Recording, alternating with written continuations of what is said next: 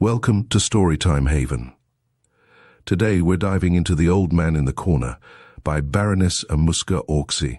In this thrilling mystery, an enigmatic old man reveals perplexing cases through his astute observations and sharp intellect. As we follow his intriguing deductions, prepare for a journey filled with suspense and unexpected twists. Let's uncover the secrets together as the old man unravels the mysteries before us. Chapter 1. The Fenchurch Street Mystery. The man in the corner pushed aside his glass and leant across the table. "Mysteries," he commented. "There is no such thing as a mystery in connection with any crime, provided intelligence is brought to bear upon its investigation." Very much astonished, Polly Burton looked over the top of her newspaper and fixed a pair of very severe, coldly inquiring brown eyes upon him. She had disapproved of the man from the instant when he shuffled across the shop and sat down opposite to her, at the same marble-top table which already held her large coffee, her roll and butter, and plate of tongue d. Now this particular corner, this very same table, that special view of the magnificent marble hall known as the Norfolk Street branch of the Aerated Bread Company's depots, were Polly's own corner, table, and view. Here she had partaken of 11 pennyworth of luncheon and 1 pennyworth of daily information ever since that glorious never-to-be-forgotten day when she was enrolled on the staff of the Evening Observer, we'll call it. That, if you please, and became a member of that illustrious and world-famed organization known as the British Press. She was a personality, was Miss Burton of the Evening Observer. Her cards were printed thus. She had interviewed Miss Ellen Terry and the Bishop of Madagascar, Mr. Seymour Hicks, and the Chief Commissioner of Police. She had been present at the last Marlborough House garden party in the cloakroom, that is to say, where she caught sight of Lady Thingamy's hat, Miss what you may call Sunshade, and of various other things modistical or fashionable, all of which were duly described under the heading Royalty and Dress in the early afternoon edition of the Evening Observer. The article itself is signed MJB, and is to be found in the files of that leading half-pennyworth. For these reasons, and for various others, too, Polly felt irate with the man in the corner, and told him so with her eyes, as plainly as any pair of brown eyes can speak. She had been reading an article in the Daily Telegraph. The article was palpitatingly interesting. Had Polly been commenting audibly upon it? Certain it is that the man over there had spoken in direct answer to her thoughts. She looked at him and frowned. The next moment she smiled. Miss Burton of the Evening Observer had a keen sense of humour, which 2 years' association with the British press had not succeeded in destroying, and the appearance of the man was sufficient to tickle the most ultra-morose fancy. Polly thought to herself that she had never seen anyone so pale, so thin, with such funny light-coloured hair brushed very smoothly across the top of a very obviously bald crown. He looked so timid and nervous as he fidgeted incessantly with a piece of string, his long, lean and trembling fingers tying and untying it into knots of wonderful and complicated proportions. Having carefully studied every detail of the quaint personality, Polly felt more amiable. "And yet," she remarked kindly but authoritatively, "this article in an otherwise well-informed journal will tell you that, even within the last year, no fewer than 6 crimes have completely baffled the police, and the perpetrators of them are still at large." "Pardon me," he said gently. "I never for a moment ventured to suggest that there were no mysteries to the police. I merely remarked that there were none where intelligence was brought to bear upon the investigation of crime. Not even in the Fenchurch Street mystery, I suppose," she asked sarcastically. "Least of all in the so-called Fenchurch Street mystery," he replied quietly. Now the Fenchurch Street mystery, as that extraordinary crime had popularly been called, had puzzled, as Polly well knew, the brains of every thinking man and woman for the last 12 months. It had puzzled her not inconsiderably. She had been interested, fascinated. She had studied the case, formed her own theories, thought about it all often and often, had even written 1 or 2 letters to the press on the subject, suggesting, arguing, hinting at possibilities and probabilities, adducing proofs which other amateur detectives were equally ready to refute. The attitude of that timid man in the corner, therefore, was peculiarly exasperating, and she retorted with sarcasm destined to completely annihilate her self-complacent interlocutor. What a pity it is, in that case, that you do not offer your priceless services to our misguided though well-meaning police. Isn't it? He replied with perfect good humor. Well, you know, for one thing I doubt if they would accept them. And in the second place, my inclinations and my duty would, were I to become an active member of the detective force, nearly always be in direct conflict. As often as not, my sympathies go to the criminal who is clever and astute enough to lead our entire police force by the nose. I don't know how much of the case you remember, he went on quietly. It certainly at first began even to puzzle me. On the 12th of last December, a woman, poorly dressed, but with an unmistakable air of having seen better days, gave information at Scotland Yard of the disappearance of her husband, William Kershaw, of no occupation, and apparently of no fixed abode. She was accompanied by a friend, a fat, oily-looking German, and between them they told a tale which set the police immediately on the move. It appears that on the 10th of December, at about 3 o'clock in the afternoon, Karl Müller, the German, called on his friend, William Kershaw, for the purpose of collecting a small debt, some £10 or so, which the latter owed him. On arriving at the squalid lodging in Charlotte Street, Fitzroy Square, he found William Kershaw in a wild state of excitement, and his wife in tears. Müller attempted to state the object of his visit, but Kershaw, with wild gestures, waved him aside, and in his own words flabbergasted him by asking him point-blank for another loan of £2, which sum, he declared, would be the means of a speedy fortune for himself and the friend who would help him in his need. After a quarter of an hour spent in obscure hints, Kershaw, finding the cautious German obdurate, decided to let him into the secret plan, which, he averred, would place thousands into their hands. Instinctively, Polly had put down her paper. The mild stranger, with his nervous air and timid, watery eyes, had a peculiar way of telling his tale, which somehow fascinated her. "I don't know," he resumed, "if you remember the story which the German told to the police, and which was corroborated in every detail by the wife or widow. Briefly, it was this. Some 30 years previously, Kershaw, then 20 years of age, and a medical student at one of the London hospitals, had a chum named Barker, with whom he roomed, together with another. The latter, so it appears, brought home one evening a very considerable sum of money, which he had won on the turf, and the following morning he was found murdered in his bed. Kershaw, fortunately for himself, was able to prove a conclusive alibi. He had spent the night on duty at the hospital. As for Barker, he had disappeared, that is to say, as far as the police were concerned, but not as far as the watchful eyes of his friend Kershaw were able to spy, at least, so the latter said. Barker very cleverly contrived to get away out of the country, and, after sundry vicissitudes, finally settled down at Vladivostok, in eastern Siberia, where, under the assumed name of Smethurst, he built up an enormous fortune by trading in furs. Now, mind you, everyone knows Smethurst, the Siberian millionaire. Kershaw's story that he had once been called Barker and had committed a murder 30 years ago was never proved, was it? I am merely telling you what Kershaw said to his friend the German and to his wife on that memorable afternoon of December the 10th. According to him, Smethurst had made one gigantic mistake in his clever career. He had on 4 occasions written to his late friend William Kershaw. 2 of these letters had no bearing on the case, since they were written more than 25 years ago, and Kershaw, moreover, had lost them, so he said, long ago. According to him, however, the first of these letters was written when Smethurst, alias Barker, had spent all the money he had obtained from the crime and found himself destitute in New York. Kershaw, then in fairly prosperous circumstances, sent him a £10 note for the sake of old times.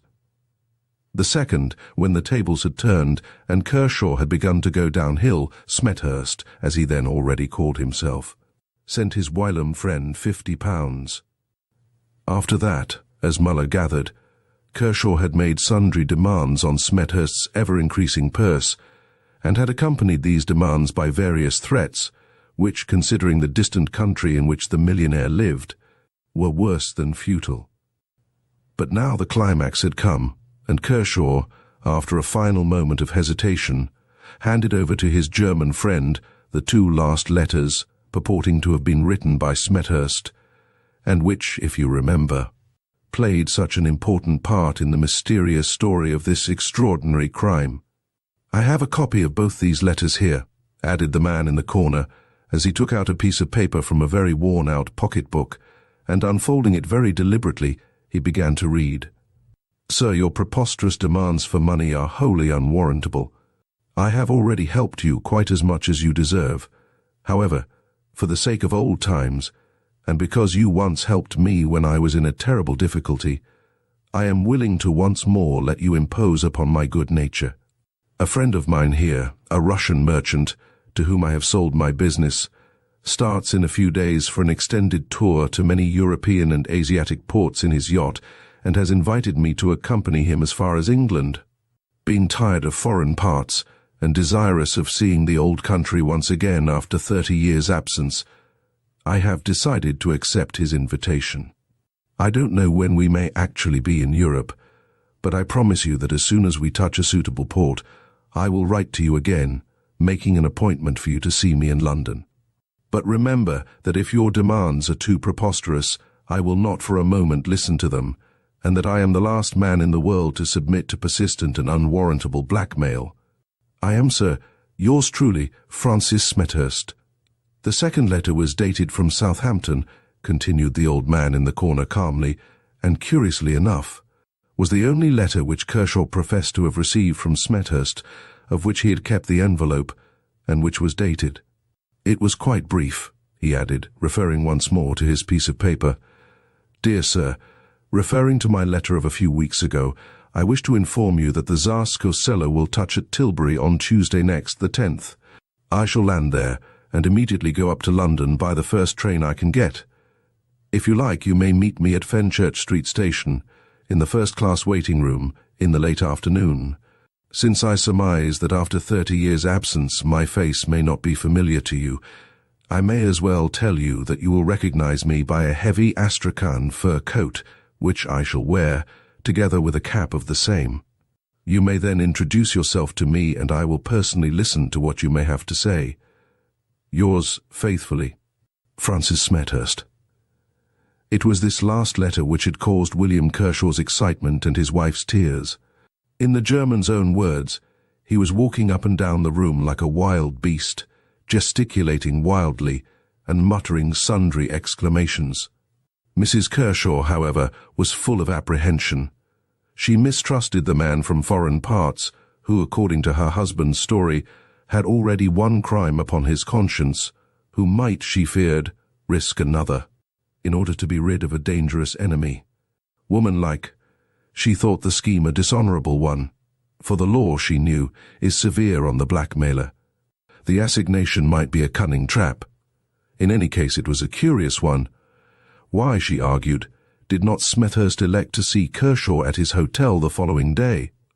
1,000 whys and wherefores made her anxious, but the fat German had been won over by Kershaw's visions of untold gold, held tantalizingly before his eyes. He had lent the necessary £2, with which his friend intended to tidy himself up a bit before he went to meet his friend the millionaire. Half an hour afterwards, Kershaw had left his lodgings, and that was the last the unfortunate woman saw of her husband, or Müller, the German of his friend. Anxiously his wife waited that night, but he did not return. The next day she seems to have spent in making purposeless and futile inquiries about the neighbourhood of Fenchurch Street. And on the 12th she went to Scotland Yard, gave what particulars she knew, and placed in the hands of the police the 2 letters written by Smethurst. Chapter 2. A Millionaire in the Dock. The man in the corner had finished his glass of milk. His watery blue eyes looked across at Miss Polly Burton's eager little face, from which all traces of severity had now been chased away by an obvious and intense excitement. It was only on the 31st, he resumed after a while, that a body, decomposed past all recognition, was found by two lightermen in the bottom of a disused barge. She had been moored at one time at the foot of one of those dark flights of steps which lead down between tall warehouses to the river in the East End of London. I have a photograph of the place here, he added, selecting one out of his pocket and placing it before Polly. The actual barge, you see, had already been removed when I took this snapshot, but you will realize what a perfect place this alley is for the purpose of one man cutting another's throat in comfort, and without fear of detection. The body, as I said, was decomposed beyond all recognition. It had probably been there 11 days, but sundry articles, such as a silver ring and a tie-pin, were recognizable, and were identified by Mrs. Kershaw as belonging to her husband. She, of course, was loud in denouncing Smethurst, and the police had no doubt a very strong case against him, for 2 days after the discovery of the body in the barge, the Siberian millionaire, as he was already popularly called by enterprising interviewers, was arrested in his luxurious suite of rooms at the Hotel Cecil.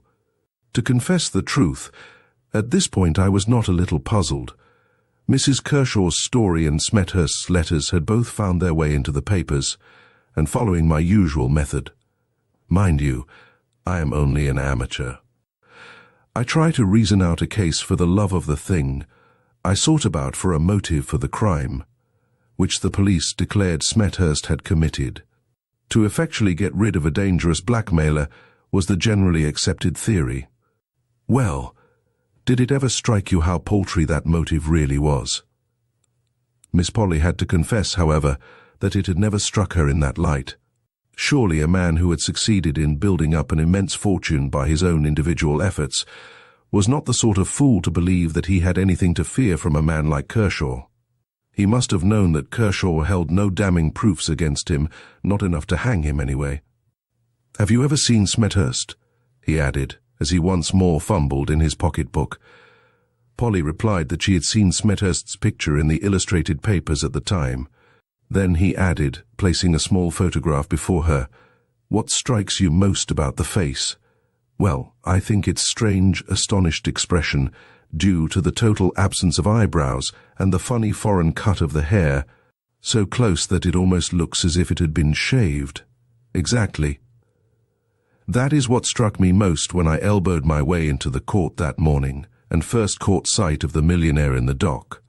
He was a tall, soldierly-looking man, upright in stature, his face very bronzed and tanned. He wore neither moustache nor beard. His hair was cropped quite close to his head, like a Frenchman's.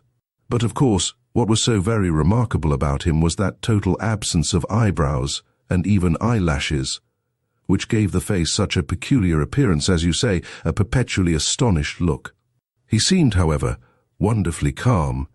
He had been accommodated with a chair in the dock, being a millionaire, and chatted pleasantly with his lawyer, Sir Arthur Inglewood.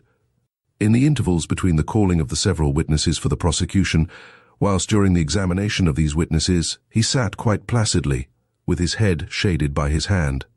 Muller and Mrs. Kershaw repeated the story which they had already told to the police. "I think you said that you were not able, owing to pressure of work, to go to the court that day and hear the case. So perhaps you have no recollection of Mrs. Kershaw?" "No? Ah, well, here is a snapshot I managed to get of her once. That is her, exactly as she stood in the box over dressed in elaborate crepe, with a bonnet which once had contained pink roses, and to which a remnant of pink petals still clung obtrusively amidst the deep black. She would not look at the prisoner, and turned her head resolutely towards the magistrate. I fancy she had been fond of that vagabond husband of hers. An enormous wedding ring encircled her finger, and that too was swathed in black. She firmly believed that Kershaw's murderer sat there in the dock, and she literally flaunted her grief before him. I was indescribably sorry for her.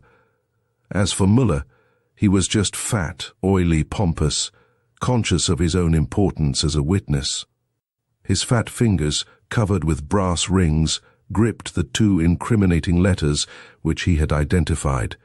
They were his passports, as it were, to a delightful land of importance and notoriety.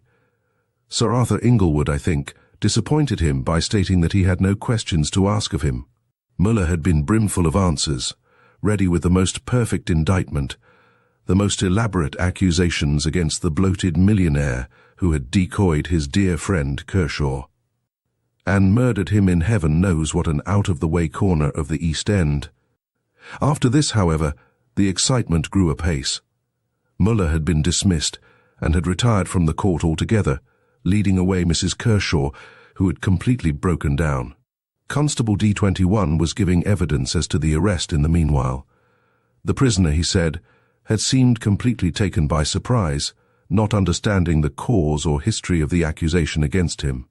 However, when put in full possession of the facts, and realizing, no doubt, the absolute futility of any resistance, he had quietly enough followed the constable into the cab. No one at the fashionable and crowded Hotel Cecil had even suspected that anything unusual had occurred. Then a gigantic sigh of expectancy came from every one of the spectators. The fun was about to begin. James Buckland, a porter at Fenchurch Street railway station, had just sworn to tell all the truth, etc. After all, it did not amount to much. He said that at 6 o'clock in the afternoon of December the 10th, in the midst of one of the densest fogs he ever remembers, the 5.5 from Tilbury steamed into the station, being just about an hour late. He was on the arrival platform and was hailed by a passenger in a first-class carriage. He could see very little of him beyond an enormous black fur coat and a travelling cap of fur also. The passenger had a quantity of luggage, all marked FS, and he directed James Buckland to place it all upon a four-wheel cab, with the exception of a small handbag, which he carried himself. Having seen that all his luggage was safely bestowed, the stranger in the fur coat paid the porter, and telling the cabman to wait until he returned, he walked away in the direction of the waiting rooms, still carrying his small handbag. "I stayed for a bit," added James Buckland, talking to the driver about the fog and that. "Then I went about my business." Seeing that the local from Southend had been signalled. The prosecution insisted most strongly upon the hour when the stranger in the fur coat, having seen to his luggage, walked away towards the waiting rooms. The porter was emphatic. It was not a minute later than 6.15, he averred. Sir Arthur Inglewood still had no questions to ask, and the driver of the cab was called. He corroborated the evidence of James Buckland as to the hour when the gentleman in the fur coat had engaged him, and having filled his cab in and out with luggage, had told him to wait. And cabby did wait. He waited in the dense fog until he was tired, until he seriously thought of depositing all the luggage in the lost property office, and of looking out for another fare. Waited until at last. At 9:15, whom should he see walking hurriedly towards his cab, but the gentleman in the fur coat and cap, who got in quickly and told the driver to take him at once to the Hotel Cecil. This, cabby declared, had occurred at 9:15. Still Sir Arthur Inglewood made no comment, and Mr. Francis Smethurst in the crowded, stuffy court had calmly dropped to sleep. The next witness, Constable Thomas Taylor, had noticed a shabbily dressed individual, with shaggy hair and beard, loafing about the station and waiting rooms in the afternoon of December the 10th. He seemed to be watching the arrival platform of the Tilbury and Southend trains.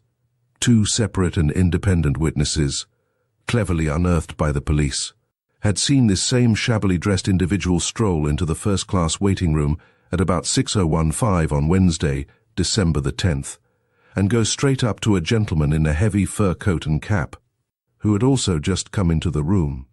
The two talked together for a while. No one heard what they said, but presently they walked off together. No one seemed to know in which direction. Francis Smethurst was rousing himself from his apathy, he whispered to his lawyer, who nodded with a bland smile of encouragement. The employees of the Hotel Cecil gave evidence as to the arrival of Mr. Smethurst at about 9:30 p.m. on Wednesday, December the 10th, in a cab, with a quantity of luggage, and this closed the case for the prosecution. Everybody in that court already saw Smethurst mounting the gallows. It was uninterested curiosity which caused the elegant audience to wait and hear what Sir Arthur Inglewood had to say. He, of course, is the most fashionable man in the law at the present moment. His lolling attitudes, his drawling speech are quite the rage, and imitated by the gilded youth of society, even at this moment, when the Siberian millionaire's neck literally and metaphorically hung in the balance. An expectant titter went round the fair spectators, as Sir Arthur stretched out his long, loose limbs and lounged across the table. He waited to make his effect. Sir Arthur is a born actor, and there is no doubt that he made it, when in his slowest, most drawly tones he said quietly, "With regard to this alleged murder of one William Kershaw, on Wednesday, December the 10th, between 6:15 and 8:05 p.m., Your Honour, I now propose to call 2 witnesses, who saw this same William Kershaw alive on Tuesday afternoon, December the 16th, that is to say, 6 days after the supposed murder." It was as if a bombshell had exploded in the court. Even His Honour was aghast, and I am sure the lady next to me only recovered from the shock of the surprise in order to wonder whether she need put off her dinner party after all.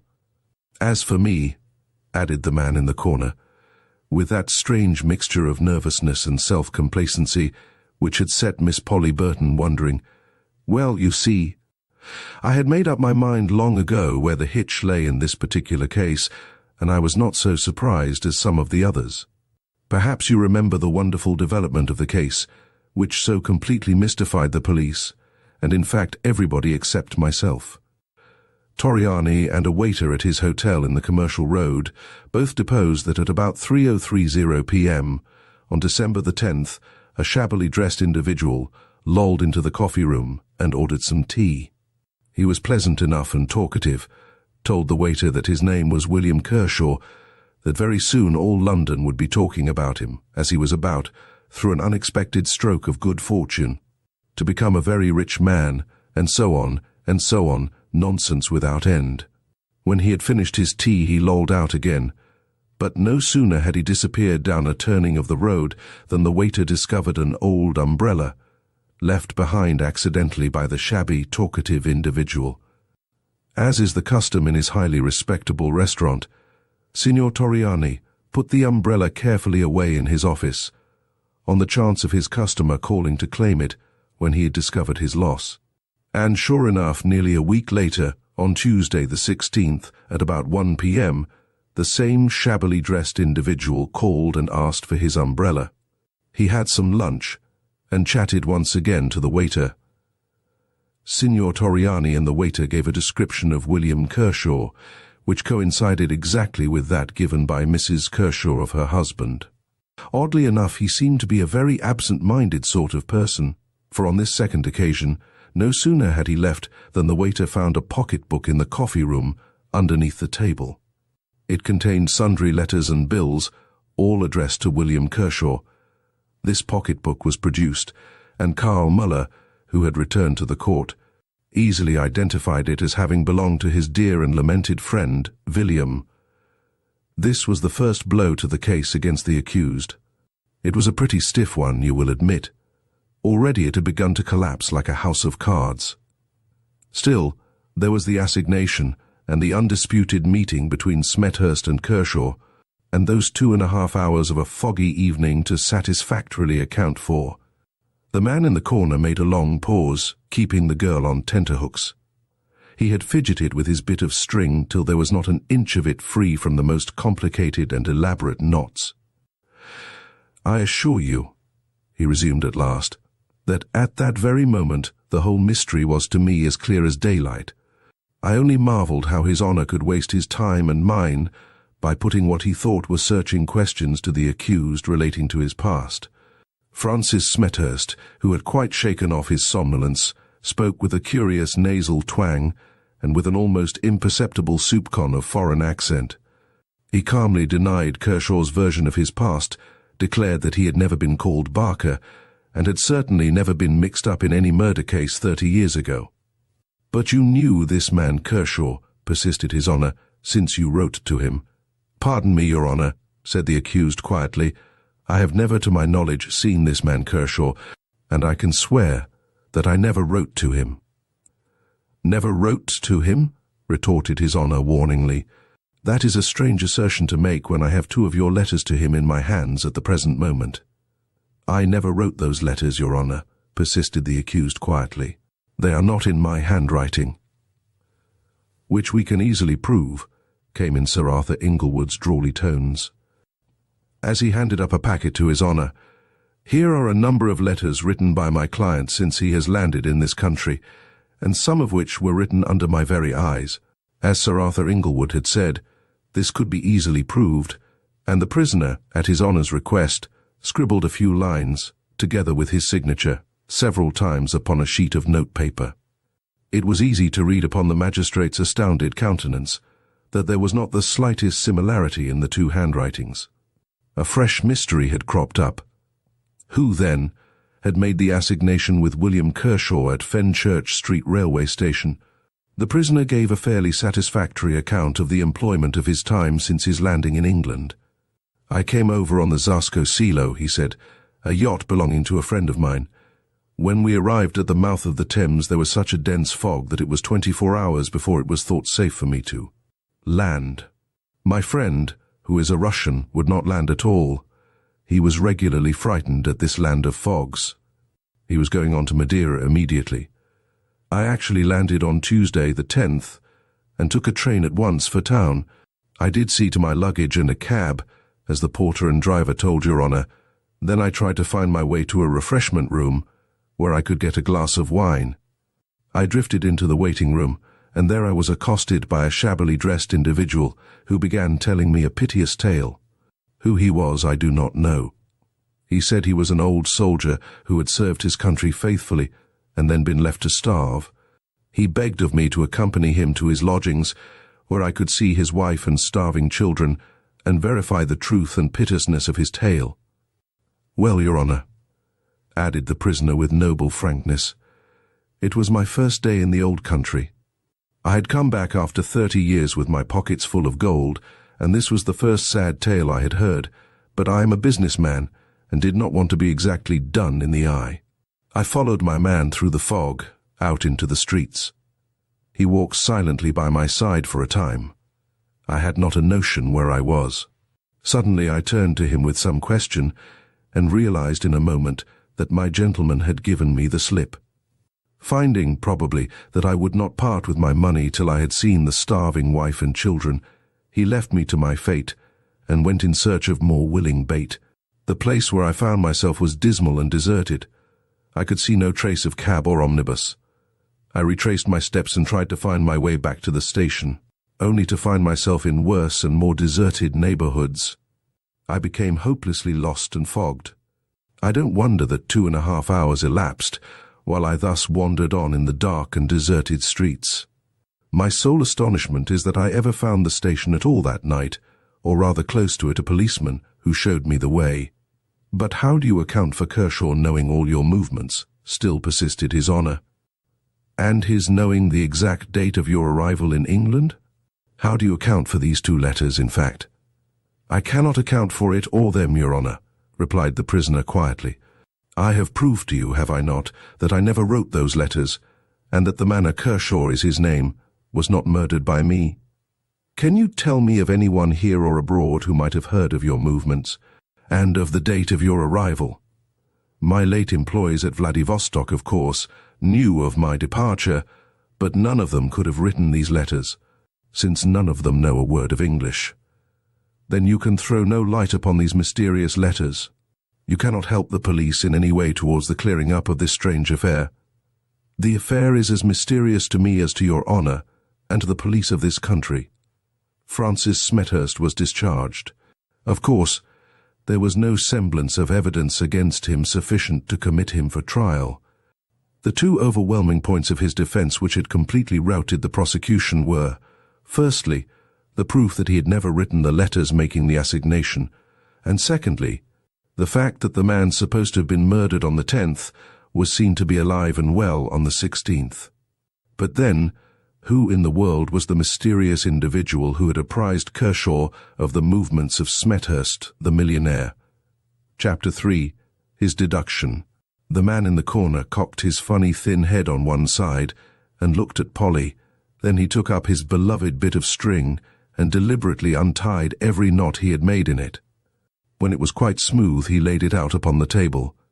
"I will take you, if you like, point by point along the line of reasoning which I followed myself, and which will inevitably lead you, as it led me, to the only possible solution of the mystery.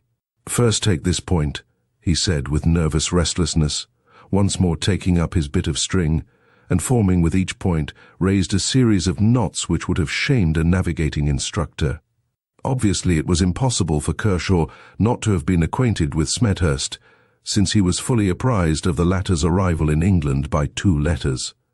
Now it was clear to me from the first that no one could have written those 2 letters except Smethurst. You will argue that those letters were proved not to have been written by the man in the dock. Exactly. Remember, Kershaw was a careless man. He had lost both envelopes. To him they were insignificant. Now it was never disproved that those letters were written by Smethurst. "But," suggested Polly. "Wait a minute," he interrupted.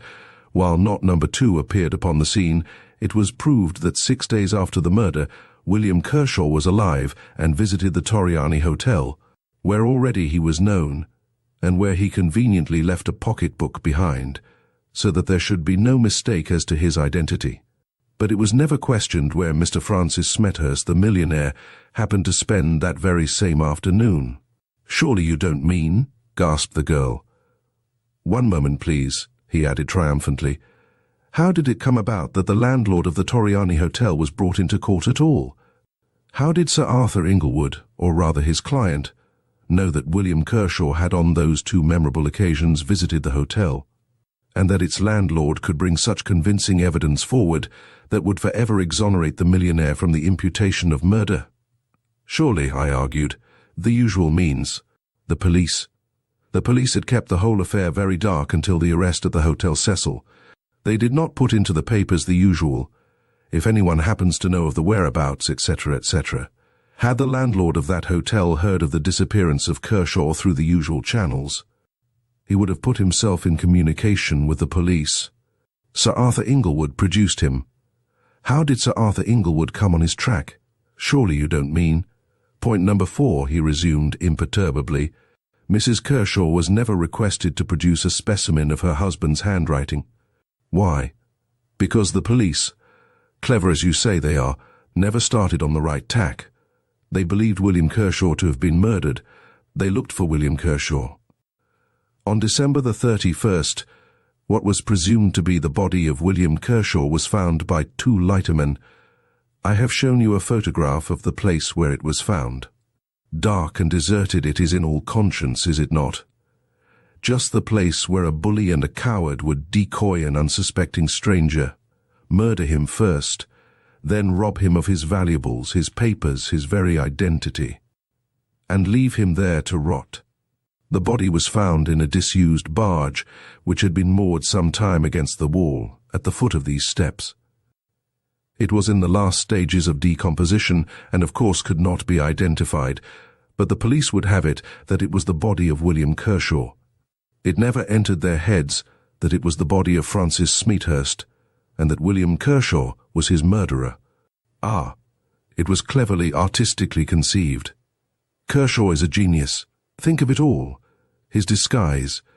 Kershaw had a shaggy beard, hair and moustache. He shaved up to his very eyebrows. No wonder that even his wife did not recognize him across the court, and remember, she never saw much of his face while he stood in the dock. Kershaw was shabby, slouchy. He stooped. Smethurst, the millionaire, might have served in the Prussian army. Then that lovely trait about going to revisit the Torriani Hotel.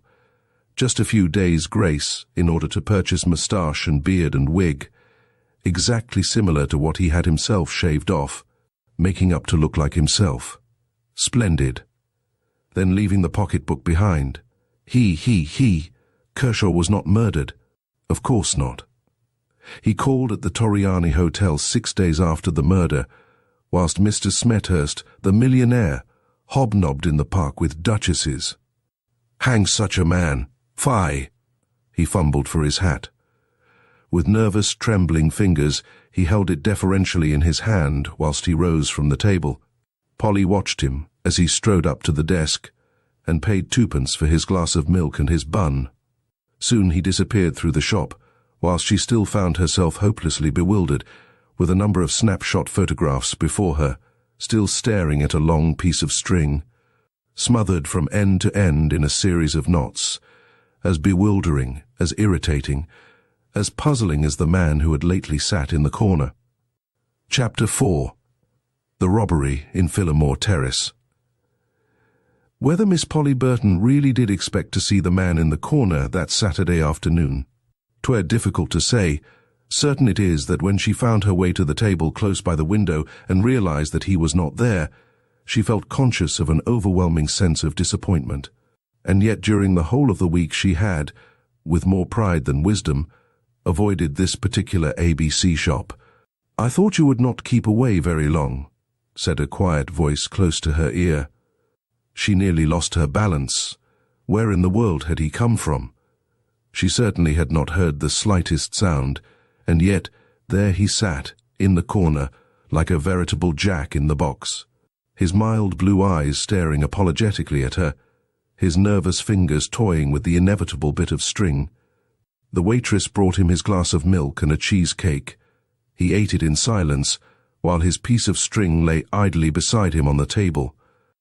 When he had finished, he fumbled in his capacious pockets and drew out the inevitable pocketbook. Placing a small photograph before the girl, he said quietly, "That is the back of the houses in Phillimore Terrace, which overlook Adam and Eve Mews." She looked at the photograph, then at him, with a kindly look of indulgent expectancy. "You will notice that the row of back gardens have each an exit into the mews. These mews are built in the shape of a capital F. The photograph is taken looking straight down the short horizontal line, which ends, as you see, in a cul-de-sac. The bottom of the vertical line turns into Phillimore Terrace, and the end of the upper long horizontal line into High Street, Kensington. Now, on that particular night, or rather early morning, of January 15th, Constable D21, having turned into the mews from Phillimore Terrace, stood for a moment at the angle formed by the long vertical artery of the mews and the short horizontal one which, as I observed before, looks on to the back gardens of the terrace houses and ends in a cul-de-sac. How long D21 stood at that particular corner he could not exactly say, but he thinks it must have been 3 or 4 minutes before he noticed a suspicious-looking individual shambling along under the shadow of the garden walls.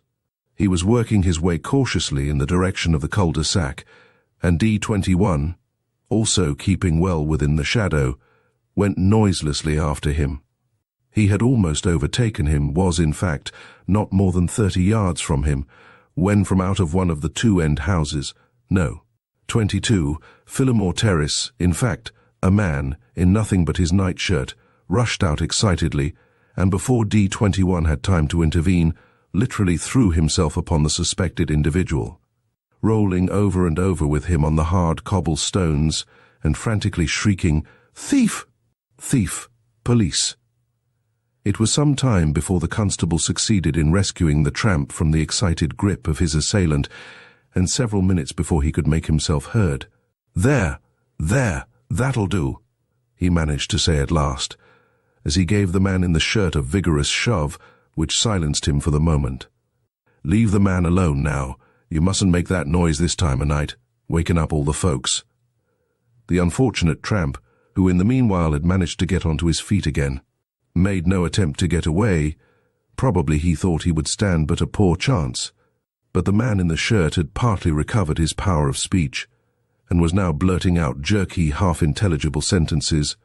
"I have been robbed I that is my master, mister. Knopf. The desk is open, the diamonds gone all in my charge, and now they are stolen. That's the thief. I'll swear I heard him not 3 minutes ago, rush downstairs, the door into the garden was smashed. I ran across. The garden, he was sneaking about here still thief. Thief, police, diamonds. Constable, don't let him go. I'll make you responsible if you let him go." "Now then, that'll do," admonished D21 as soon as he could get a word in. "Stop that row, will you?" The man in the shirt was gradually recovering from his excitement. "Can I give this man in charge?" he asked. "What for?" Burglary and housebreaking. I heard him, I tell you. He must have Mr. Knopf's diamonds about him at this moment." "Where is Mr. Knopf?" "Out of town," groaned the man in the shirt. "He went to Brighton last night, and left me in charge, and now this thief has been and—" The tramp shrugged his shoulders, and suddenly, without a word, he quietly began taking off his coat and waistcoat. These he handed across to the constable. Eagerly the man in the shirt fell on them, and turned the ragged pockets inside out.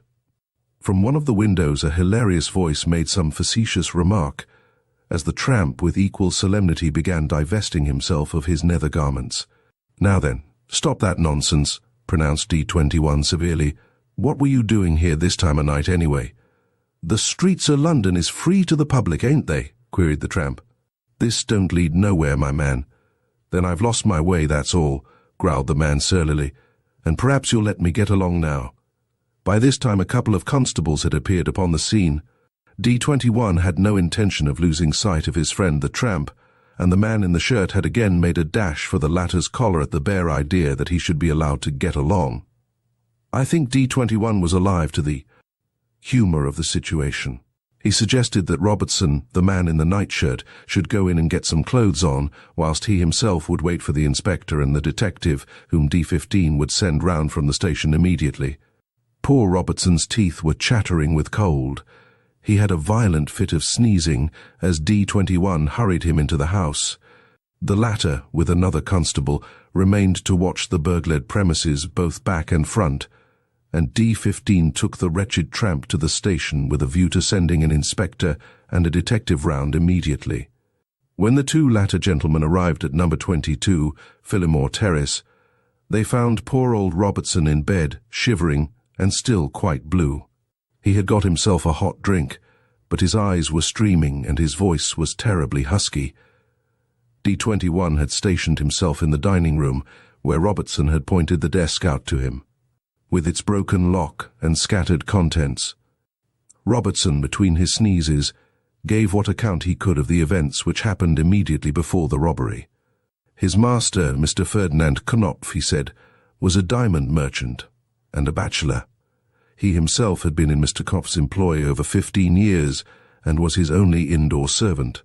A charwoman came every day to do the housework.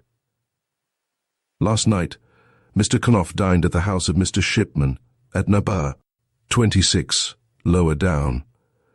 Mr. Shipman is the great jeweller who has his place of business in South Audley Street.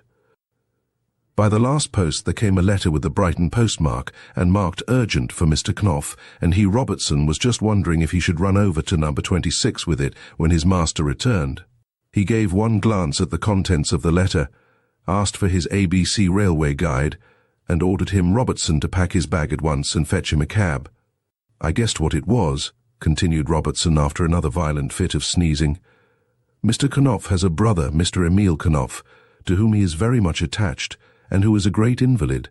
He generally goes about from one seaside place to another. He is now at Brighton, and has recently been very ill. If you will take the trouble to go downstairs, I think you will still find the letter lying on the hall table. I read it after Mr. Knopf left. It was not from his brother, but from a gentleman who signed himself J. Collins, M.D. I don't remember the exact words, but of course you'll be able to read the letter, Mr. J. Collins said he had been called in very suddenly to see Mr. Emil Knopf, who, he added, had not many hours to live, and had begged of the doctor to communicate at once with his brother in London.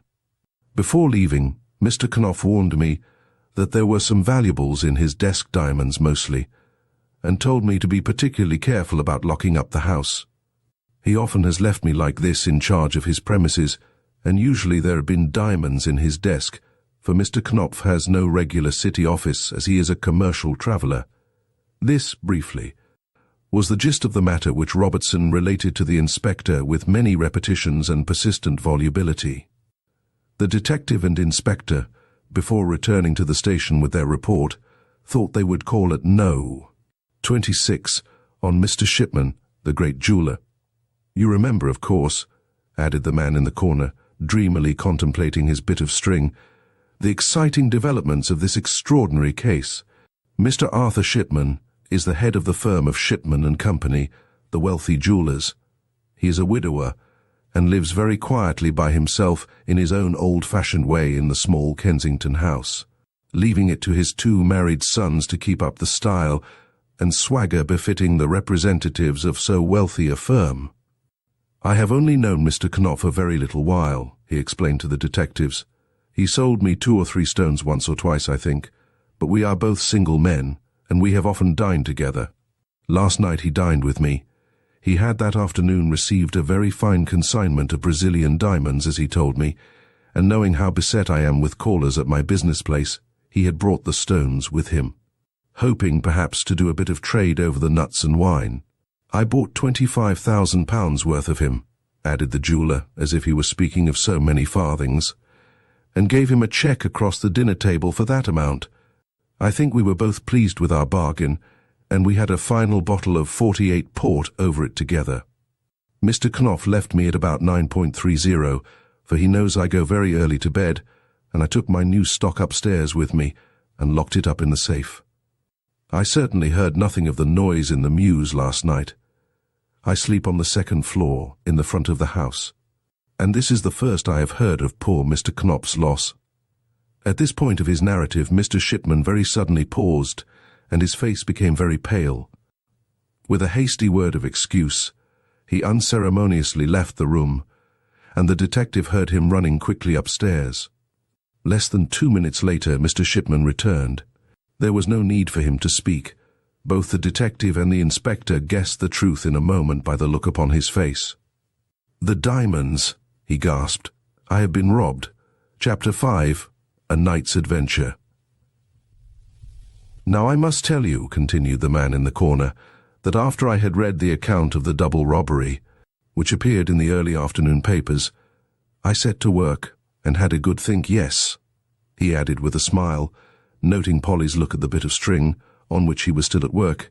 "Yes," aided by this small adjunct to continued thought, "I made notes as to how I should proceed to discover the clever thief who had carried off a small fortune in a single night. Of course, my methods are not those of a London detective. He has his own way of going to work. The one who was conducting this case questioned the unfortunate jeweller very closely about his servants and his household, generally. I have 3 servants," explained Mr. Shipman, 2 of whom have been with me for many years. One, the housemaid, is a fairly newcomer. She has been here about 6 months. She came recommended by a friend and bore an excellent character. She and the parlour-maid room together. The cook, who knew me when I was a schoolboy, sleeps alone. All 3 servants sleep on the floor above. I locked the jewels up in the safe which stands in the dressing-room. My keys and watch I placed as usual beside my bed. As a rule, I am a fairly light sleeper. I cannot understand how it could have happened, but you had better come up and have a look at the safe. The key must have been abstracted from my bedside, the safe opened, and the keys replaced all while I was fast asleep. Though I had no occasion to look into the safe until just now, I should have discovered my loss before going to business. For I intended to take the diamonds away with me. The detective and the inspector went up to have a look at the safe. The lock had in no way been tampered with. It had been opened with its own key. The detective spoke of chloroform, but Mr. Shipman declared that when he woke in the morning at about 7:30, there was no smell of chloroform in the room. However, the proceedings of the daring thief certainly pointed to the use of an anesthetic. An examination of the premises brought to light the fact that the burglar had, as in Mr. Knopf's house, used the glass-panelled door from the garden as a means of entrance, but in this instance he had carefully cut out the pane of glass with a diamond, slipped the bolts, turned the key, and walked in. "Which among your servants knew that you had the diamonds in your house last night, Mr. Shipman?" asked the detective. "Not one, I should say," replied the jeweller, "though perhaps the parlour-maid, whilst waiting at table, may have heard me and Mr. Knopf discussing our bargain. Would you object to my searching all your servants' boxes?" "Certainly not. They would not object either, I am sure. They are perfectly honest." "The searching of servants' belongings is invariably a useless proceeding," added the man in the corner, with a shrug of the shoulders. "No one, not even a latter-day domestic, would be fool enough to keep stolen property in the house. However, the usual farce was gone through, with more or less protest on the part of Mr. Shipman's servants, and with the usual result. The jeweller could give no further information. The detective and inspector, to do them justice, did their work of investigation minutely, and what is more, intelligently. It seemed evident from their deductions that the burglar had commenced proceedings on number 26, Phillimore Terrace, and had then gone on, probably climbing over the garden walls between the houses to number 22, where he was almost caught in the act by Robertson. The facts were simple enough, but the mystery remained as to the individual who had managed to glean the information of the presence of the diamonds in both the houses, and the means which he had adopted to get that information. It was obvious that the thief or thieves knew more about Mr. Knopf's affairs than Mr. Shipman's, since they had known how to use Mr. Emil Knopf's name in order to get his brother out of the way. It was now nearly 10 o'clock, and the detectives, having taken leave of Mr. Shipman, went back to number 22 in order to ascertain whether Mr. Knopf had come back. The door was opened by the old charwoman, who said that her master had returned and was having some breakfast in the dining room. Mr. Ferdinand Knopf was a middle-aged man, with sallow complexion, black hair and beard, of obviously Hebrew extraction. He spoke with a marked foreign accent, but very courteously, to the two officials, who, he begged, would excuse him if he went on with his breakfast. I was fully prepared to hear the bad news, he explained, which my man Robertson told me when I arrived. The letter I got last night was a bogus one. There is no such person as J. Collins, M.D. My brother had never felt better in his life. You will, I am sure, very soon trace the cunning writer of that epistle. Ah, but I was in a rage, I can tell you, when I got to the Metropole at Brighton, and found that Emile, my brother, had never heard of any Dr. Collins. The last train to town had gone, although I raced back to the station as hard as I could. Poor old Robertson, he has a terrible cold. Ah, yes, my loss. It is for me a very serious one. If I had not made that lucky bargain with Mr. Shipman last night, I should, perhaps, at this moment be a ruined man. The stones I had yesterday were, firstly, some magnificent Brazilians. These I sold to Mr. Shipman mostly.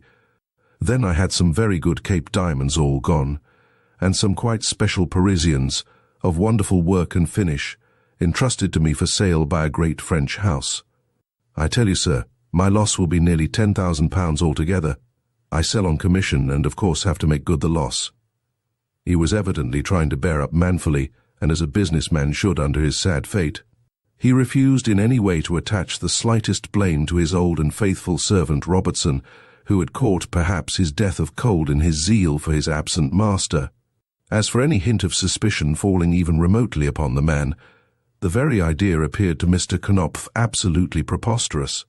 With regard to the old charwoman, Mr. Knopf certainly knew nothing about her, beyond the fact that she had been recommended to him by one of the tradespeople in the neighbourhood, and seemed perfectly honest, respectable, and sober. About the tramp, Mr. Knopf knew still less, nor could he imagine how he, or in fact anybody else, could possibly know that he happened to have diamonds in his house that night. This certainly seemed the great hitch in the case. Mr. Ferdinand Knopf, at the instance of the police, later on went to the station and had a look at the suspected tramp.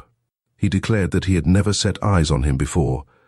Mr. Shipman, on his way home from business in the afternoon, had done likewise, and made a similar statement. Brought before the magistrate, the tramp gave but a poor account of himself. He gave a name and address, which latter, of course, proved to be false. After that he absolutely refused to speak. He seemed not to care whether he was kept in custody or not. Very soon even the police realized that for the present, at any rate, nothing could be got out of the suspected tramp. Mr. Francis Howard, the detective who had charge of the case, though he would not admit it even to himself, was at his wits' ends. You must remember that the burglary, through its very simplicity, was an exceedingly mysterious affair. The constable, D21, who had stood in Adam and Eve Mews, presumably while Mr. Knopf's house was being robbed, had seen no one turn out from the cul-de-sac into the main passage of the mews. The stables, which immediately faced the back entrance of the Phillimore Terrace houses, were all private ones belonging to residents in the neighbourhood. The coachmen, their families, and all the grooms who slept in the stablings were rigidly watched and questioned. One and all had seen nothing, heard nothing, until Robertson's shrieks had roused them from their sleep. As for the letter from Brighton, it was absolutely commonplace, and written upon note paper, which the detective, with Machiavellian cunning, traced to a stationer's shop in West Street. But the trade at that particular shop was a very brisk one. Scores of people had bought notepaper there, similar to that on which the supposed doctor had written his tricky letter. The handwriting was cramped, perhaps a disguised one in any case, except under very exceptional circumstances. It could afford no clue to the identity of the thief. Needless to say, the tramp, when told to write his name, wrote a totally different and absolutely uneducated hand. Matters stood, however, in the same persistently mysterious state when a small discovery was made, which suggested to Mr. Francis Howard an idea which, if properly carried out, would, he hoped, inevitably bring the cunning burglar safely within the grasp of the police. That was the discovery of a few of Mr. Knopf's diamonds, continued the man in the corner, after a slight pause, evidently trampled into the ground by the thief whilst making his hurried exit through the garden of No. 22, Phillimore Terrace. At the end of this garden there is a small studio which had been built by a former owner of the house, and behind it a small piece of waste ground about 7 feet square, which had once been a rockery, and is still filled with large loose stones, in the shadow of which earwigs and woodlice innumerable have made a happy hunting ground. It was Robertson who, 2 days after the robbery, having need of a large stone for some household purpose or other, dislodged one from that piece of waste ground, and found a few shining pebbles beneath it. Mr. Knopf took them round to the police station himself immediately, and identified the stones as some of his Parisian ones. Later on, the detective went to view the place where the find had been made, and there conceived the plan upon which he built big cherished hopes. Acting upon the advice of Mr. Francis Howard, the police decided to let the anonymous tramp out of his safe retreat within the station and to allow him to wander whithersoever he chose. A good idea, perhaps, the presumption being that sooner or later, if the man was in any way mixed up with the cunning thieves, he would either rejoin his comrades or even lead the police to where the remnant of his hoard lay hidden. Needless to say, his footsteps were to be literally dogged. The wretched tramp, on his discharge, wandered out of the yard, wrapping his thin coat round his shoulders, for it was a bitterly cold afternoon. He began operations by turning into the Town Hall Tavern for a good feed and a copious drink. Mr. Francis Howard noted that he seemed to eye every passer-by with suspicion, but he seemed to enjoy his dinner, and sat some time over his bottle of wine. It was close upon 4 o'clock when he left the tavern, and then began for the indefatigable Mr. Howard one of the most wearisome and uninteresting chases through the mazes of the London streets he ever remembers to have made. Up Notting Hill, down the slums of Nottingdale, along the High Street, beyond Hammersmith, and through Shepherd's Bush, did that anonymous tramp lead the unfortunate detective, never hurrying himself, stopping every now and then at a public house to get a drink, whither Mr. Howard did not always care to follow him. In spite of his fatigue, Mr. Francis Howard's hopes rose with every half hour of this weary tramp. The man was obviously striving to kill time. He seemed to feel no weariness, but walked on and on, perhaps suspecting that he was being followed. At last, with a beating heart, though half perished with cold, and with terribly sore feet, the detective began to realize that the tramp was gradually working his way back towards Kensington. It was then close upon 11 o'clock at night. Once or twice the man had walked up and down the High Street, from St. Paul's School to Derry and Tom's shops and back again. He had looked down one or two of the side streets, and at last he turned into Phillimore Terrace. He seemed in no hurry. He even stopped once in the middle of the road, trying to light a pipe, which, as there was a high east wind, took him some considerable time. Then he leisurely sauntered down the street and turned into Adam and Eve Mews, with Mr. Francis Howard now close at his heels. Acting upon the detective's instructions, there were several men in plain clothes, ready to his call in the immediate neighbourhood. 2 stood within the shadow of the steps of the Congregational Church at the corner of the Mews. Others were stationed well within a soft call. Hardly, therefore, had the hare turned into the cul-de-sac at the back of Phillimore Terrace, than, at a slight sound from Mr. Francis Howard, every egress was barred to him, and he was caught like a rat in a trap. As soon as the tramp had advanced some 30 yards or so, the whole length of this part of the Mews is about 100 yards, and was lost in the shadow. Mr. Francis Howard directed 4 or 5 of his men to proceed cautiously up the Mews, whilst the same number were to form a line all along the front of Phillimore Terrace between the Mews and the High Street. Remember, the back garden walls threw long and dense shadows, but the silhouette of the man would be clearly outlined if he made any attempt at climbing over them.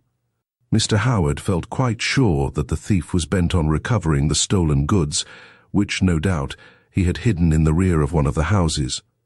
He would be caught in flagrante delicto, and, with a heavy sentence hovering over him, he would probably be induced to name his accomplice. Mr. Francis Howard was thoroughly enjoying himself. The minutes sped on. Absolute silence, in spite of the presence of so many men, reigned in the dark and deserted Mews. Of course, this night's adventure was never allowed to get into the papers, added the man in the corner with his mild smile. Had the plan been successful, we should have heard all about it, with a long eulogistic article as to the astuteness of our police. But, as it was, well, the tramp sauntered up the Mews, and there he remained for aught Mr. Francis Howard or the other constables could ever explain. The earth or the shadows swallowed him up. No one saw him climb one of the garden walls. No one heard him break open a door. He had retreated within the shadow of the garden walls, and was seen or heard of no more. One of the servants in the Phillimore Terrace houses must have belonged to the gang, said Polly with quick decision. Ah, yes, but which? Said the man in the corner, making a beautiful knot in his bit of string. I can assure you that the police left not a stone unturned once more to catch sight of that tramp whom they had had in custody for 2 days, but not a trace of him could they find, nor of the diamonds from that day to this. Chapter 6. All he knew. The tramp was missing, continued the man in the corner, and Mr. Francis Howard tried to find the missing tramp. Going round to the front and seeing the lights at number 26 still in, he called upon Mr. Shipman. The jeweller had had a few friends to dinner and was giving them whiskies and sodas before saying good night. The servants had just finished washing up and were waiting to go to bed. Neither they nor Mr. Shipman nor his guests had seen nor heard anything of the suspicious individual. Mr. Francis Howard went on to see Mr. Ferdinand Knopf. This gentleman was having his warm bath, preparatory to going to bed. So Robertson told the detective. However, Mr. Knopf insisted on talking to Mr. Howard through his bathroom door. Mr. Knopf thanked him for all the trouble he was taking, and felt sure that he and Mr. Shipman would soon recover possession of their diamonds, thanks to the persevering detective. He, laughed the man in the corner. Poor Mr. Howard. He persevered but got no farther, no, nor anyone else for that matter. Even I might not be able to convict the thieves if I told all I knew to the police. Now follow my reasoning point by point, he added eagerly. Who knew of the presence of the diamonds in the house of Mr. Shipman and Mr. Knopf? Firstly, he said, putting up an ugly claw-like finger, Mr. Shipman, then Mr. Knopf, then presumably the man Robertson. And the tramp, said Polly. Leave the tramp alone for the present since he has vanished, and take point number 2. Mr. Shipman was drugged. That was pretty obvious. No man under ordinary circumstances would, without waking, have his keys abstracted and then replaced at his own bedside. Mr. Howard suggested that the thief was armed with some anesthetic, but how did the thief get into Mr. Shipman's room without waking him from his natural sleep? Is it not simpler to suppose that the thief had taken the precaution to drug the jeweller before the latter went to bed? But wait a moment and take point number 3. Though there was every proof that Mr. Shipman had been in possession of £25,000 worth of goods since Mr. Knopf had a cheque from him for that amount. There was no proof that in Mr. Knopf's house there was even an odd stone worth a sovereign. And then again, went on the Scarecrow, getting more and more excited, did it ever strike you or anybody else that at no time, while the tramp was in custody, while all that searching examination was being gone on with, no one ever saw Mr. Knopf and his man Robertson together at the same time? Ah, he continued, while suddenly the young girl seemed to see the whole thing as in a vision. They did not forget a single detail. Follow them with me, point by point. Two cunning scoundrels, geniuses they should be called, well provided with some ill-gotten funds, but determined on a grand coup. They play at respectability for 6 months, say. One is the master, the other the servant. They take a house in the same street as their intended victim, make friends with him, accomplish 1 or 2 creditable but very small business transactions, always drawing on the reserve funds, which might even have amounted to a few hundreds and a bit of credit. Then the Brazilian diamonds and the Parisians, which, remember, were so perfect that they required chemical testing to be detected. The Parisian stones are sold, not in business, of course, in the evening, after dinner, and a good deal of wine. Mr. Knopf's Brazilians were beautiful. Perfect. Mr. Knopf was a well-known diamond merchant. Mr. Shipman bought, but with the morning would have come sober sense. The cheque stopped before it could have been presented. The swindler caught. No, those exquisite Parisians were never intended to rest in Mr. Shipman's safe until the morning. That last bottle of 48 port, with the aid of a powerful soporific, ensured that Mr. Shipman would sleep undisturbed during the night. Ah, remember all the details, they were so admirable. The letter posted in Brighton by the cunning rogue to himself, the smashed desk, the broken pane of glass in his own house, the man Robertson on the watch, while Knopf himself in ragged clothing found his way into number 26. If Constable D21 had not appeared upon the scene, that exciting comedy in the early morning would not have been enacted. As it was, in the supposed fight, Mr. Shipman's diamonds passed from the hands of the tramp into those of his accomplice. Then, later on, Robertson, ill in bed, while his master was supposed to have returned. By the way, it never struck anybody that no one saw Mr. Knopf come home, though he surely would have driven up in a cab. Then the double part played by one man for the next 2 days. It certainly never struck either the police or the inspector. Remember, they only saw Robertson when in bed with a streaming cold. But Knopf had to be got out of gaol as soon as possible. The dual role could not have been kept up for long. Hence, the story of the diamonds found in the garden of number 22. The cunning rogues guessed that the usual plan would be acted upon, and the suspected thief allowed to visit the scene where his hoard lay hidden. It had all been foreseen, and Robertson must have been constantly on the watch. The tramp stopped, mind you, in Phillimore Terrace for some moments, lighting a pipe. The accomplice then was fully on the alert. He slipped the bolts of the back garden gate. 5 minutes later, Knopf was in the house, in a hot bath, getting rid of the disguise of our friend the tramp. Remember that again here, the detective did not actually see him. The next morning, Mr. Knopf, black hair and beard and all, was himself again. The whole trick lay in one simple art, which those 2 cunning rascals knew to absolute perfection, the art of impersonating one another. They are brothers, presumably twin brothers, I should say. But Mr. Knopf, suggested Polly. Well, look in the trades directory. You will see F. Knopf and Company, diamond merchants of some city address. Ask about the firm among the trade. You will hear that it is firmly established on a sound financial basis.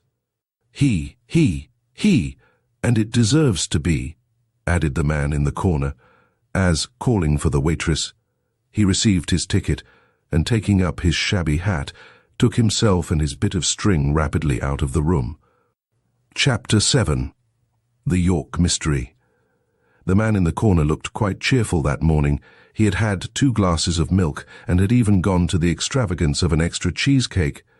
Polly knew that he was itching to talk police and murders, for he cast furtive glances at her from time to time, produced a bit of string, tied and untied it into scores of complicated knots, and finally, bringing out his pocket-book, he placed 2 or 3 photographs before her.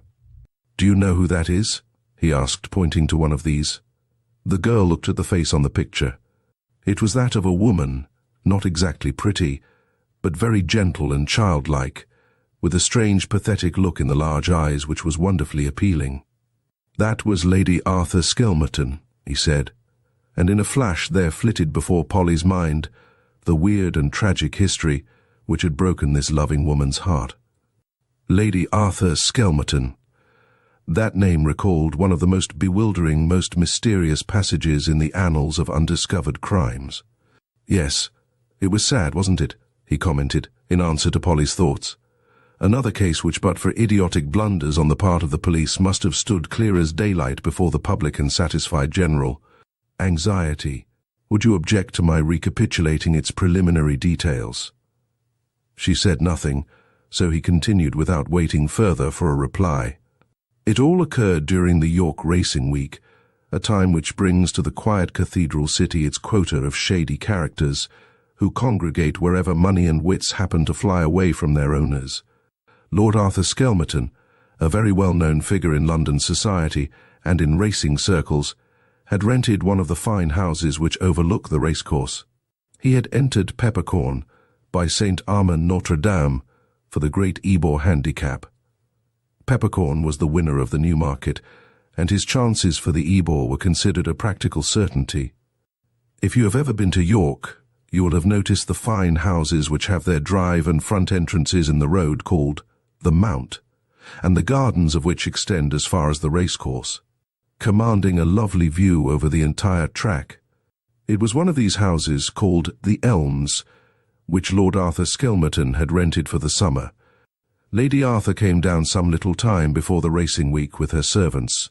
She had no children, but she had many relatives and friends in York, since she was the daughter of old Sir John Etty, the cocoa manufacturer, a rigid Quaker, who, it was generally said, kept the tightest possible hold on his own purse strings and looked with marked disfavour upon his aristocratic son-in-law's fondness for gaming tables and betting books. As a matter of fact, Maud Etty had married the handsome young lieutenant in the Hussars, quite against her father's wishes. But she was an only child, and after a good deal of demur and grumbling, Sir John, who idolized his daughter, gave way to her whim, and a reluctant consent to the marriage was wrung from him. But, as a Yorkshireman, he was far too shrewd a man of the world not to know that love played but a very small part in persuading a duke's son to marry the daughter of a cocoa manufacturer. And as long as he lived, he determined that since his daughter was being wed because of her wealth, that wealth should at least secure her own happiness. He refused to give Lady Arthur any capital, which, in spite of the most carefully worded settlements, would inevitably, sooner or later, have found its way into the pockets of Lord Arthur's racing friends. But he made his daughter a very handsome allowance, amounting to over £3,000 a year, which enabled her to keep up an establishment befitting her new rank. A great many of these facts, intimate enough as they are, leaked out, you see, during that period of intense excitement which followed the murder of Charles Lavender. And when the public eye was fixed searchingly upon Lord Arthur Skelmerton, probing all the inner details of his idle, useless life, it soon became a matter of common gossip that poor little Lady Arthur continued to worship her handsome husband in spite of his obvious neglect, and not having as yet presented him with an heir. She settled herself down into a life of humble apology for her plebeian existence, atoning for it by condoning all his faults and forgiving all his vices, even to the extent of cloaking them before the prying eyes of Sir John, who was persuaded to look upon his son-in-law as a paragon of all the domestic virtues and a perfect model of a husband. Among Lord Arthur Skelmerton's many expensive tastes, there was certainly that for horseflesh and cards. After some successful betting at the beginning of his married life, he had started a racing stable, which it was generally believed, as he was very lucky, was a regular source of income to him. Peppercorn, however, after his brilliant performances at Newmarket, did not continue to fulfill his master's expectations. His collapse at York was attributed to the hardness of the course and to various other causes, but its immediate effect was to put Lord Arthur Skelmerton in what is popularly called a tight place. For he had backed his horse for all he was worth, and must have stood to lose considerably over £5,000 on that one day. The collapse of the favourite and the grand victory of King Cole, a rank outsider, on the other hand, had proved a golden harvest for the bookmakers, and all the York hotels were busy with dinners and suppers given by the confraternity of the turf to celebrate the happy occasion. The next day was Friday, one of few important racing events, after which the brilliant and the shady throng which had flocked into the venerable city for the week would fly to more congenial climes and leave it, with its fine old minster and its ancient walls, as sleepy, as quiet as before. Lord Arthur Skelmerton also intended to leave York on the Saturday, and on the Friday night he gave a farewell bachelor dinner party at the Elms, at which Lady Arthur did not appear.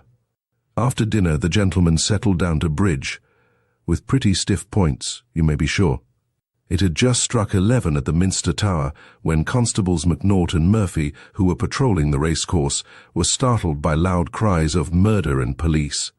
Quickly ascertaining whence these cries proceeded, they hurried on at a gallop and came up quite close to the boundary of Lord Arthur Skelmerton's grounds, upon a group of 3 men, 2 of whom seemed to be wrestling vigorously with one another, whilst the third was lying face downwards on the ground. As soon as the constables drew near, one of the wrestlers shouted more vigorously, and with a certain tone of authority, "Here, you fellows, hurry up sharp, the brute is giving me the slip." But the brute did not seem inclined to do anything of the sort. He certainly extricated himself with a violent jerk from his assailant's grasp, but made no attempt to run away. The constables had quickly dismounted, whilst he who had shouted for help originally added more quietly, "My name is Skelmerton. This is the boundary of my property.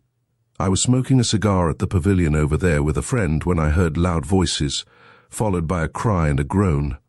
I hurried down the steps and saw this poor fellow lying on the ground, with a knife sticking between his shoulder blades, and his murderer," he added, pointing to the man who stood quietly by with Constable McNaught's firm grip upon his shoulder, still stooping over the body of his victim.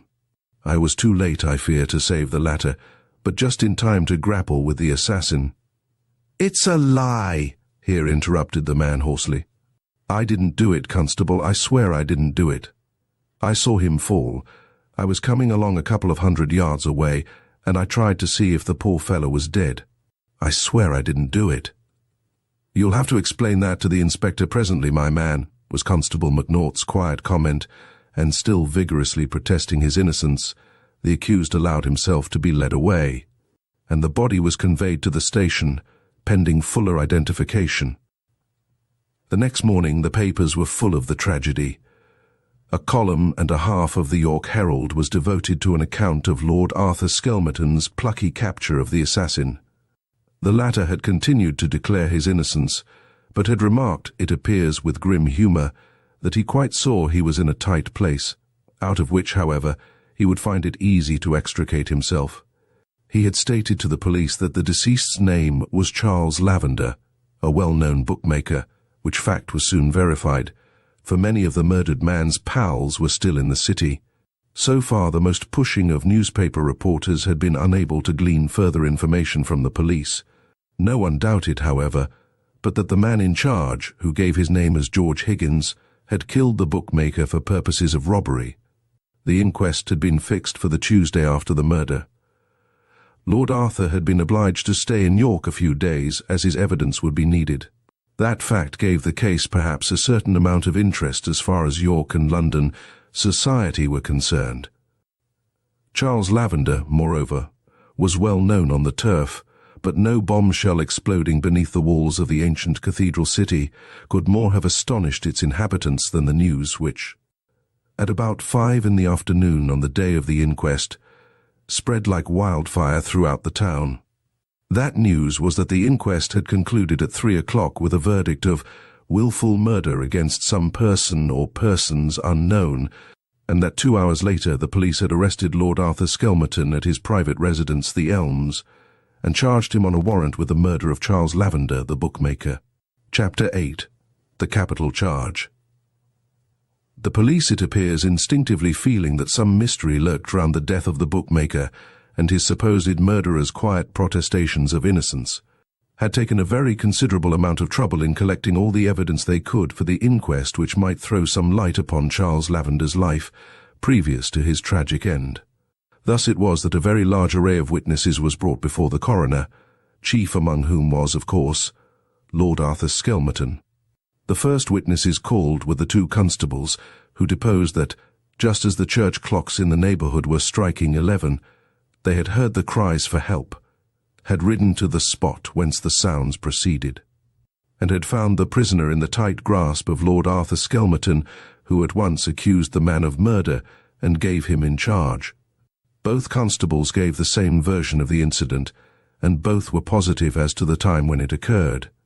Medical evidence went to prove that the deceased had been stabbed from behind between the shoulder blades whilst he was walking, that the wound was inflicted by a large hunting knife, which was produced, and which had been left sticking in the wound.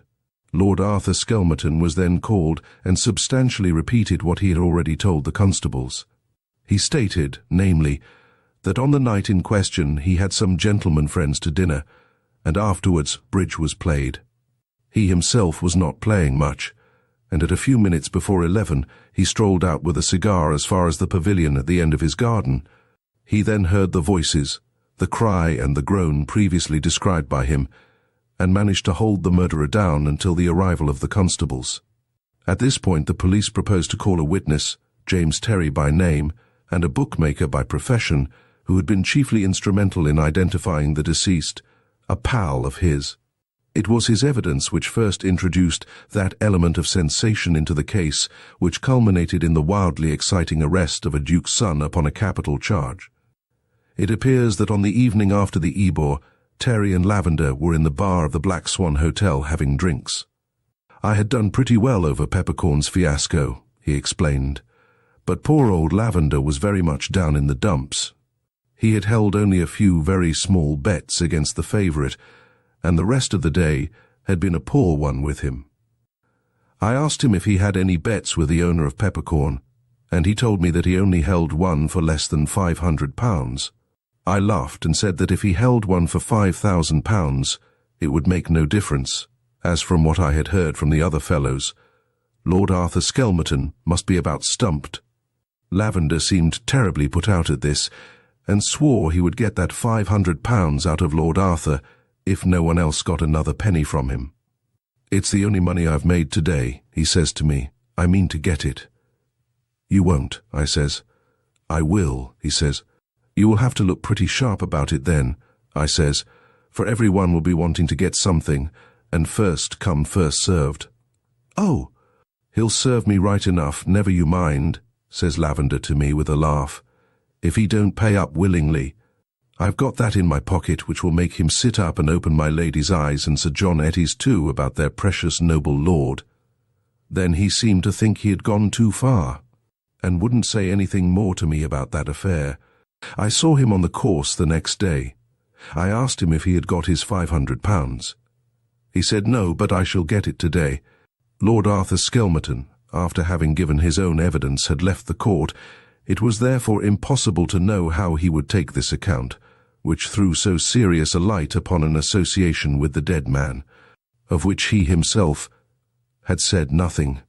Nothing could shake James Terry's account of the facts he had placed before the jury, and when the police informed the coroner that they proposed to place George Higgins himself in the witness box, as his evidence would prove, as it were, a complement and corollary of that of Terry, the jury very eagerly assented.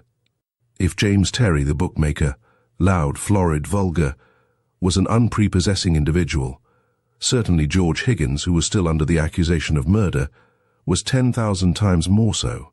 None too clean, slouchy, obsequious, yet insolent, he was the very personification of the cad who haunts the racecourse, and who lives not so much by his own wits as by the lack of them in others. He described himself as a turf commission agent, whatever that may be. He stated that at about 6 o'clock on the Friday afternoon, when the racecourse was still full of people, all hurrying after the day's excitements, he himself happened to be standing close to the hedge which marks the boundary of Lord Arthur Skelmerton's grounds. "There is a pavilion there at the end of the garden," he explained, on slightly elevated ground, and he could hear and see a group of ladies and gentlemen having tea. Some steps lead down a little to the left of the garden onto the course, and presently he noticed at the bottom of these steps Lord Arthur Skelmerton and Charles Lavender standing talking together. He knew both gentlemen by sight, but he could not see them very well as they were both partly hidden by the hedge. He was quite sure that the gentleman had not seen him, and he could not help overhearing some of their conversation. "That's my last word, Lavender," Lord Arthur was saying very quietly. "I haven't got the money and I can't pay you now. You'll have to wait." "Wait? I can't wait," said old Lavender in reply. "I've got my engagements to meet, same as you. I'm not going to risk being posted up as a defaulter while you hold £500 of my money. You'd better give it me now, or—" But Lord Arthur interrupted him very quietly and said, "Yes, my good man, or I'll let Sir John have a good look at that little bill I had of yours a couple of years ago. If you'll remember, my lord, it has got at the bottom of it Sir John's signature in your handwriting. Perhaps Sir John, or perhaps my lady, would pay me something for that little bill. If not, the police can have a squint at it.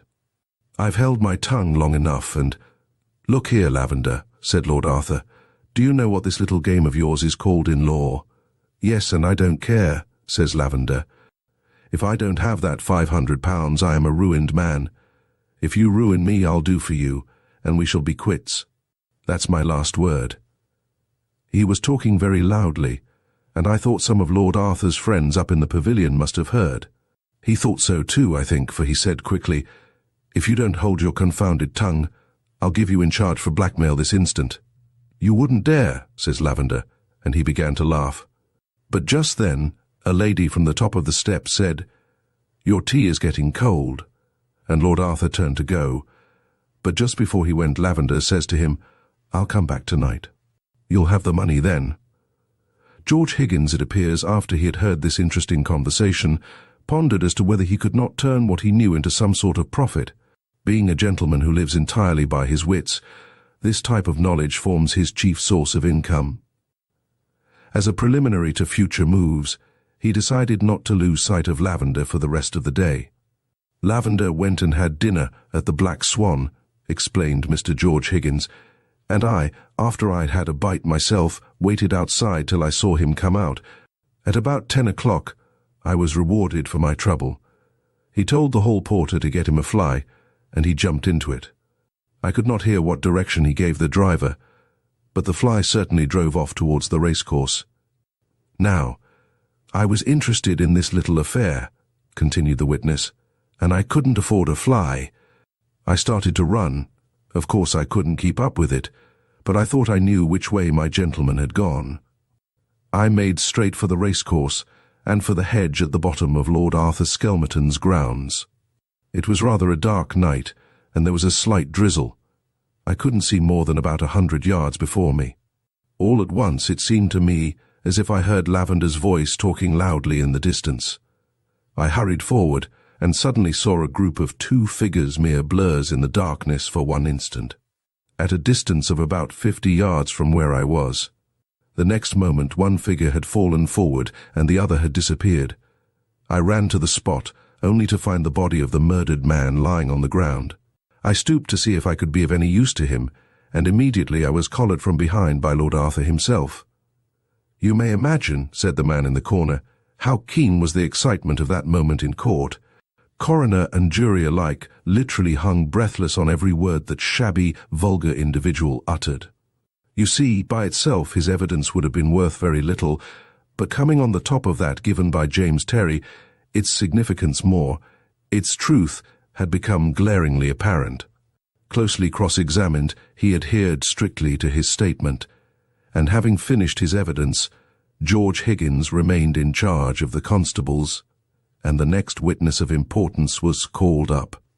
This was Mr. Chips, the senior footman in the employment of Lord Arthur Skelmerton. He deposed that at about 10:30 on the Friday evening, a party drove up to the Elms in a fly and asked to see Lord Arthur. On being told that his lordship had company, he seemed terribly put out. "I asked the party to give me his card," continued Mr. Chips. as I didn't know perhaps that his lordship might wish to see him, but I kept him standing at the hall door, as I didn't altogether like his looks. I took the card in.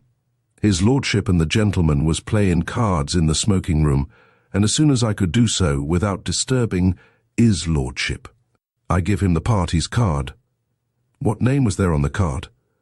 Here interrupted the coroner. I couldn't say now, sir, replied Mr. Chips. I don't really remember. It was a name I had never seen before. But I see so many visiting cards one way and the other in his lordship's all that I can't remember all the names. Then, after a few minutes waiting, you gave his lordship the card. What happened then? His lordship didn't seem at all pleased, said Mr. Chips with much guarded dignity. But finally he said, "Show him into the library, Chips, I'll see him." And he got up from the card table, saying to the gentleman, "Go on without me, I'll be back in a minute or two." I was about to open the door for his lordship when my lady came into the room, and then his lordship suddenly changed his mind and said to me, "Tell that man I'm busy and can't see him." And he sat down again at the card table. I went back to the hall and told the party his lordship wouldn't see him. He said, "Oh, it doesn't matter," and went away quite quiet like. "Do you recollect at all at what time that was?" asked one of the jury. "Yes, sir. While I was waiting to speak to his lordship, I looked at the clock, sir. It was 10:20, sir."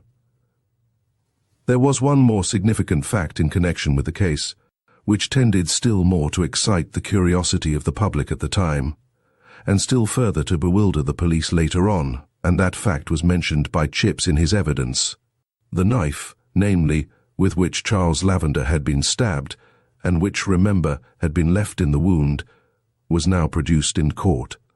After a little hesitation, Chips identified it as the property of his master, Lord Arthur Skelmerton. Can you wonder, then, that the jury absolutely refused to bring in a verdict against George Higgins? There was really, beyond Lord Arthur Skelmerton's testimony, not one particle of evidence against him, whilst as the day wore on and witness after witness was called up, suspicion ripened in the minds of all those present that the murderer could be no other than Lord Arthur Skelmerton himself. The knife was, of course, the strongest piece of circumstantial evidence, and no doubt the police hoped to collect a great deal more now that they held a clue in their hands.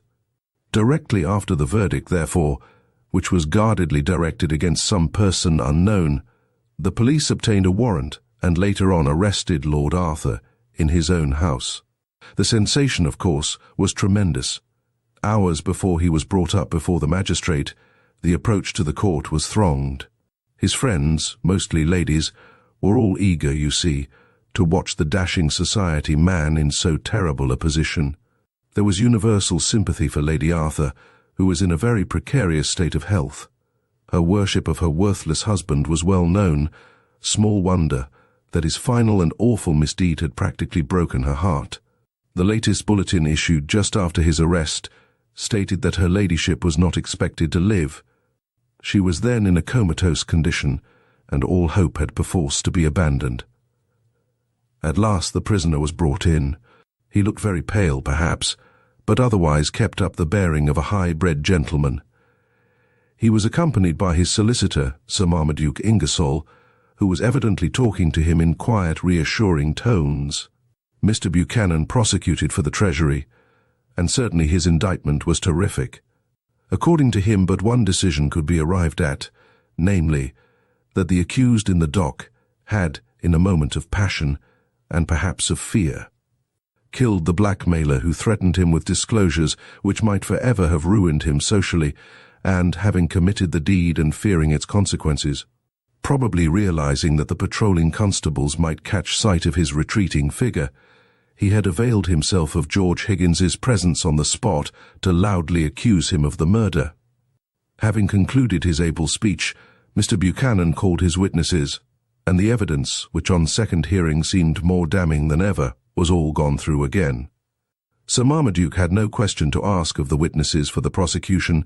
He stared at them placidly through his gold-rimmed spectacles. Then he was ready to call his own for the defence. Colonel Mackintosh, Ra, was the first. He was present at the bachelor's party given by Lord Arthur the night of the murder. His evidence tended at first to corroborate that of Chips the footman with regard to Lord Arthur's orders to show the visitor into the library, and his counter-order as soon as his wife came into the room. "Did you not think it strange, Colonel," asked Mr. Buchanan, "that Lord Arthur should so suddenly have changed his mind about seeing his visitor?" "Well, not exactly strange," said the Colonel, a fine, manly, soldierly figure who looked curiously out of his element in the witness box. "I don't think that it is a very rare occurrence for racing men to have certain acquaintances whom they would not wish their wives to know anything about." "Then it did not strike you that Lord Arthur Skelmerton had some reason for not wishing his wife to know of that particular visitor's presence in his house?" "I don't think that I gave the matter the slightest serious consideration," was the Colonel's guarded reply. Mr. Buchanan did not press the point and allowed the witness to conclude his statements. "I had finished my turn at bridge," he said, "and went out into the garden to smoke a cigar. Lord Arthur Skelmerton joined me a few minutes later, and we were sitting in the pavilion when I heard a loud and, as I thought, threatening voice from the other side of the hedge. I did not catch the words, but Lord Arthur said to me, 'There seems to be a row down there. I'll go and have a look and see what it is.'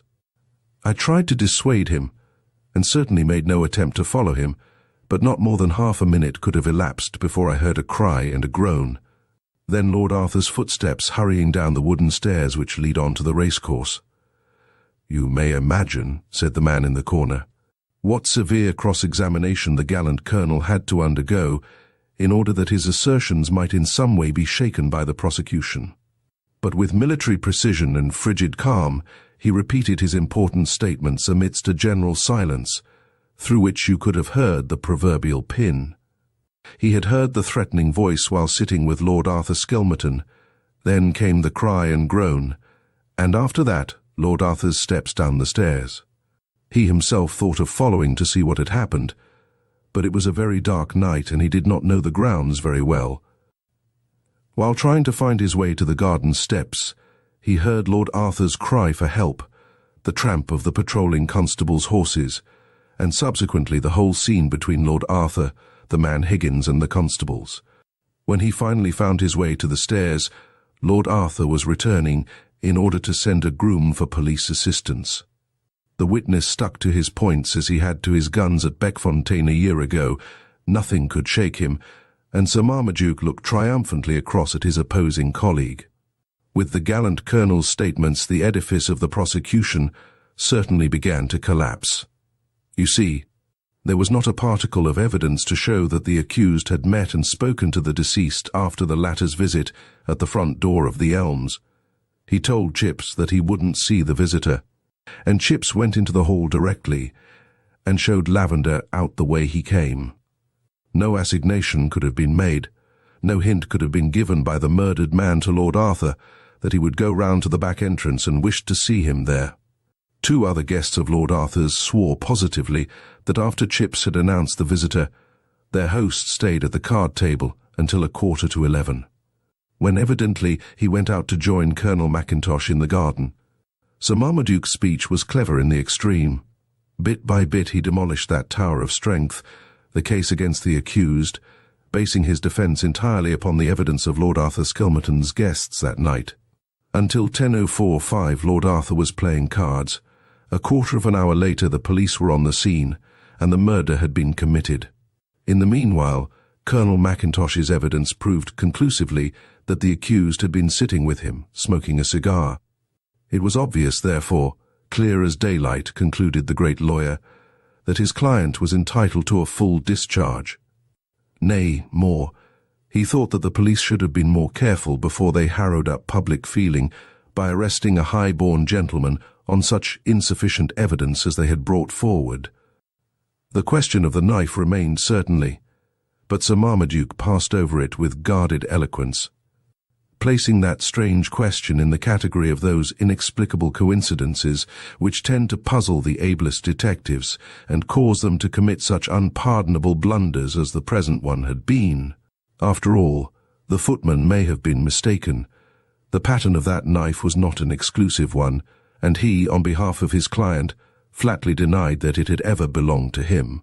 Well, continued the man in the corner, with a chuckle peculiar to him in moments of excitement. The noble prisoner was discharged. Perhaps it would be invidious to say that he left the court without a stain on his character, for I dare say you know from experience that the crime known as the York Mystery has never been satisfactorily cleared up. Many people shook their heads dubiously when they remembered that, after all, Charles Lavender was killed with a knife, which one witness had sworn belonged to Lord Arthur. Others, again, reverted to the original theory that George Higgins was the murderer, that he and James Terry had concocted the story of Lavender's attempt at blackmail on Lord Arthur, and that the murder had been committed for the sole purpose of robbery. Be that as it may, the police have not so far been able to collect sufficient evidence against Higgins or Terry, and the crime has been classed by press and public alike in the category of so-called impenetrable mysteries. Chapter 9. A Broken-Hearted Woman. The man in the corner called for another glass of milk, and drank it down slowly before he resumed. "Now, Lord Arthur lives mostly abroad," he said. "His poor, suffering wife died the day after he was liberated by the magistrate. She never recovered consciousness even sufficiently to hear the joyful news that the man she loved so well was innocent after all. Mystery," he added, as if in answer to Polly's own thoughts. "The murder of that man was never a mystery to me. I cannot understand how the police could have been so blind when every one of the witnesses, both for the prosecution and defense, practically pointed all the time to the one guilty person. What do you think of it all yourself?" "I think the whole case so bewildering," she replied, "that I do not see one single clear point in it." "You don't?" he said excitedly, while the bony fingers fidgeted again with that inevitable bit of string. "You don't see that there is one point clear which to me was the key of the whole thing. Lavender was murdered, wasn't he? Lord Arthur did not kill him.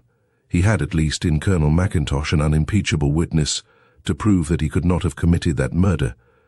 And yet," he added with slow, excited emphasis, marking each sentence with a knot, "and yet he deliberately tries to throw the guilt upon a man who obviously was also innocent. Now why? He may have thought him guilty, or wished to shield or cover the retreat of one he knew to be guilty. I don't understand.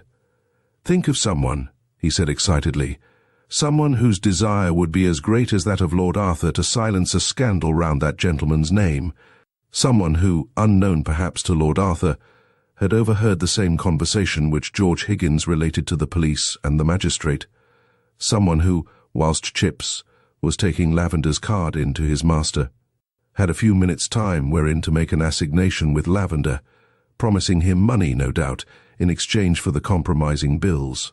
"Surely you don't mean—" gasped Polly.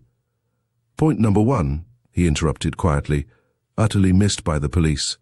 George Higgins in his deposition stated that at the most animated stage of Lavender's conversation with Lord Arthur, and when the bookmaker's tone of voice became loud and threatening, a voice from the top of the steps interrupted that conversation, saying, 'Your tea is getting cold.' 'Yes, but,' she argued, 'wait a moment, for there is point number two.' That voice was a lady's voice. Now I did exactly what the police should have done, but did not do. I went to have a look from the racecourse side at those garden steps, which to my mind are such important factors in the discovery of this crime. I found only about a dozen rather low steps. Anyone standing on the top must have heard every word Charles Lavender uttered the moment he raised his voice. Even then. Very well, you grant that, he said excitedly. Then there was the all-important point which, oddly enough, the prosecution never for a moment took into consideration. When Chips, the footman, first told Lavender that Lord Arthur could not see him, the bookmaker was terribly put out. Chips then goes to speak to his master.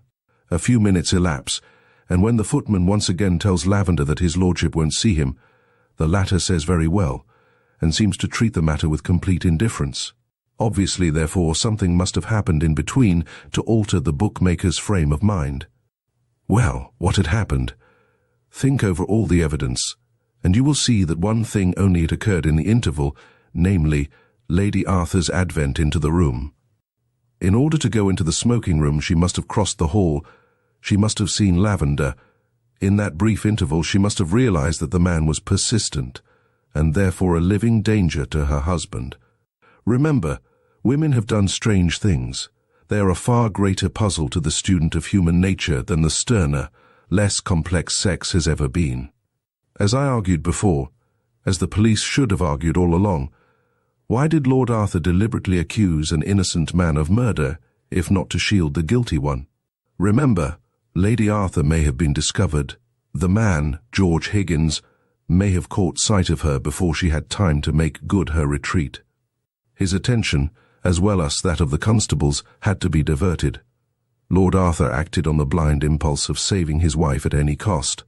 She may have been met by Colonel Mackintosh, argued Polly. Perhaps she was, he said. Who knows? The gallant colonel had to swear to his friend's innocence. He could do that in all conscience. After that his duty was accomplished. No innocent man was suffering for the guilty. The knife which had belonged to Lord Arthur would always save George Higgins. For a time it had pointed to the husband, fortunately never to the wife. Poor thing, she died probably of a broken heart. But women, when they love, think only of one object on earth, the one who is beloved. To me the whole thing was clear from the very first. When I read the account of the murder, the knife, stabbing, bah! Don't I know enough of English crime not to be certain at once that no Englishman, be he ruffian from the gutter, or be he Duke's son, ever stabs his victim in the back? Italians, French, Spaniards do it, if you will, and women of most nations. An Englishman's instinct is to strike and not to stab. George Higgins or Lord Arthur Skelmerton would have knocked their victim down. The woman only would lie in wait till the enemy's back was turned. She knows her weakness, and she does not mean to miss. Think it over. There is not one flaw in my argument, but the police never thought the matter out. Perhaps in this case it was as well. He had gone and left Miss Polly Burton still staring at the photograph of a pretty, gentle-looking woman, with a decided wilful curve round the mouth, and a strange, unaccountable look in the large, pathetic eyes, and the little journalist felt quite thankful that in this case the murder of Charles Lavender, the bookmaker cowardly, wicked as it was, had remained a mystery to the police and the public. Chapter 10. The Mysterious Death on the Underground Railway. It was all very well for Mr. Richard Frobisher, of the London Mail, to cut up rough about it. Polly did not altogether blame him. She liked him all the better for that frank outburst of manlike ill-temper which, after all said and done, was only a very flattering form of masculine jealousy. Moreover, Polly distinctly felt guilty about the whole thing. She had promised to meet Dickie, that is Mr. Richard Frobisher, at 2 o'clock sharp outside the Palace Theatre, because she wanted to go to a Maud Allen matinee, and because he naturally wished to go with her. But at 2 o'clock sharp, she was still in Norfolk Street, Strand, inside an ABC shop, sipping cold coffee opposite a grotesque old man, who was fiddling with a bit of string. How could she be expected to remember Maud Allen or the Palace Theatre, or Dickie himself for a matter of that? The man in the corner had begun to talk of that mysterious death on the Underground Railway, and Polly had lost count of time, of place and circumstance. She had gone to lunch quite early, for she was looking forward to the matinee at the Palace. The old scarecrow was sitting in his accustomed place when she came into the ABC shop, but he had made no remark all the time that the young girl was munching her scone and butter. She was just busy thinking how rude he was not even to have said good morning, when an abrupt remark from him caused her to look up. "Will you be good enough," he said suddenly, "to give me a description of the man who sat next to you just now, while you were having your cup of coffee and scone?" Involuntarily, Polly turned her head towards the distant door, through which a man in a light overcoat was even now quickly passing. That man had certainly sat at the next table to hers. When she first sat down to her coffee and scone, he had finished his luncheon, whatever it was, moment ago, had paid at the desk and gone out. The incident did not appear to Polly as being of the slightest consequence. Therefore she did not reply to the rude old man, but shrugged her shoulders and called to the waitress to bring her bill. "Do you know if he was tall or short, dark or fair?" continued the man in the corner, seemingly not the least disconcerted by the young girl's indifference. "Can you tell me at all what he was like?" "Of course I can," rejoined Polly impatiently, "but I don't see that my description of one of the customers of an ABC shop can have the slightest importance." He was silent for a minute, while his nervous fingers fumbled about in his capacious pockets in search of the inevitable piece of string. When he had found this necessary adjunct to thought, he viewed the young girl again through his half-closed lids, and added maliciously, "But supposing it were of paramount importance that you should give an accurate description of a man who sat next to you for half an hour today, how would you proceed?" "I should say that he was of medium height, 5'8", 9 or 10, he interrupted quietly. "How can one tell to an inch or two?" rejoined Polly crossly. "He was between colours." "What's that?" he inquired blandly. "Neither fair nor dark his nose." "Well, what was his nose like?" "Will you sketch it? I am not an artist." "His nose was fairly straight. His eyes were neither dark nor light. His hair had the same striking peculiarity. He was neither short nor tall. His nose was neither aquiline nor snub," he recapitulated sarcastically. "No," she retorted, "he was just ordinary looking." "Would you know him again, say, tomorrow, and among a number of other men who were neither tall nor short, dark nor fair, aquiline nor snub-nosed, etc.?" "I don't know. He was certainly not striking enough to be specially remembered." "Exactly," he said, while he leant forward excitedly, for all the world like a jack-in-the-box let loose. "Precisely, and you are a journalist, call yourself one, at least, and it should be part of your business to notice and describe people. I don't mean only the wonderful personage with the clear Saxon features, the fine blue eyes, the noble brow and classic face, but the ordinary person, the person who represents 90 out of every 100 of his own kind, the average Englishman, say, of the middle classes, who is neither very tall nor very short, who wears a moustache which is neither fair nor dark, but which masks his mouth, and a top hat which hides the shape of his head and brow, a man, in fact, who dresses like hundreds of his fellow creatures, moves like them, speaks like them, has no peculiarity. Try to describe him, to recognize him, say a week hence, among his other 89 doubles, worse still, to swear his life away, if he happened to be implicated in some crime, wherein your recognition of him would place the halter round his neck. Try that, I say, and having utterly failed, you will more readily understand how one of the greatest scoundrels unhung is still at large, and why the mystery on the Underground Railway was never cleared up. I think it was the only time in my life that I was seriously tempted to give the police the benefit of my own views upon the matter. You see, though I admire the brute for his cleverness, I did not see that his being unpunished could possibly benefit anyone.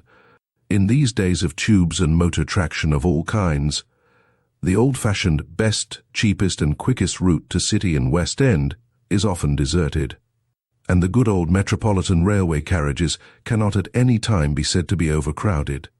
Anyway, when that particular train steamed into Aldgate at about 4 p.m. on March 18th last, the first-class carriages were all but empty.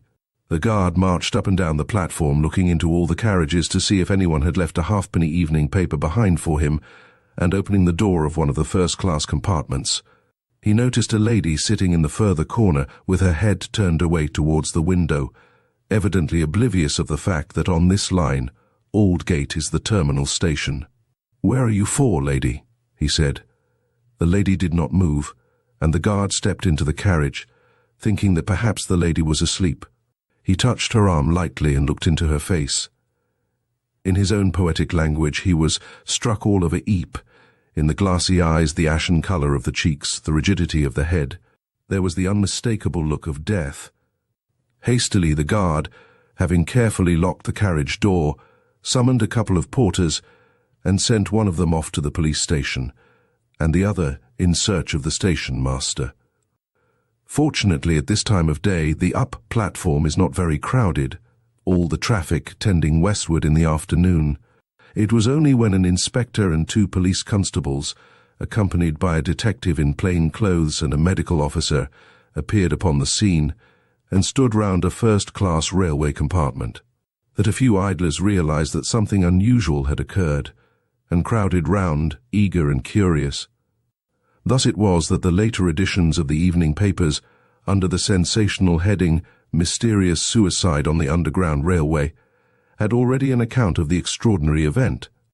The medical officer had very soon come to the decision that the guard had not been mistaken, and that life was indeed extinct. The lady was young, and must have been very pretty before the look of fright and horror had so terribly distorted her features. She was very elegantly dressed, and the more frivolous papers were able to give their feminine readers a detailed account of the unfortunate woman's gown, her shoes, hat and gloves. It appears that one of the latter, the one on the right hand, was partly off, leaving the thumb and wrist bare. That hand held a small satchel, which the police opened, with a view to the possible identification of the deceased, but which was found to contain only a little loose silver, some smelling salts and a small empty bottle, which was handed over to the medical officer for purposes of analysis. It was the presence of that small bottle which had caused the report to circulate freely that the mysterious case on the Underground Railway was one of suicide. Certain it was that neither about the lady's person nor in the appearance of the railway carriage was there the slightest sign of struggle or even of resistance. Only the look in the poor woman's eyes spoke of sudden terror, of the rapid vision of an unexpected and violent death, which probably only lasted an infinitesimal fraction of a second, but which had left its indelible mark upon the face, otherwise so placid and so still. The body of the deceased was conveyed to the mortuary. So far, of course, not a soul had been able to identify her, or to throw the slightest light upon the mystery which hung around her death. Against that, quite a crowd of idlers, genuinely interested or not, obtained admission to view the body, on the pretext of having lost or mislaid a relative or a friend. At about 8:30 p.m., a young man very well dressed drove up to the station in a hansom and sent in his card to the superintendent. It was Mr. Hazeldine, shipping agent, of 11 Crown Lane, EC, and number 19, Addison Row, Kensington. The young man looked in a pitiable state of mental distress. His hand clutched nervously a copy of the St. James's Gazette, which contained the fatal news. He said very little to the superintendent, except that a person who was very dear to him had not returned home that evening. He had not felt really anxious until half an hour ago, when suddenly he thought of looking at his paper. The description of the deceased lady, though vague, had terribly alarmed him. He had jumped into a hansom and now begged permission to view the body, in order that his worst fears might be allayed. "You know what followed, of course," continued the man in the corner. "The grief of the young man was truly pitiable. In the woman lying there in a public mortuary before him, Mr. Hazeldine had recognized his wife. "I am waxing melodramatic," said the man in the corner, who looked up at Polly with a mild and gentle smile, while his nervous fingers vainly endeavored to add another knot on the scrappy bit of string with which he was continually playing. "And I fear that the whole story savours of the penny novelette, but you must admit, and no doubt you remember, that it was an intensely pathetic and truly dramatic moment. The unfortunate young husband of the deceased lady was not much worried with questions that night. As a matter of fact, he was not in a fit condition to make any coherent statement. It was at the coroner's inquest on the following day that certain facts came to light, which for the time being seemed to clear up the mystery surrounding Mrs. Hazeldine's death, only to plunge that same mystery, later on, into denser gloom than before. The first witness at the inquest was, of course, Mr. Hazeldine himself. I think everyone's sympathy went out to the young man as he stood before the coroner and tried to throw what light he could upon the mystery. He was well dressed, as he had been the day before, but he looked terribly ill and worried, and no doubt the fact that he had not shaved gave his face a careworn and neglected air. It appears that he and the deceased had been married some 6 years or so, and that they had always been happy in their married life. They had no children. Mrs. Hazeldine seemed to enjoy the best of health till lately, when she had had a slight attack of influenza in which Dr. Arthur Jones had attended her. The doctor was present at this moment and would no doubt explain to the coroner and the jury whether he thought that Mrs. Hazeldine had the slightest tendency to heart disease, which might have had a sudden and fatal ending. The coroner was, of course, very considerate to the bereaved husband. He tried by circumlocution to get at the point he wanted, namely, Mrs. Hazeldine's mental condition lately. Mr. Hazeldine seemed loath to talk about this. No doubt he had been warned as to the existence of the small bottle found in his wife's satchel. It certainly did seem to me at times, he at last reluctantly admitted, that my wife did not seem quite herself. She used to be very gay and bright, and lately I often saw her in the evening sitting, as if brooding over some matters, which evidently she did not care to communicate to me. Still, the coroner insisted, and suggested the small bottle. I know, replied the young man with a short, heavy sigh. You mean the question of suicide? I cannot understand it at all. It seems so sudden and so terrible. She certainly had seemed listless and troubled. Lately, but only at times, and yesterday morning, when I went to business, she appeared quite herself again, and I suggested that we should go to the opera in the evening. She was delighted, I know, and told me she would do some shopping and pay a few calls in the afternoon.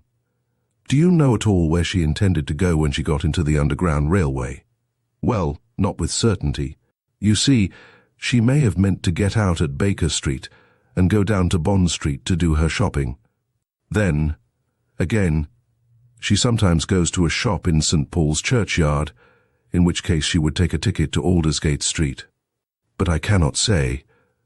Now, Mr. Hazeldine, said the coroner at last very kindly, will you try to tell me if there was anything in Mrs. Hazeldine's life which you know of, and which might in some measure explain the cause of the distressed state of mind, which you yourself had noticed? Did there exist any financial difficulty which might have preyed upon Mrs. Hazeldine's mind? Was there any friend, too, whose intercourse with Mrs. Hazeldine at any time took exception? In fact, added the coroner, as if thankful that he had got over an unpleasant moment, can you give me the slightest indication which would tend to confirm the suspicion that the unfortunate lady, in a moment of mental anxiety or derangement, may have wished to take her own life? There was silence in the court for a few moments. Mr. Hazeldine seemed to everyone there present to be labouring under some terrible moral doubt.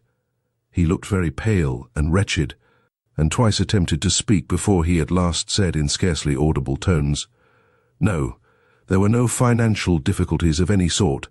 My wife had an independent fortune of her own. She had no extravagant tastes, nor any friend you at any time objected to, insisted the coroner. Nor any friend I at any time objected to, stammered the unfortunate young man, evidently speaking with an effort.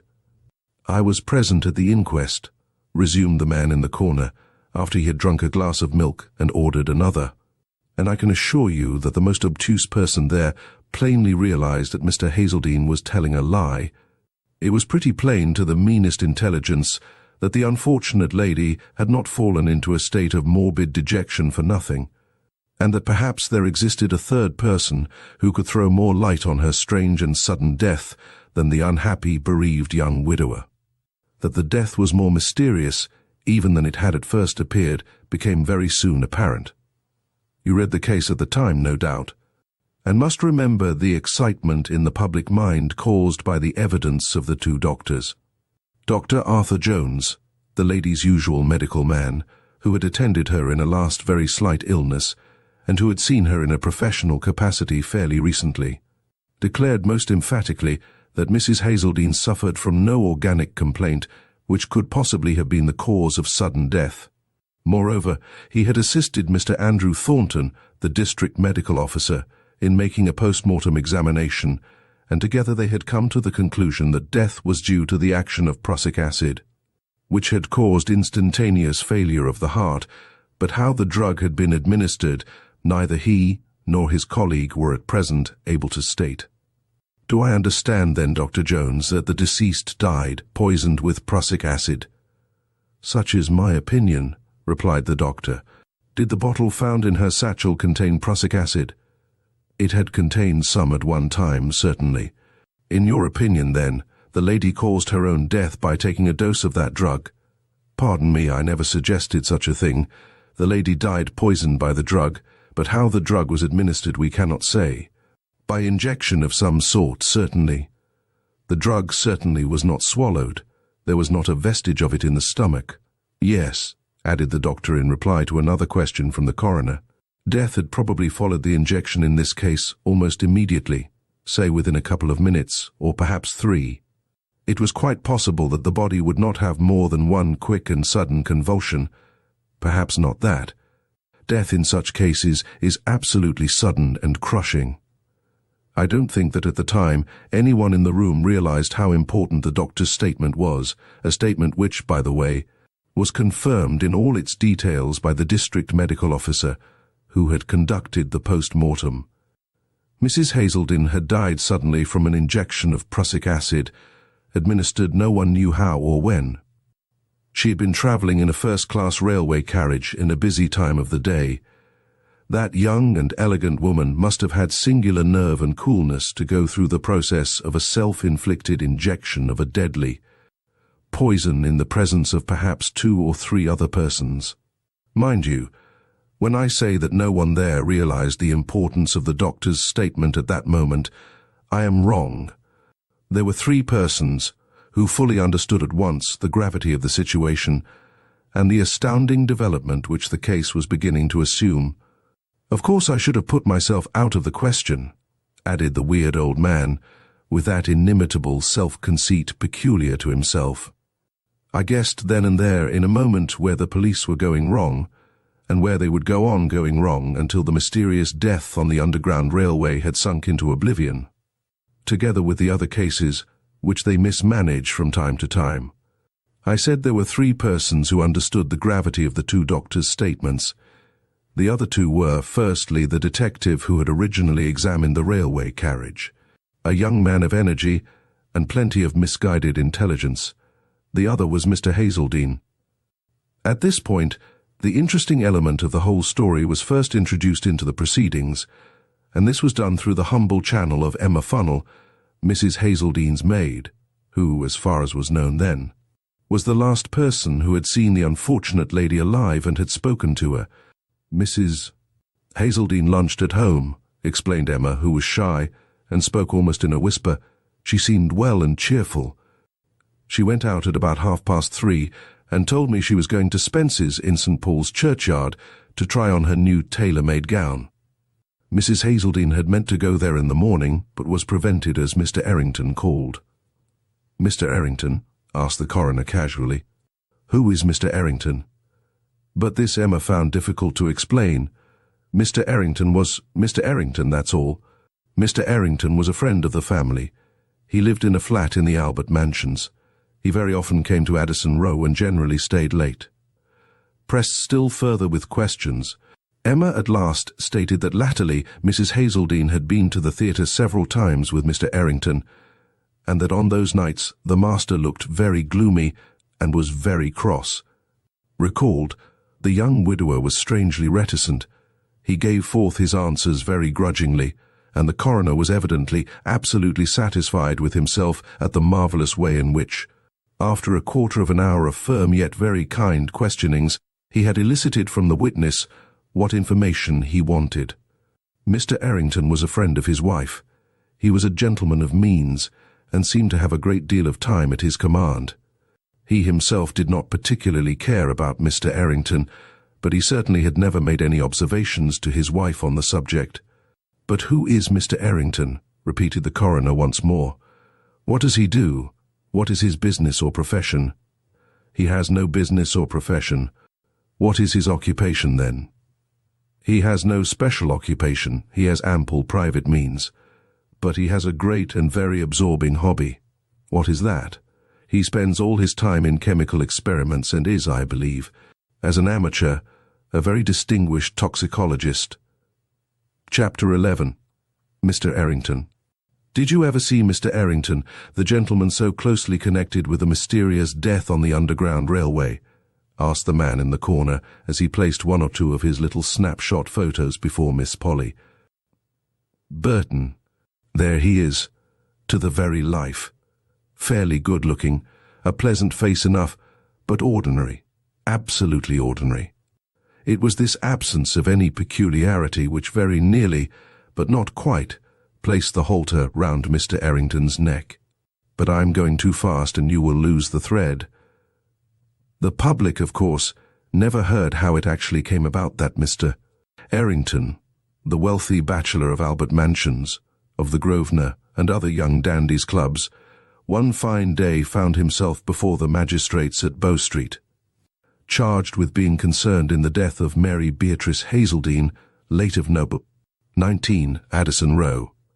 I can assure you both press and public were literally flabbergasted. You see, Mr. Errington was a well-known and very popular member of a certain smart section of London society. He was a constant visitor at the Opera, the Racecourse, the Park, and the Carlton. He had a great many friends, and there was consequently quite a large attendance at the police court that morning. What had transpired was this. After the very scrappy bits of evidence which came to light at the inquest, two gentlemen bethought themselves that perhaps they had some duty to perform towards the state and the public generally. Accordingly, they had come forward, offering to throw what light they could upon the mysterious affair on the Underground Railway. The police naturally felt that their information, such as it was, came rather late in the day, but as it proved of paramount importance, and the two gentlemen, moreover, were of undoubtedly good position in the world. They were thankful for what they could get, and acted accordingly. They accordingly brought Mr. Errington up before the magistrate on a charge of murder. The accused looked pale and worried when I first caught sight of him in the court that day, which was not to be wondered at, considering the terrible position in which he found himself. He had been arrested at Marseille, where he was preparing to start for Colombo. I don't think he realized how terrible his position really was until later in the proceedings. When all the evidence relating to the arrest had been heard, and Emma Funnell had repeated her statement as to Mr. Errington's call at 19 Addison Row in the morning, and Mrs. Hazeldine starting off for St. Paul's Churchyard at 3:30 in the afternoon, Mr. Hazeldine had nothing to add to the statements he had made at the coroner's inquest. He had last seen his wife alive on the morning of the fatal day. She had seemed very well and cheerful. I think everyone present understood that he was trying to say as little as possible that could in any way couple his deceased wife's name with that of the accused. And yet, from the servant's evidence, it undoubtedly leaked out that Mrs. Hazeldine, who was young, pretty, and evidently fond of admiration, had once or twice annoyed her husband by her somewhat open, yet perfectly innocent flirtation with Mr. Errington. I think everyone was most agreeably impressed by the widower's moderate and dignified attitude. You will see his photo there, among this bundle. That is just how he appeared in court. In deep black, of course, but without any sign of ostentation in his mourning. He had allowed his beard to grow lately, and wore it closely cut in a point. After his evidence, the sensation of the day occurred. A tall, dark-haired man with the word City written metaphorically all over him had kissed the book and was waiting to tell the truth and nothing but the truth. He gave his name as Andrew Campbell, head of the firm of Campbell and Company, brokers, of Throgmorton Street. In the afternoon of March 18th, Mr. Campbell, travelling on the Underground Railway, had noticed a very pretty woman in the same carriage as himself. She had asked him if she was in the right train for Aldersgate. Mr. Campbell replied in the affirmative, and then buried himself in the Stock Exchange quotations of his evening paper. At Gower Street, a gentleman in a tweed suit and bowler hat got into the carriage, and took a seat opposite the lady. She seemed very much astonished at seeing him, but Mr. Andrew Campbell did not recollect the exact words she said. The two talked to one another a good deal, and certainly the lady appeared animated and cheerful. Witness took no notice of them. He was very much engrossed in some calculations, and finally got out at Farringdon Street. He noticed that the man in the tweed suit also got out close behind him, having shaken hands with the lady, and said in a pleasant way, "Au revoir. Don't be late tonight." Mr. Campbell did not hear the lady's reply, and soon lost sight of the man in the crowd. Every one was on tenterhooks and eagerly waiting for the palpitating moment when witness would describe and identify the man who last had seen and spoken to the unfortunate woman. within 5 minutes probably of her strange and unaccountable death. Personally, I knew what was coming before the Scotch stockbroker spoke. I could have jotted down the graphic and lifelike description he would give of a probable murderer. It would have fitted equally well the man who sat and had luncheon at this table just now. It would certainly have described 5 out of every 10 young Englishmen you know. The individual was of medium height. He wore a moustache which was not very fair nor yet very dark.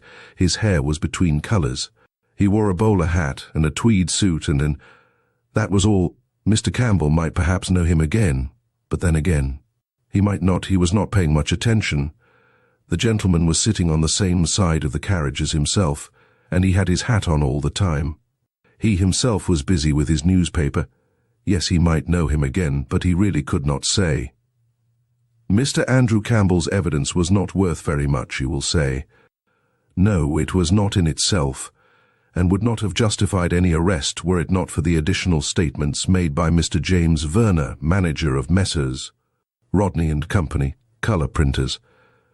Mr. Verner is a personal friend of Mr. Andrew Campbell, and it appears that at Farringdon Street, where he was waiting for his train, he saw Mr. Campbell get out of a first-class railway carriage.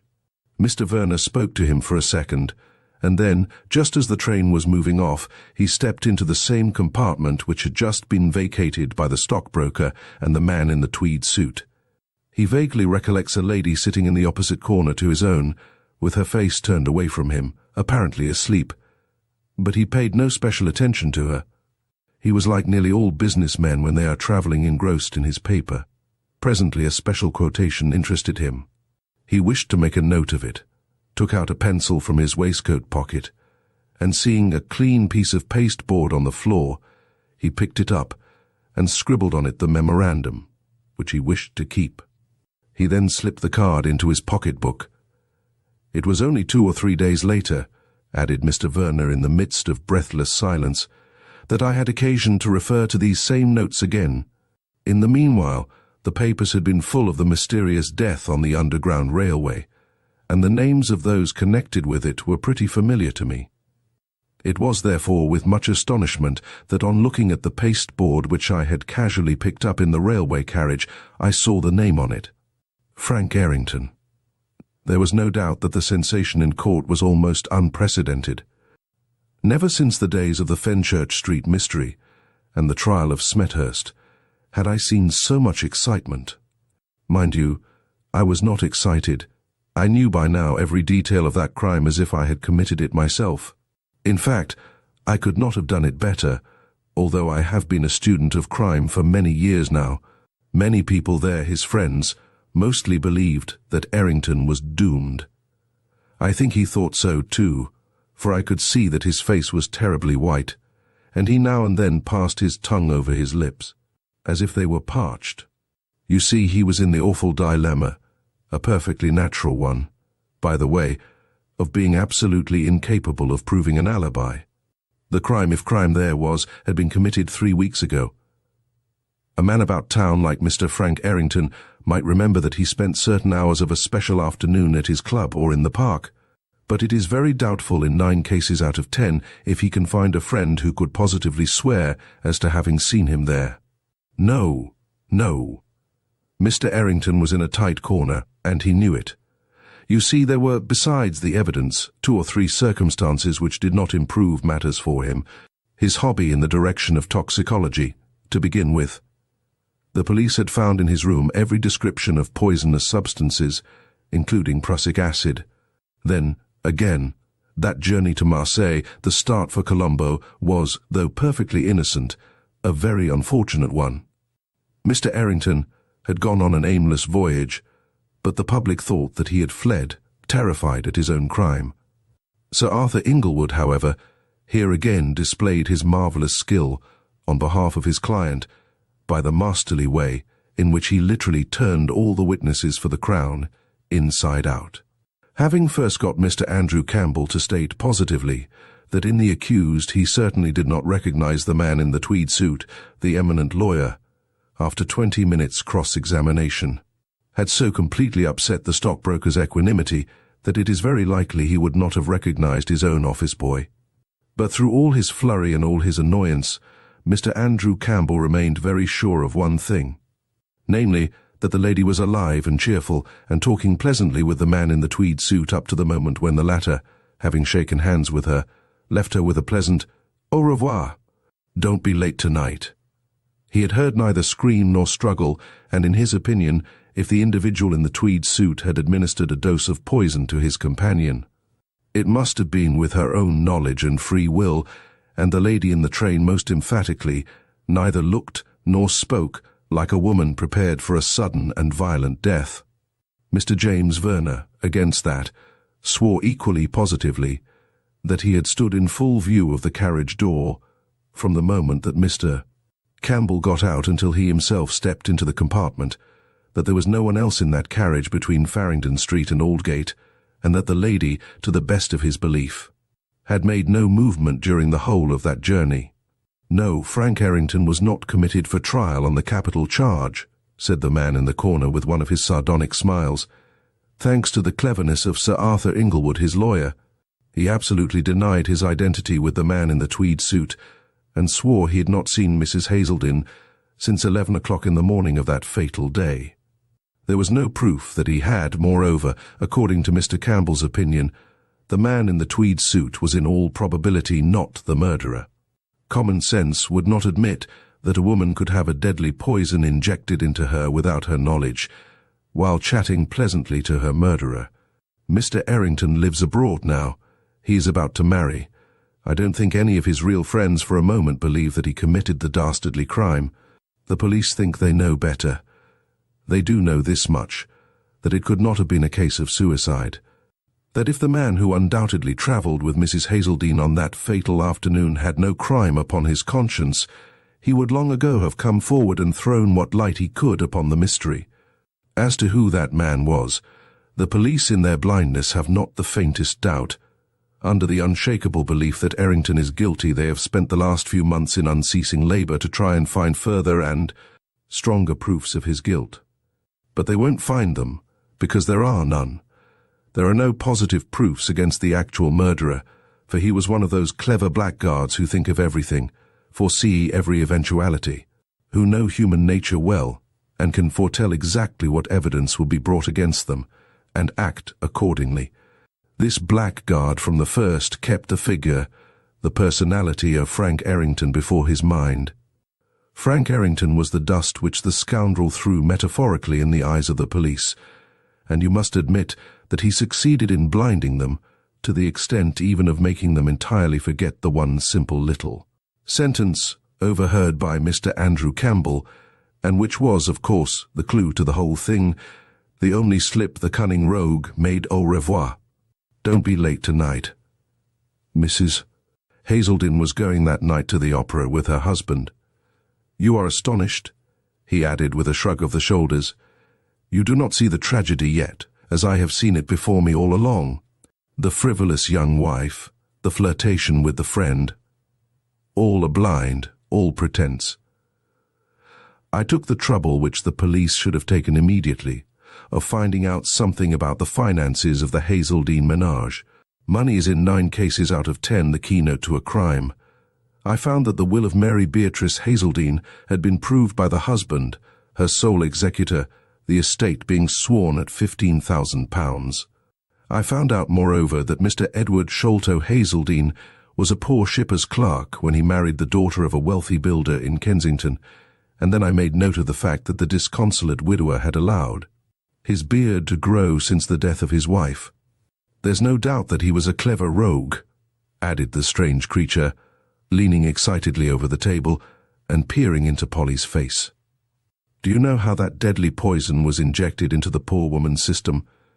By the simplest of all means, one known to every scoundrel in southern Europe. A ring, yes. A ring, which has a tiny hollow needle capable of holding a sufficient quantity of prussic acid to have killed 2 persons instead of 1. The man in the tweed suit shook hands with his fair companion. Probably she hardly felt the prick, not sufficiently in any case to make her utter a scream. And, mind you, the scoundrel had every facility, through his friendship with Mr. Errington, of procuring what poison he required, not to mention his friend's visiting card.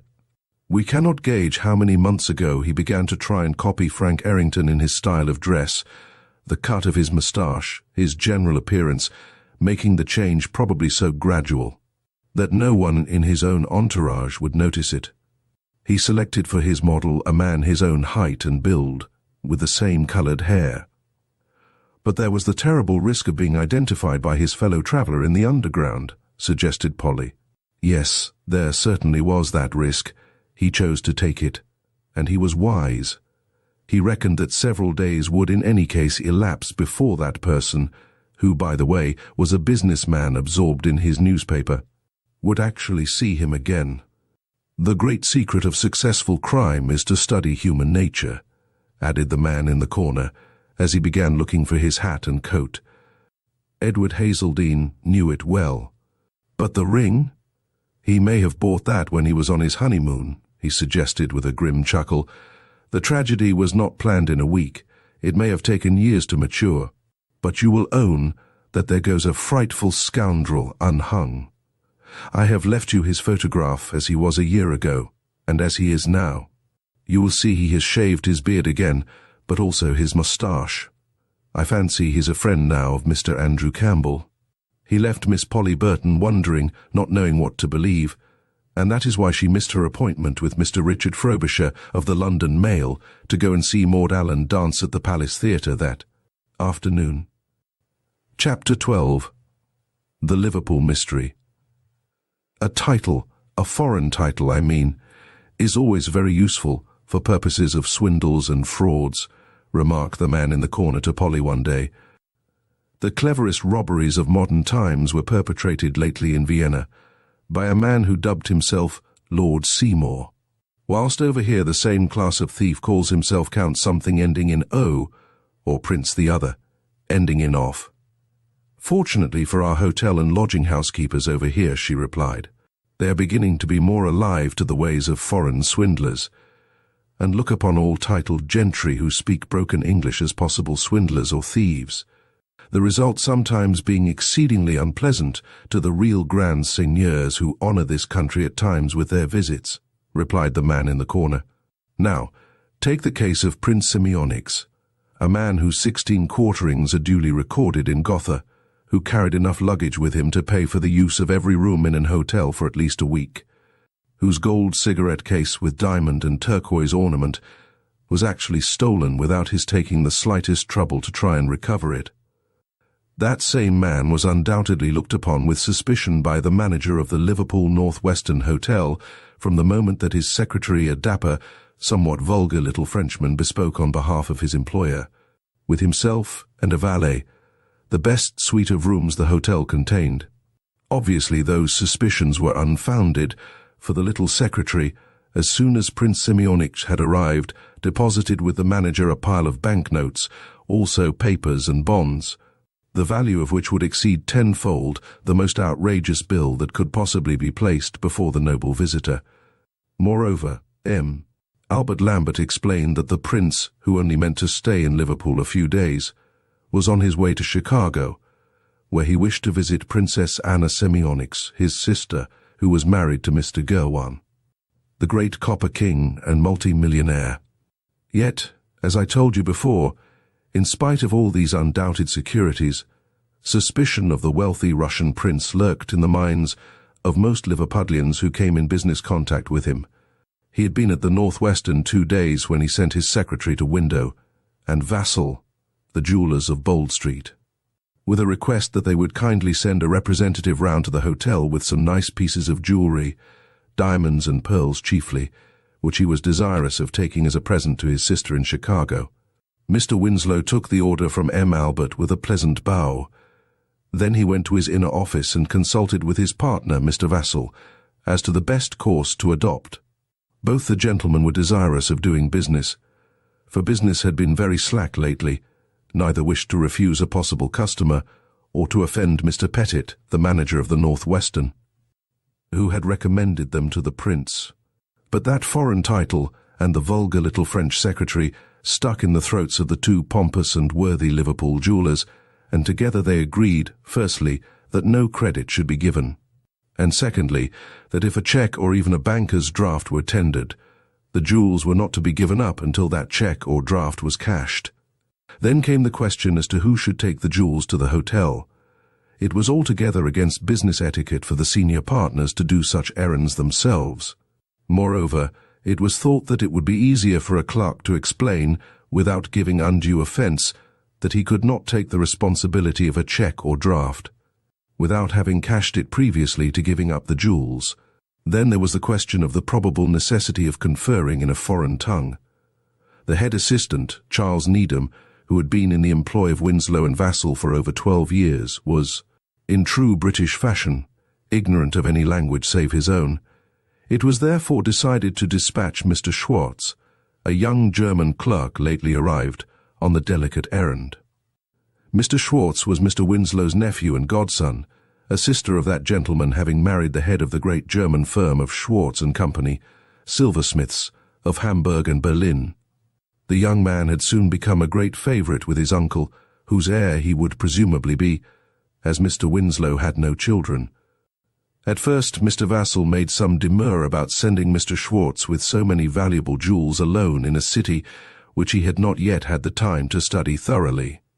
But finally he allowed himself to be persuaded by his senior partner, and a fine selection of necklaces, pendants, bracelets and rings, amounting in value to over £16,000 having been made. It was decided that Mr. Schwartz should go to the Northwestern in a cab the next day at about 3 o'clock in the afternoon. This he accordingly did, the following day being a Thursday. Business went on in the shop as usual under the direction of the head assistant until about 7 o'clock, when Mr. Winslow returned from his club, where he usually spent an hour over the papers every afternoon, and at once asked for his nephew.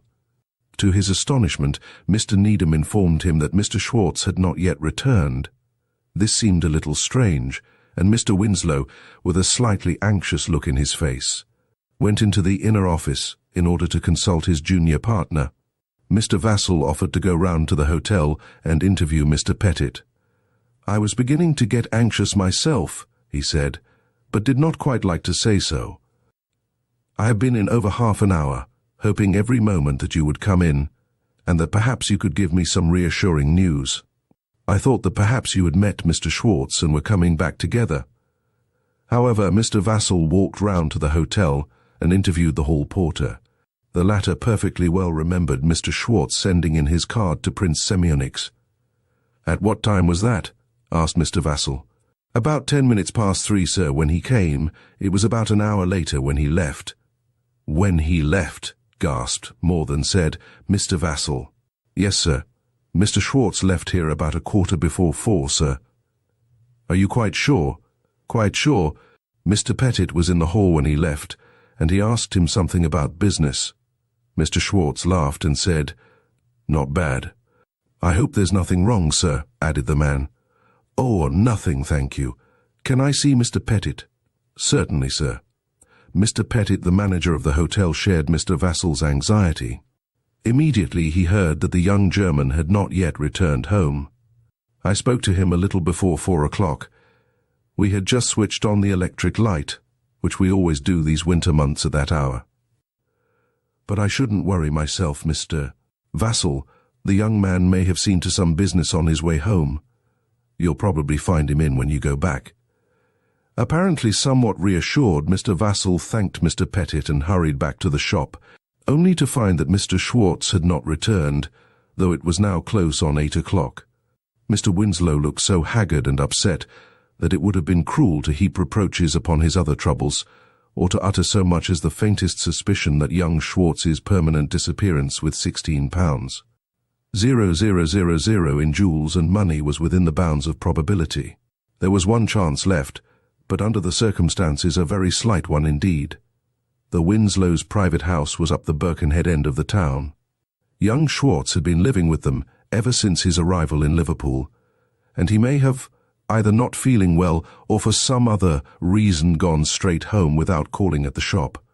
It was unlikely, as valuable jewellery was never kept at the private house, but it just might have happened. "It would be useless," continued the man in the corner, "and decidedly uninteresting, were I to relate to you, Messrs. Winslow's and Vassall's further anxieties with regard to the missing young man. Suffice it to say that on reaching his private house, Mr. Winslow found that his godson had neither returned nor sent any telegraphic message of any kind. Not wishing to needlessly alarm his wife, Mr. Winslow made an attempt at eating his dinner, but directly after that he hurried back to the Northwestern Hotel and asked to see Prince Semyonich. The prince was at the theatre with his secretary and probably would not be home until nearly midnight. Mr. Winslow then, not knowing what to think, nor yet what to fear, and in spite of the horror he felt of giving publicity to his nephew's disappearance, thought it his duty to go round to the police station and interview the inspector. It is wonderful how quickly news of that type travels in a large city like Liverpool. Already the morning papers of the following day were full of the latest sensation: mysterious disappearance of a well-known tradesman. Mr. Winslow found a copy of the paper containing the sensational announcement on his breakfast table. It lay side by side with a letter addressed to him in his nephew's handwriting, which had been posted in Liverpool. Mr. Winslow placed that letter, written to him by his nephew, into the hands of the police. Its contents, therefore, quickly became public property. The astounding statements made therein by Mr. Schwartz created in quiet, business-like Liverpool a sensation which has seldom been equalled. It appears that the young fellow did call on Prince Semyonich at 3:15 on Wednesday, December 10th, with a bag full of jewels, amounting in value to some £16,000. The prince duly admired, and finally selected from among the ornaments a necklace, pendant, and bracelet, the whole being priced by Mr. Schwartz, according to his instructions, at £10,500. Prince Semyonich was most prompt and businesslike in his dealings. "You will require immediate payment for these, of course," he said in perfect English, "and I know you businessmen prefer solid cash to cheques, especially when dealing with foreigners. I always provide myself with plenty of Bank of England notes in consequence," he added with a pleasant smile, "as £10,500 in gold would perhaps be a little inconvenient to carry. If you will kindly make out the receipt, my secretary, M. Lambert, will settle all business matters with you." He thereupon took the jewels he had selected and locked them up in his dressing case, the beautiful silver fillings of which Mr. Schwartz just caught a short glimpse of. Then, having been accommodated with paper and ink, the young jeweller made out the account and receipt, whilst M. Lambert, the secretary, counted out before him 105 crisp Bank of England notes of £100 each. Then, with a final bow to his exceedingly urbane and eminently satisfactory customer, Mr. Schwartz took his leave. In the hall he saw and spoke to Mr. Pettit, and then he went out into the street. He had just left the hotel and was about to cross towards St. George's Hall when a gentleman in a magnificent fur coat stepped quickly out of a cab which had been stationed near the curb and, touching him lightly upon the shoulder, said with an unmistakable air of authority, at the same time handing him a card, "That is my name. I must speak with you immediately." Schwartz glanced at the card, and by the light of the arc lamps above his head read on it the name of Dmitri Slaviansky-Bergrenev, de la Lycée Section de la Police Impériale des Militaires. Quickly the owner of the unpronounceable name and the significant title pointed to the cab from which he had just alighted, and Schwartz, whose every suspicion with regard to his princely customer bristled up in one moment, clutched his bag and followed his imposing interlocutor. As soon as they were both comfortably seated in the cab, the latter began, with courteous apology in broken but fluent English. "I must ask your pardon, sir, for thus trespassing upon your valuable time, and I certainly should not have done so but for the certainty that our interests in a certain matter which I have in hand are practically identical, in so far that we both should wish to outwit a clever rogue." Instinctively, and his mind full of terrible apprehension, Mr. Schwartz's hand wandered to his pocket-book, filled to overflowing with the banknotes which he had so lately received from the prince. "Ah, I see," interposed the courteous Russian with a smile. "He has played the confidence trick on you, with the usual addition of so many so-called banknotes." "So-called," gasped the unfortunate young man. "I don't think I often err in my estimate of my own countrymen," continued M. Bergrenev. I have vast experience, you must remember. Therefore, I doubt if I am doing what does he call himself? Prince something. An injustice if I assert, even without handling those crisp bits of paper you have in your pocket-book, that no bank would exchange them for gold. Remembering his uncle's suspicions and his own, Mr. Schwartz cursed himself for his blindness and folly in accepting notes so easily, without for a moment imagining that they might be false. Now, with every one of those suspicions fully on the alert, he felt the bits of paper with nervous, anxious fingers, while the imperturbable Russian calmly struck a match. "See here," he said, pointing to one of the notes, "the shape of that W in the signature of the chief cashier. I am not an English police officer, but I could pick out that spurious W among 1,000 genuine ones. You see, I have seen a good many." Now, of course, poor young Schwartz had not seen very many Bank of England notes. He could not have told whether one W in Mr. Bowen's signature is better than another, but though he did not speak English nearly as fluently as his pompous interlocutor, he understood every word of the appalling statement the latter had just made.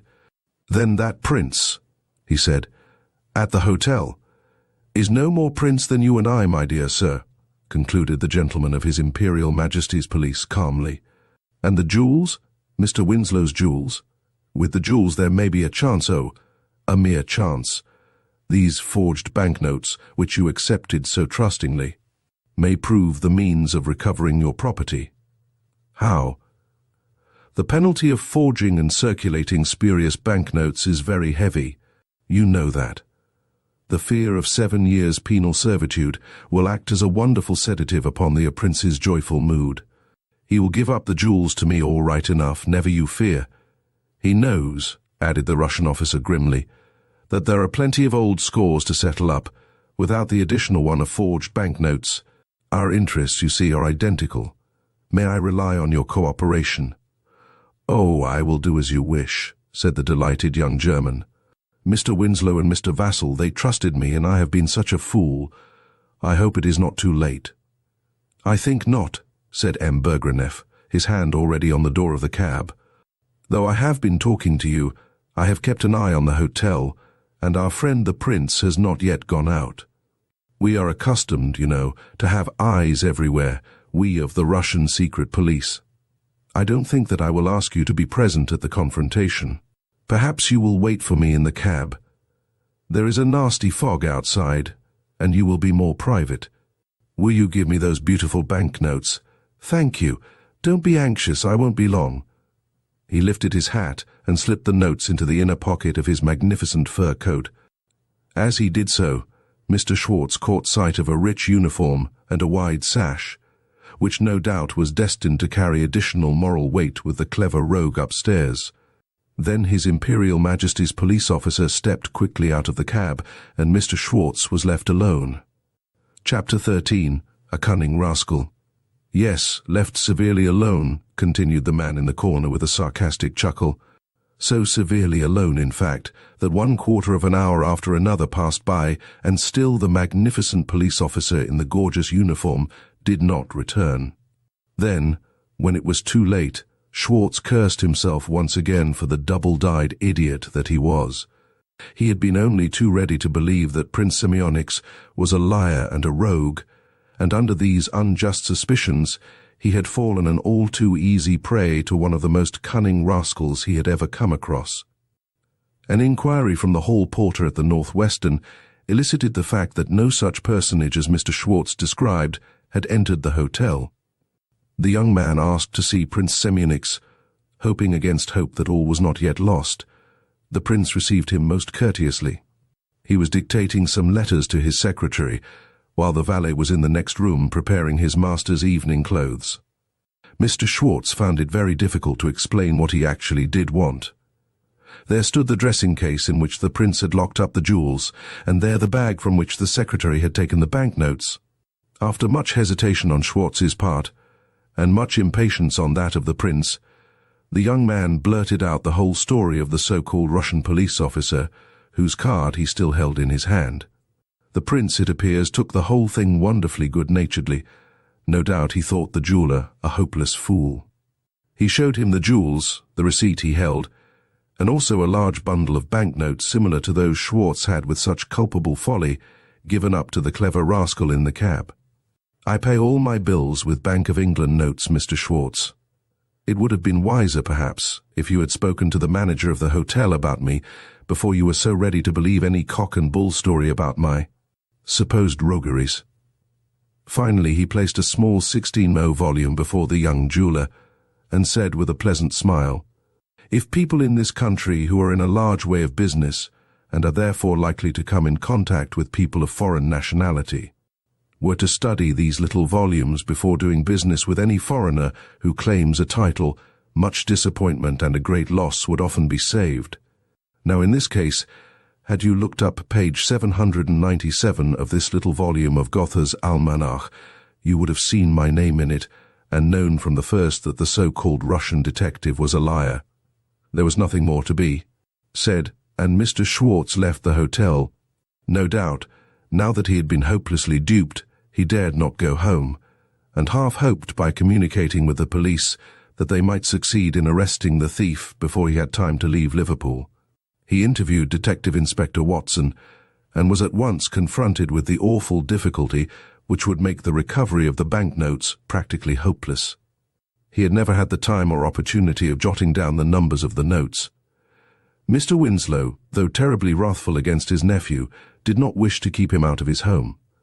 As soon as he had received Schwartz's letter, he traced him, with Inspector Watson's help, to his lodgings in North Street, where the unfortunate young man meant to remain hidden until the terrible storm had blown over. Or perhaps until the thief had been caught red-handed with the booty still in his hands.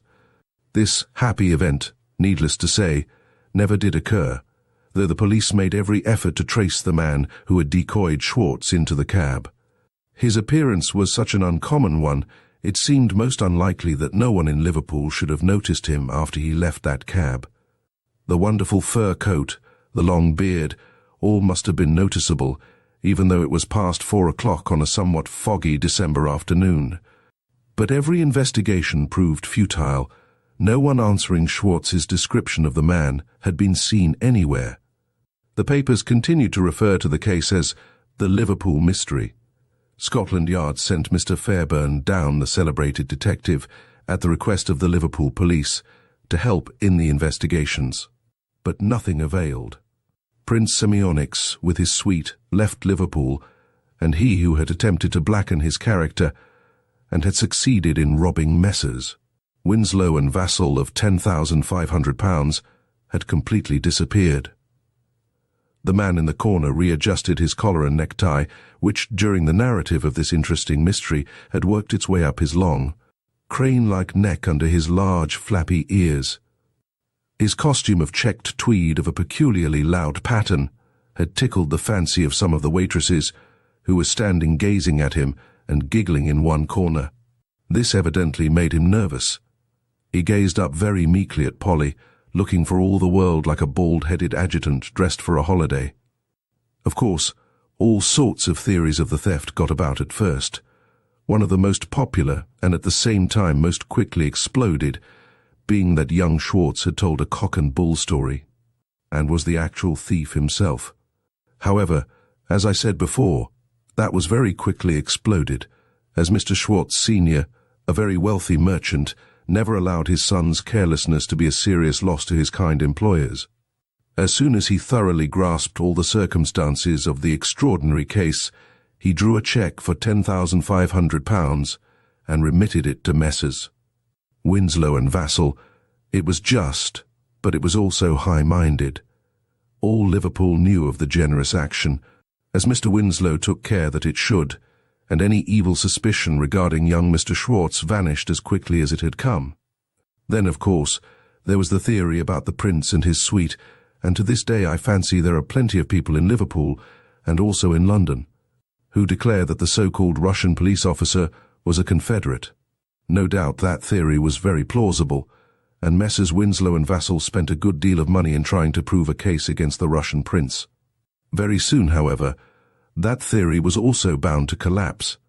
Mr. Fairburn, whose reputation as an investigator of crime waxes in direct inverted ratio to his capacities, did hit upon the obvious course of interviewing the managers of the larger London and Liverpool agents de change.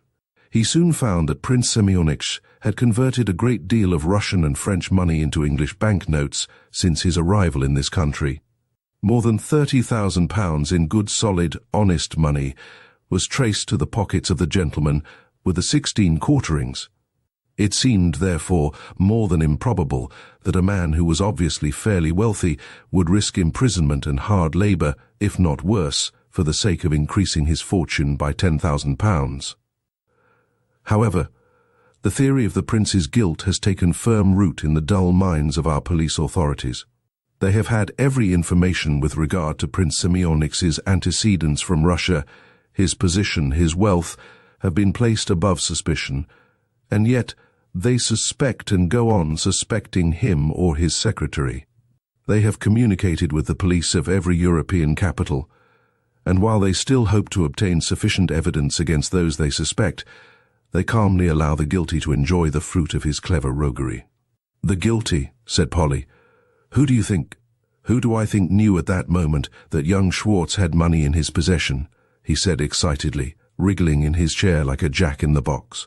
Obviously someone was guilty of that theft who knew that Schwartz had gone to interview a rich Russian and would in all probability return with a large sum of money in his possession. Who indeed? But the prince and his secretary, she argued. But just now I said that the police were determined to find the prince and his secretary guilty. They did not look further than their own stumpy noses. Messrs. Winslow and Vassall spent money with a free hand in those investigations.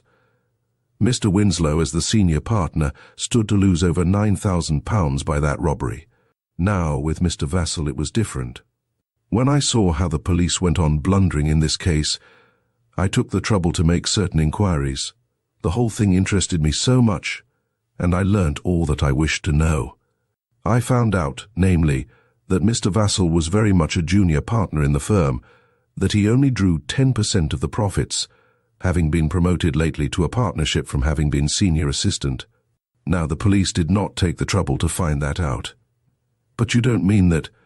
I mean that in all cases where robbery affects more than one person, the first thing to find out is whether it affects the second party, equally with the first. I proved that to you, didn't I, over that robbery in Phillimore Terrace? There, as here, one of the two parties stood to lose very little in comparison with the other. Even then, she began. Wait a moment, for I found out something more. The moment I had ascertained that Mr. Vassall was not drawing more than about £500 a year from the business profits, I tried to ascertain at what rate he lived, and what were his chief vices. I found that he kept a fine house in Albert Terrace. Now the rents of those houses are £250 a year. Therefore, speculation, horse racing, or some sort of gambling must help to keep up that establishment. Speculation and most forms of gambling are synonymous with debt and ruin. It is only a question of time. Whether Mr. Vassall was in debt or not at the time, that I cannot say, but this I do know, that ever since that unfortunate loss to him of about £1,000 he has kept his house in nicer style than before. And he now has a good banking account at the Lancashire and Liverpool Bank, which he opened a year after his heavy loss. But it must have been very difficult, argued Polly. What? He said. To have planned out the whole thing. For carrying it out was mere child's play. He had 24 hours in which to put his plan into execution. Why? What was there to do? Firstly, to go to a local printer in some out-of-the-way part of the town and get him to print a few cards with a high-sounding name. That, of course, is done while you wait. Beyond that, there was the purchase of a good second-hand uniform, fur coat and a beard and a wig from a costumier's. No, the execution was not difficult. It was the planning of it all, the daring that was so fine. Schwartz, of course, was a foreigner. He had only been in England a little over a fortnight. Vassall's broken English misled him. Probably he did not know the junior partner very intimately. I have no doubt that but for his uncle's absurd British prejudice and suspicions against the Russian prince, Schwartz would not have been so ready to believe in the latter's roguery. As I said, it would be a great boon if English tradesmen studied Gotha more. But it was clever, wasn't it? I couldn't have done it much better myself. That last sentence was so characteristic. Before Polly could think of some plausible argument against his theory, he was gone, and she was trying vainly to find another solution to the Liverpool mystery. Chapter 14. The Edinburgh Mystery. The man in the corner had not enjoyed his lunch. Miss Polly Burton could see that he had something on his mind, for, even before he began to talk that morning, he was fidgeting with his bit of string and setting all her nerves on the jar. "Have you ever felt real sympathy with a criminal or a thief?" he asked her after a while. "Only once, I think," she replied. "And then I am not quite sure that the unfortunate woman who did enlist my sympathies was the criminal you make her out to be." "You mean the heroine of the York mystery," he replied blandly. "I know that you tried very hard that time to discredit the only possible version of that mysterious murder, the version which is my own. Now, I am equally sure that you have at the present moment no more notion as to who killed and robbed poor Lady Donaldson in Charlotte Square, Edinburgh, than the police have themselves, and yet you are fully prepared to pooh-pooh my arguments and to disbelieve my version of the mystery. Such is the lady journalist's mind. If you have some cock-and-bull story to explain that extraordinary case," she retorted, "of course I shall disbelieve it. Certainly, if you are going to try and enlist my sympathies on behalf of Edith Crawford, I can assure you you won't succeed. Well, I don't know that that is altogether my intention. I see you are interested in the case, but I dare say you don't remember all the circumstances. You must forgive me if I repeat that which you know already. If you have ever been to Edinburgh at all, you will have heard of Graham's Bank, and Mr. Andrew Graham, the present head of the firm, is undoubtedly one of the most prominent notabilities of modern Athens." The man in the corner took 2 or 3 photos from his pocketbook and placed them before the young girl, then pointing at them with his long bony finger. "That," he said, "is Mr. Elphinstone Graham, the eldest son, a typical young Scotchman, as you see, and this is David Graham, the second son." Polly looked more closely at this last photo and saw before her a young face, upon which some lasting sorrow seemed already to have left its mark. The face was delicate and thin, the features pinched, and the eyes seemed almost unnaturally large and prominent. "He was deformed," commented the man in the corner in answer to the girl's thoughts, "and as such, an object of pity and even of repugnance to most of his friends. There was also a good deal of talk in Edinburgh society as to his mental condition, his mind, according to many intimate friends of the Grahams, being at times decidedly unhinged. Be that as it may, I fancy that his life must have been a very sad one. He had lost his mother when quite a baby, and his father seemed, strangely enough, to have an almost unconquerable dislike towards him. Everyone got to know presently of David Graham's sad position in his father's own house, and also of the great affection lavished upon him by his godmother, Lady Donaldson, who was a sister of Mr. Graham's. She was a lady of considerable wealth, being the widow of Sir George Donaldson, the great distiller, but she seems to have been decidedly eccentric.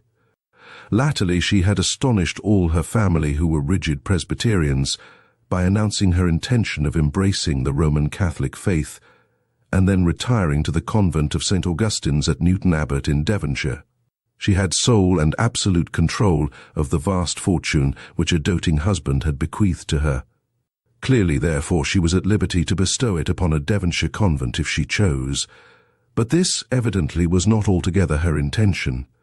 I told you how fond she was of her deformed godson, did I not? Being a bundle of eccentricities, she had many hobbies, none more pronounced than the fixed determination to see, before retiring from the world altogether, David Graham happily married. Now, it appears that David Graham, ugly, deformed, half demented as he was, had fallen desperately in love with Miss Edith Crawford, daughter of the late Dr. Crawford, of Prince's Gardens. The young lady, however, very naturally, perhaps fought shy of David Graham, who, about this time, certainly seemed very queer and morose. But Lady Donaldson, with characteristic determination, seems to have made up her mind to melt Miss Crawford's heart towards her unfortunate nephew. On October the 2nd last, at a family party given by Mr. Graham in his fine mansion in Charlotte Square, Lady Donaldson openly announced her intention of making over, by deed of gift, to her nephew, David Graham, certain property, money and shares, amounting in total value to the sum of £100,000, and also her magnificent diamonds, which were worth £50,000, for the use of the said David's wife. Keith McFinlay, a lawyer of Prince's Street, received the next day instructions for drawing up the necessary deed of gift, which she pledged herself to sign the day of her godson's wedding. A week later, the Scotsman contained the following paragraph: "A marriage is arranged and will shortly take place between David, younger son of Andrew Graham Esquire, of Charlotte Square, Edinburgh, and Dochnakirk, Perthshire, and Edith Lillian, only surviving daughter of the late Dr. Kenneth Crawford, of Prince's Gardens." In Edinburgh, society comments were loud and various upon the forthcoming marriage, and on the whole, these comments were far from complimentary to the families concerned. I do not think that the Scotch are a particularly sentimental race, but there was such obvious buying, selling and bargaining about this marriage that Scottish chivalry rose in revolt at the thought. Against that, the three people most concerned seemed perfectly satisfied. David Graham was positively transformed. His moroseness was gone from him, he lost his queer ways and wild manners, and became gentle and affectionate in the midst of this great and unexpected happiness.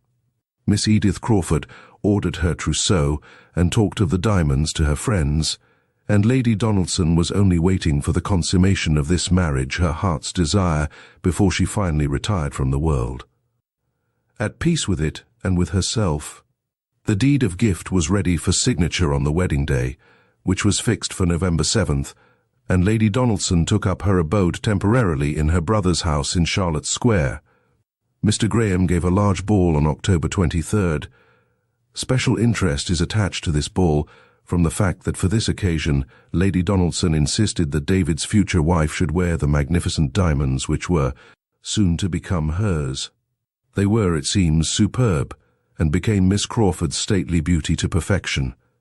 The ball was a brilliant success, the last guest leaving at 4 a.m. The next day, it was the universal topic of conversation, and the day after that, when Edinburgh unfolded the late editions of its morning papers. It learned with horror and dismay that Lady Donaldson had been found murdered in her room, and that the celebrated diamonds had been stolen. Hardly had the beautiful little city, however, recovered from this awful shock, than its newspapers had another thrilling sensation ready for their readers. Already all Scotch and English papers had mysteriously hinted at startling information obtained by the Procurator Fiscal and at an impending sensational arrest. Then the announcement came, and everyone in Edinburgh read, horror-struck and aghast, that the sensational arrest was none other than that of Miss Edith Crawford for murder and robbery, both so daring and horrible that reason refused to believe that a young lady, born and bred in the best social circle, could have conceived, much less executed, so heinous a crime. She had been arrested in London at the Midland Hotel and brought to Edinburgh, where she was judicially examined, bail being refused. Chapter 15. A Terrible Plight. Little more than a fortnight after that, Edith Crawford was duly committed to stand her trial before the High Court of Justiciary. She had pleaded not guilty at the pleading diet, and her defence was entrusted to Sir James Fenwick, one of the most eminent advocates at the criminal bar. Strange to say, continued the man in the corner after a while, public opinion from the first went dead against the accused. The public is absolutely like a child, perfectly irresponsible and wholly illogical. It argued that since Miss Crawford had been ready to contract a marriage with a half-demented, deformed creature for the sake of his £100, 0,000, she must have been equally ready to murder and rob an old lady for the sake of £50,000 worth of jewellery, without the encumbrance of so undesirable a husband.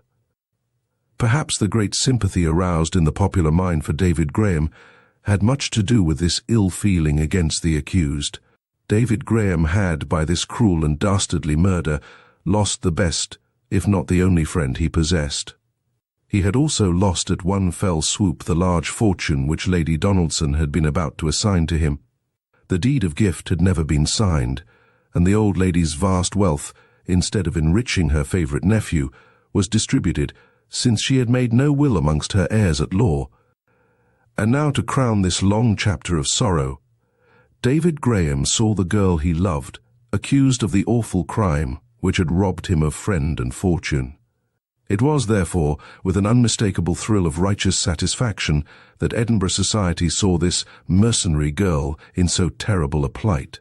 I was immensely interested in the case, and journeyed down to Edinburgh in order to get a good view of the chief actors in the thrilling drama which was about to be unfolded there. I succeeded, I generally do, in securing one of the front seats among the audience, and was already comfortably installed in my place in court, when through the trap-door I saw the head of the prisoner emerge. She was very becomingly dressed in deep black, and, led by two policemen, she took her place in the dock. Sir James Fenwick shook hands with her very warmly, and I could almost hear him instilling words of comfort into her. The trial lasted 6 clear days, during which time more than 40 persons were examined for the prosecution, and as many for the defence. But the most interesting witnesses were certainly the 2 doctors, the maid Tremlett, Campbell, the High Street jeweller, and David Graham. There was, of course, a great deal of medical evidence to go through. Poor Lady Donaldson had been found with a silk scarf tied tightly round her neck, her face showing even to the inexperienced eye every symptom of strangulation. Then Tremlett, Lady Donaldson's confidential maid, was called. Closely examined by Crown Counsel, she gave an account of the ball at Charlotte Square on the 23rd, and the wearing of the jewels by Miss Crawford on that occasion. "I helped Miss Crawford on with the tiara over her hair," she said, "and my lady put the 2 necklaces round Miss Crawford's neck herself. There were also some beautiful brooches, bracelets, and earrings. At 4 o'clock in the morning, when the ball was over, Miss Crawford brought the jewels back to my lady's room. My lady had already gone to bed, and I had put out the electric light as I was going too. There was only 1 candle left in the room close to the bed. Miss Crawford took all the jewels off and asked Lady Donaldson for the key of the safe, so that she might put them away. My lady gave her the key and said to me, 'You can go to bed, Tremlett, you must be dead tired.' I was glad to go, for I could hardly stand up, I was so tired. I said good night to my lady, and also to Miss Crawford, who was busy putting the jewels away. As I was going out of the room, I heard Lady Donaldson saying, 'Have you managed it, my dear?' Miss Crawford said, 'I have put everything away very nicely.' In answer to Sir James Fenwick, Tremlett said that Lady Donaldson always carried the key of her jewels safe on a ribbon round her neck, and had done so the whole day preceding her death. On the night of the 24th, she continued, Lady Donaldson still seemed rather tired, and went up to her room directly after dinner, and while the family was still sitting in the dining room. She made me dress her hair, then she slipped on her dressing gown and sat in the armchair with a book. She told me that she then felt strangely uncomfortable and nervous, and could not account for it. However, she did not want me to sit with her. So I thought that the best thing I could do was to tell Mr. David Graham that her ladyship did not seem very cheerful. Her ladyship was so fond of Mr. David, it always made her happy to have him with her. I then went to my room, and at 8:30 Mr. David called me. He said, "Your mistress does seem a little restless tonight. If I were you, I would just go and listen at her door in about an hour's time, and if she has not gone to bed, I would go in and stay with her until she has." At about 10 o'clock I did as Mr. David suggested, and listened at her ladyship's door. However, all was quiet in the room, and thinking her ladyship had gone to sleep, I went back to bed. The next morning at 8 o'clock, when I took in my mistress's cup of tea, I saw her lying on the floor, her poor dear face all purple and distorted. I screamed, and the other servants came rushing along. Then Mr. Graham had the door locked, and sent for the doctor and the police. The poor woman seemed to find it very difficult not to break down. She was closely questioned by Sir James Fenwick, but had nothing further to say. She had last seen her mistress alive at 8 o'clock on the evening of the 24th. "And when you listened at her door at 10 o'clock, asked Sir James, Did you try to open it?" "I did, but it was locked," she replied. "Did Lady Donaldson usually lock her bedroom at night?" "Nearly always." "And in the morning when you took in the tea?" "The door was open. I walked straight in." "You are quite sure?" insisted Sir James. "I swear it," solemnly asserted the woman.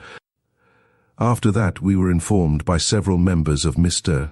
Graham's establishment that Miss Crawford had been in to tea at Charlotte Square in the afternoon of the 24th, that she told everyone she was going to London by the night mail. As she had some special shopping she wished to do there. It appears that Mr. Graham and David both tried to persuade her to stay to dinner, and then to go by the 9:01 p.m. from the Caledonian station. Miss Crawford, however, had refused, saying she always preferred to go from the Waverley station. It was nearer to her own rooms, and she still had a good deal of writing to do. In spite of this, 2 witnesses saw the accused in Charlotte Square later on in the evening. She was carrying a bag which seemed heavy, and was walking towards the Caledonian railway station. But the most thrilling moment in that sensational trial was reached on the second day, when David Graham, looking wretchedly ill, unkempt and haggard, stepped into the witness box. A murmur of sympathy went round the audience at sight of him, who was the second, perhaps most deeply stricken victim of the Charlotte Square tragedy. David Graham, in answer to Crown Counsel, gave an account of his last interview with Lady Donaldson. "Tremlett had told me that she seemed anxious and upset, and I went to have a chat with her. She soon cheered up, and—" There the unfortunate young man hesitated visibly, but after a while resumed with an obvious effort.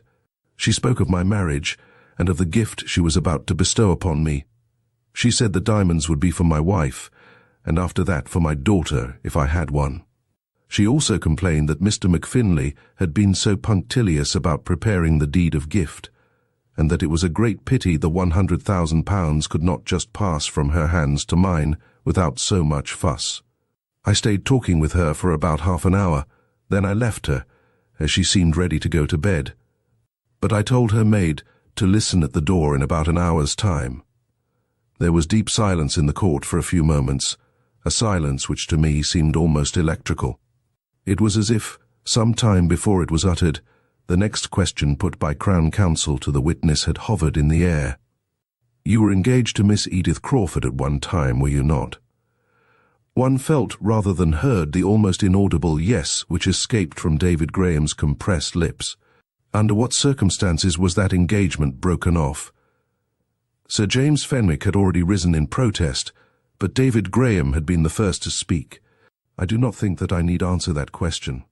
"I will put it in a different form, then," said Crown Counsel urbanely, "one to which my learned friend cannot possibly take exception.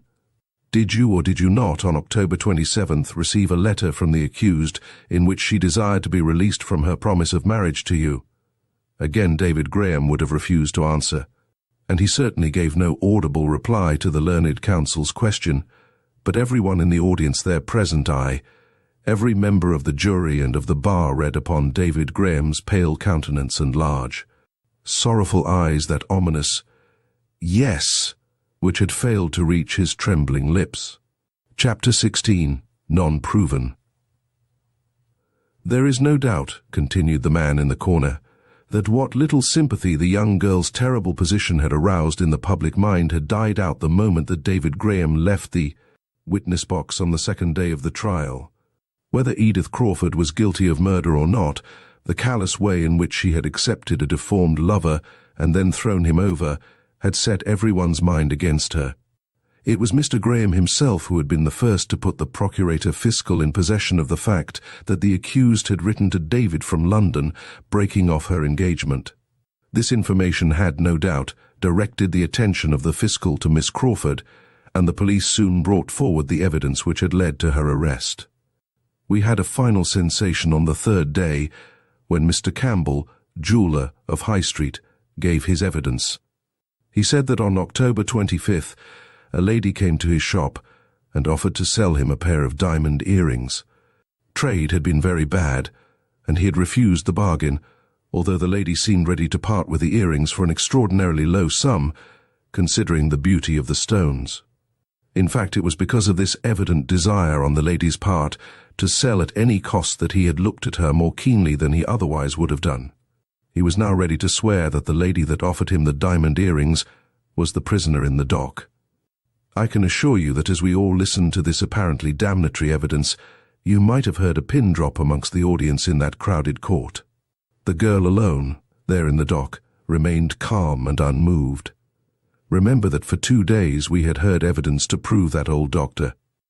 Crawford had died leaving his daughter penniless, that having no mother she had been brought up by a maiden aunt, who had trained her to be a governess, which occupation she had followed for years, and that certainly she had never been known by any of her friends to be in possession of solitaire diamond earrings. The prosecution had certainly secured an ace of trumps, but Sir James Fenwick, who during the whole of that day had seemed to take little interest in the proceedings, here rose from his seat. And I knew at once that he had got a titbit in the way of a point up his sleeve. Gaunt and unusually tall, and with his beak-like nose, he always looks strangely impressive when he seriously tackles a witness. He did it this time with a vengeance, I can tell you. He was all over the pompous little jeweller in a moment. Had Mr. Campbell made a special entry in his book as to the visit of the lady in question? No. Had he any special means of ascertaining when that visit did actually take place? No, but what record had he of the visit? Mr. Campbell had none. In fact, after about 20 minutes of cross-examination, he had to admit that he had given but little thought to the interview with the lady at the time, and certainly not in connection with the murder of Lady Donaldson, until he had read in the papers that a young lady had been arrested. Then he and his clerk talked the matter over, it appears, and together they had certainly recollected that a lady had brought some beautiful earrings for sale on a day which must have been the very morning after the murder. If Sir James Fenwick's object was to discredit this special witness, he certainly gained his point. All the pomposity went out of Mr. Campbell. He became flurried, then excited, then he lost his temper. After that he was allowed to leave the court, and Sir James Fenwick resumed his seat and waited like a vulture for its prey. It presented itself in the person of Mr. Campbell's clerk, who, before the Procurator Fiscal, had corroborated his employer's evidence in every respect. In Scotland, no witness in any one case is present in court during the examination of another, and Mr. MacFarlane, the clerk, was therefore quite unprepared for the pitfalls which Sir James Fenwick had prepared for him. He tumbled into them, head foremost, and the eminent advocate turned him inside out like a glove. Mr. MacFarlane did not lose his temper. He was of too humble a frame of mind to do that, but he got into a hopeless quagmire of mixed recollections. And he too left the witness box quite unprepared to swear as to the day of the interview with the lady with the diamond earrings. I dare say, mind you, continued the man in the corner with a chuckle, that to most people present, Sir James Fenwick's cross-questioning seemed completely irrelevant. Both Mr. Campbell and his clerk were quite ready to swear that they had had an interview concerning some diamond earrings with a lady, of whose identity with the accused they were perfectly convinced. And to the casual observer, the question as to the time or even the day when that interview took place could make but little difference in the ultimate issue. Now I took in a moment, the entire drift of Sir James Fenwick's defence of Edith Crawford. When Mr. MacFarlane left the witness box, the second victim of the eminent advocate's caustic tongue, I could read as in a book the whole history of that crime, its investigation, and the mistakes made by the police first and the public prosecutor afterwards. Sir James Fenwick knew them too, of course, and he placed a finger upon each one, demolishing like a child who blows upon a house of cards the entire scaffolding erected by the prosecution. Mr. Campbell's and Mr. MacFarlane's identification of the accused with the lady who, on some date admitted to be uncertain, had tried to sell a pair of diamond earrings, was the first point. Sir James had plenty of witnesses to prove that on the 25th, the day after the murder, the accused was in London, whilst the day before. Mr. Campbell's shop had been closed long before the family circle had seen the last of Lady Donaldson. Clearly the jeweller and his clerk must have seen some other lady, whom their vivid imagination had pictured as being identical with the accused. Then came the great question of time. Mr. David Graham had been evidently the last to see Lady Donaldson alive. He had spoken to her as late as 8:30 p.m. Sir James Fenwick had called 2 porters at the Caledonian railway station, who testified to Miss Crawford having taken her seat in a first-class carriage of the 9.10 train, some minutes before it started. Was it conceivable, therefore, argued Sir James, that in the space of half an hour the accused, a young girl, could have found her way surreptitiously into the house at a time when the entire household was still astir, that she should have strangled Lady Donaldson, forced open the safe, and made away with the jewels?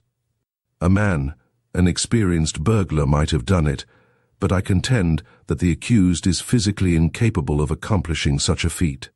With regard to the broken engagement, continued the eminent counsel with a smile, it may have seemed a little heartless, certainly, but heartlessness is no crime in the eyes of the law. The accused has stated in her declaration that at the time she wrote to Mr. David Graham, breaking off her engagement, she had heard nothing of the Edinburgh tragedy. The London papers had reported the crime very briefly. The accused was busy shopping. She knew nothing of Mr. David Graham's altered position. In no case was the breaking off of the engagement a proof that the accused had obtained possession of the jewels by so foul a deed.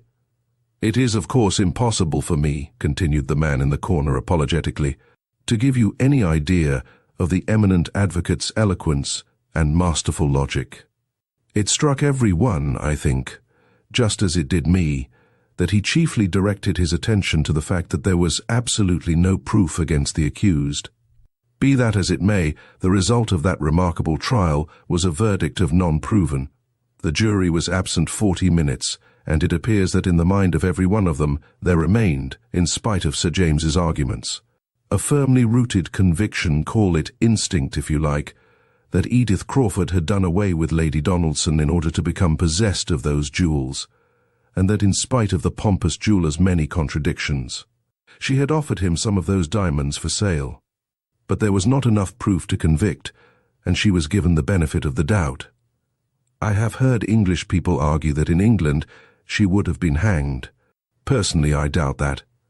I think that an English jury, not having the judicial loophole of non-proven, would have been bound to acquit her. What do you think? Chapter 17, Undeniable Facts. There was a moment's silence, for Polly did not reply immediately, and he went on making impossible knots in his bit of string. Then she said quietly, I think that I agree with those English people who say that an English jury would have condemned her. I have no doubt that she was guilty. She may not have committed that awful deed herself. Someone in the Charlotte Square house may have been her accomplice and killed and robbed Lady Donaldson, while Edith Crawford waited outside for the jewels. David Graham left his godmother at 8:30 p.m.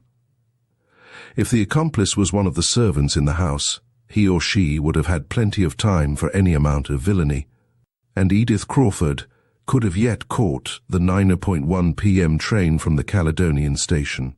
Then who, in your opinion, he asked sarcastically, and cocking his funny bird-like head on one side, tried to sell diamond earrings to Mr. Campbell, the jeweller? Edith Crawford, of course. She retorted triumphantly. He and his clerk both recognized her. When did she try to sell them the earrings?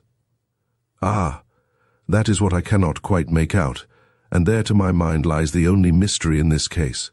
On the 25th she was certainly in London, and it is not very likely that she would go back to Edinburgh in order to dispose of the jewels there, where they could most easily be traced. Not very likely, certainly, he assented dryly.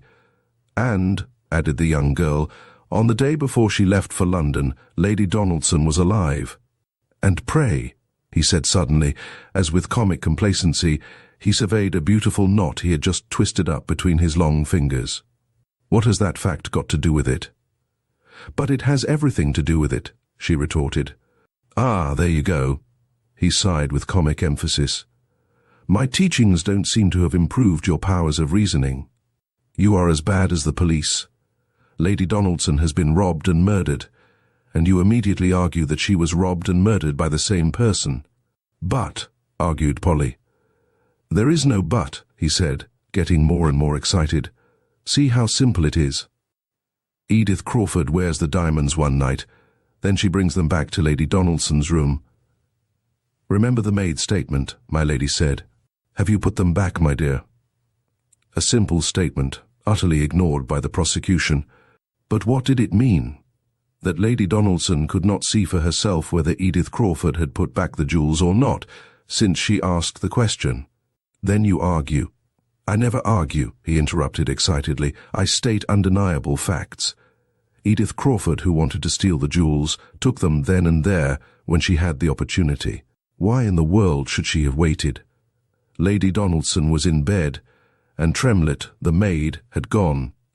The next day, namely, the 25th, she tries to dispose of a pair of earrings to Mr. Campbell. She fails, and decides to go to London, where she has a better chance. Sir James Fenwick did not think it desirable to bring forward witnesses to prove what I have since ascertained is a fact, namely, that on the 27th of October, 3 days before her arrest, Miss Crawford crossed over to Belgium and came back to London the next day. In Belgium, no doubt, Lady Donaldson's diamonds, taken out of their settings, calmly repose at this moment, while the money derived from their sale is safely deposited in a Belgian bank. But then, who murdered Lady Donaldson, and why? Gasped Polly. Cannot you guess? He queried blandly. Have I not placed the case clearly enough before you? To me it seems so simple. It was a daring, brutal murder, remember. Think of one who, not being the thief himself, would nevertheless have the strongest of all motives to shield the thief from the consequences of her own misdeed, and the power too, since it would be absolutely illogical, nay, impossible, that he should be an accomplice. Surely. Think of a curious nature, warped morally, as well as physically. Do you know how those natures feel? 1,000 times more strongly than the even, straight natures in everyday life. Then think of such a nature brought face to face with this awful problem. Do you think that such a nature would hesitate a moment before committing a crime to save the loved one from the consequences of that deed? Mind you, I don't assert for a moment that David Graham had any intention of murdering Lady Donaldson. Tremlett tells him that she seems strangely upset.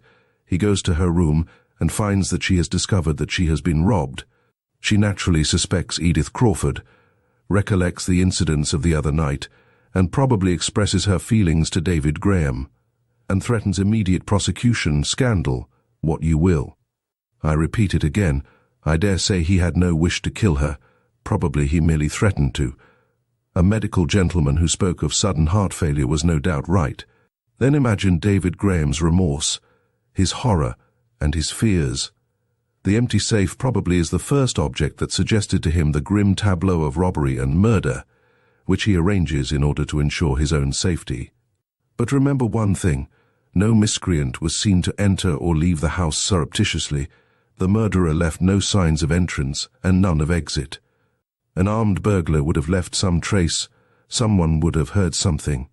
Then who locked and unlocked Lady Donaldson's door that night, while she herself lay dead? Someone in the house. I tell you, someone who left no trace, someone against whom there could be no suspicion, someone who killed without apparently the slightest premeditation and without the slightest motive. Think of it. I know I am right. And then tell me if I have at all enlisted your sympathies in the author of the Edinburgh mystery. He was gone. Polly looked again at the photo of David Graham. Did a crooked mind really dwell in that crooked body, and were there in the world such crimes that were great enough to be deemed sublime? Chapter 18. The Theft at the English Provident Bank. That question of motive is a very difficult and complicated one at times, said the man in the corner, leisurely pulling off a huge pair of flaming dogskin gloves from his meagre fingers.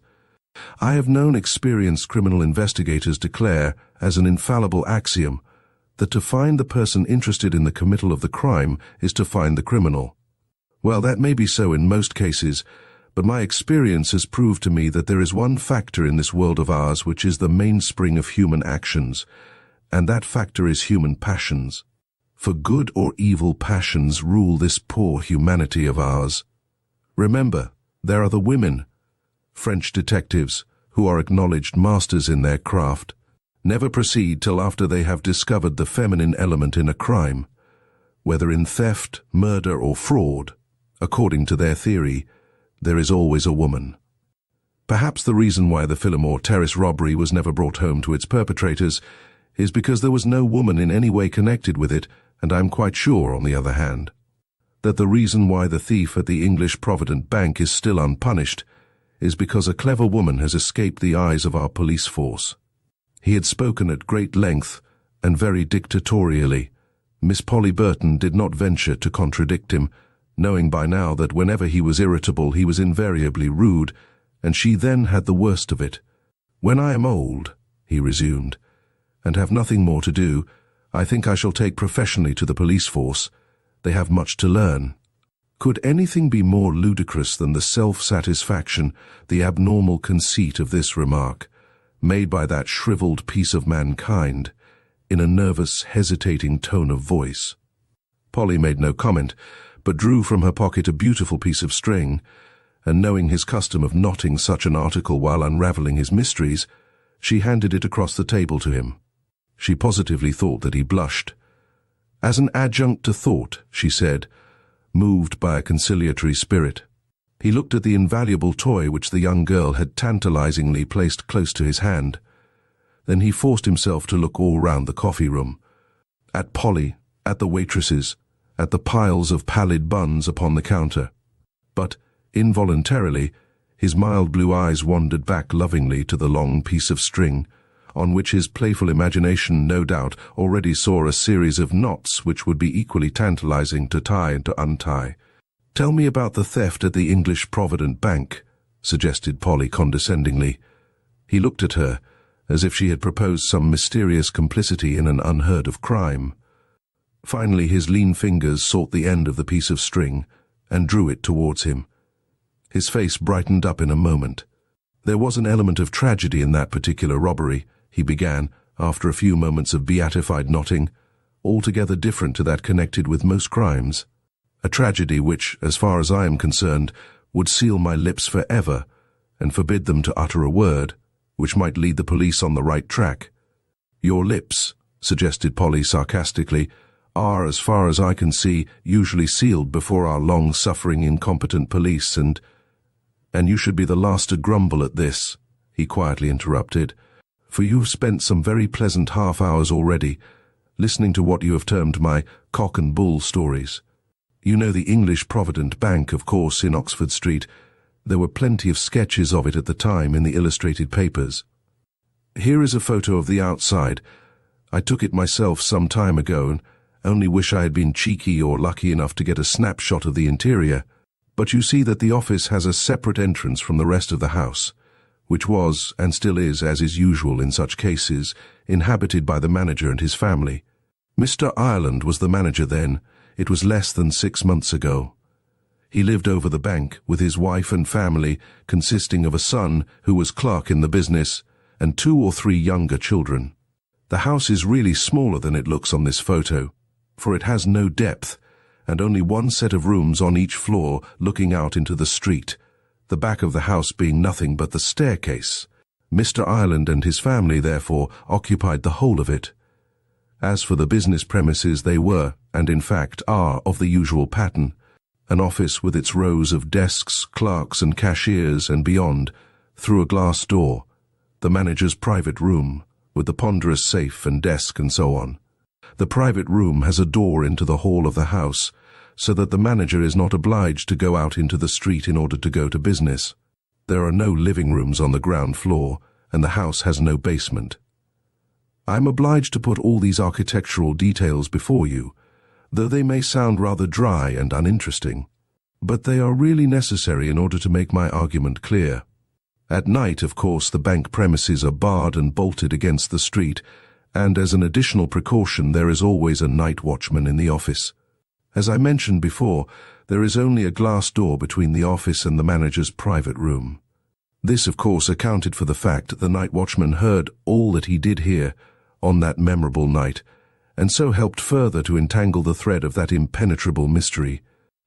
Mr. Ireland, as a rule, went into his office every morning a little before 10 o'clock, but on that particular morning, for some reason which he never could or would explain, he went down before having his breakfast at about 9 o'clock. Mrs. Ireland stated subsequently that, not hearing him return, she sent the servant down to tell the master that breakfast was getting cold. The girl's shrieks were the first intimation that something alarming had occurred. Mrs. Ireland hastened downstairs.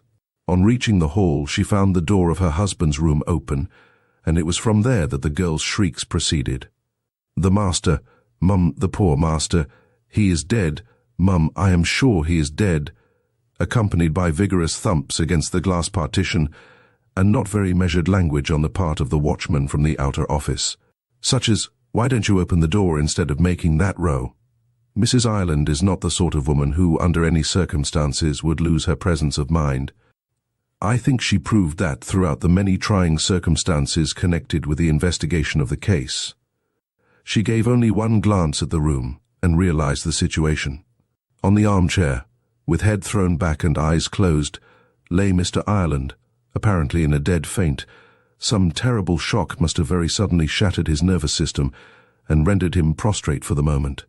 What that shock had been, it was pretty easy to guess. The door of the safe was wide open, and Mr. Ireland had evidently tottered and fainted before some awful fact which the open safe had revealed to him. He had caught himself against a chair which lay on the floor, and then finally sunk, unconscious, into the armchair. "All this, which takes some time to describe," continued the man in the corner, "took, remember, only a second to pass like a flash through Mrs. Ireland's mind. She quickly turned the key of the glass door, which was on the inside, and with the help of James Fairbairn, the watchman, she carried her husband upstairs to his room, and immediately sent both for the police and for a doctor.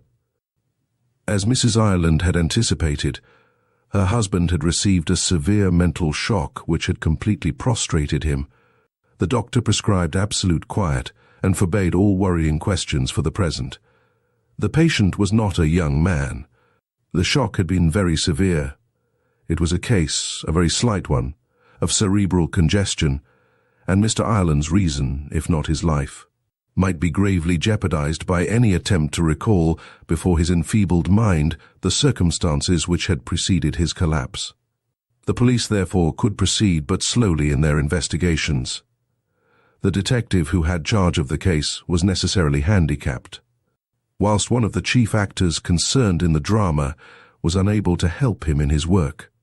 To begin with, the robber or robbers had obviously not found their way into the manager's inner room through the bank premises. James Fairbairn had been on the watch all night, with the electric light full on, and obviously no one could have crossed the outer office or forced the heavily barred doors without his knowledge. There remained the other access to the room, that is, the one through the hall of the house. The hall door, it appears, was always barred and bolted by Mr. Ireland himself when he came home, whether from the theatre or his club. It was a duty he never allowed anyone to perform but himself. During his annual holiday, with his wife and family, his son, who usually had the sub-manager to stay with him on those occasions, did the bolting and barring, but with the distinct understanding that this should be done by 10 o'clock at night. As I have already explained to you, there is only a glass partition between the general office and the manager's private room, and according to James Fairbairn's account, this was naturally always left wide open, so that he, during his night watch, would of necessity hear the faintest sound. As a rule, there was no light left in the manager's room, and the other door, that leading into the hall, was bolted from the inside by James Fairbairn the moment he had satisfied himself that the premises were safe, and he had begun his night watch. An electric bell in both the offices communicated with Mr. Ireland's bedroom and that of his son, Mr. Robert Ireland, and there was a telephone installed to the nearest district messenger's office, with an understood signal which meant police. At 9 o'clock in the morning, it was the night watchman's duty, as soon as the first cashier had arrived, to dust and tidy the manager's room, and to undo the bolts. After that he was free to go home to his breakfast and rest. You will see, of course, that James Fairbairn's position in the English Provident Bank is one of great responsibility and trust, but then in every bank and business house there are men who hold similar positions. They are always men of well-known and tried characters, often old soldiers with good conduct records behind them. James Fairbairn is a fine, powerful Scotchman. He had been night watchman to the English Provident Bank for 15 years, and was then not more than 43 or 44 years old. He is an ex-guardsman, and stands 6 feet 3 inches in his socks.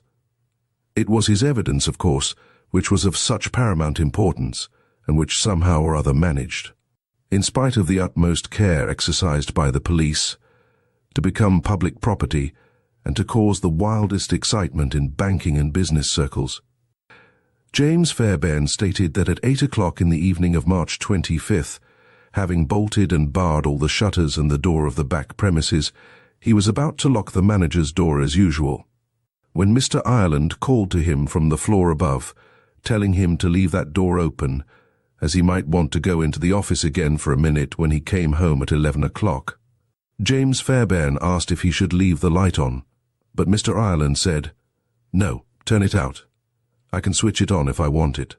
The night watchman at the English Provident Bank has permission to smoke. He also is allowed a nice fire, and a tray consisting of a plate of substantial sandwiches and 1 glass of ale, which he can take when he likes. James Fairbairn settled himself in front of the fire, lit his pipe, took out his newspaper, and began to read. He thought he had heard the street door open and shut at about 9:45. He supposed that it was Mr. Ireland going out to his club, but at 10 minutes to 10 o'clock, the watchman heard the door of the manager's room open, and someone enter, immediately closing the glass partition door and turning the key. He naturally concluded it was Mr. Ireland himself. From where he sat, he could not see into the room, but he noticed that the electric light had not been switched on, and that the manager seemingly had no light but an occasional match. "For the minute," continued James Fairbairn, "a thought did just cross my mind that something might perhaps be wrong, and I put my newspaper aside and went to the other end of the room towards the glass partition. The manager's room was still quite dark, and I could not clearly see into it, but the door into the hall was open, and there was, of course, a light through there. I had got quite close to the partition when I saw Mrs. Ireland standing in the doorway, and heard her saying in a very astonished tone of voice, 'Why, Lewis, I thought you had gone to your club ages ago. What in the world are you doing here in the dark?'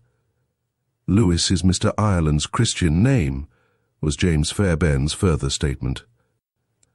I did not hear the manager's reply, but quite satisfied now that nothing was wrong, I went back to my pipe and my newspaper. Almost directly afterwards, I heard the manager leave his room, cross the hall and go out by the street door. It was only after he had gone that I recollected that he must have forgotten to unlock the glass partition, and that I could not therefore bolt the door into the hall the same as usual, and I suppose that is how those confounded thieves got the better of me. Chapter 19. Conflicting Evidence. By the time the public had been able to think over James Fairbairn's evidence, a certain disquietude and unrest had begun to make itself felt, both in the bank itself and among those of our detective force who had charge of the case. The newspapers spoke of the matter with very obvious caution, and warned all their readers to await the further development of this sad case. While the manager of the English Provident Bank lay in such a precarious condition of health, it was impossible to arrive at any definite knowledge as to what the thief had actually made away with. The chief cashier, however, estimated the loss at about £5,000 in gold and notes of the bank money. That was, of course, on the assumption that Mr. Ireland had no private money or valuables of his own in the safe.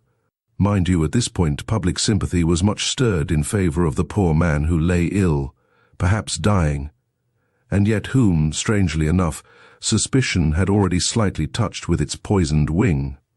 Suspicion is a strong word, perhaps, to use at this point in the story. No one suspected anybody at present. James Fairbairn had told his story, and had vowed that some thief with false keys must have sneaked through the house into the inner office. Public excitement, you will remember, lost nothing by waiting. Hardly had we all had time to wonder over the night watchman's singular evidence, and, pending further and fuller detail, to check our growing sympathy for the man who was ill, then the sensational side of this mysterious case culminated in one extraordinary, absolutely unexpected fact. Mrs. Ireland, after a 24 hours untiring watch beside her husband's sick bed, had at last been approached by the detective and been asked to reply to a few simple questions, and thus helped to throw some light on the mystery which had caused Mr. Ireland's illness and her own consequent anxiety. She professed herself quite ready to reply to any questions put to her, and she literally astounded both inspector and detective when she firmly and emphatically declared that James Fairbairn must have been dreaming, or asleep when he thought he saw her in the doorway at 10 o'clock that night, and fancied he heard her voice. She may or may not have been down in the hall at that particular hour, for she usually ran down herself to see if the last post had brought any letters. But most certainly she had neither seen nor spoken to Mr. Ireland at that hour, for Mr. Ireland had gone out an hour before, she herself having seen him to the front door. Never for a moment did she swerve from this extraordinary statement.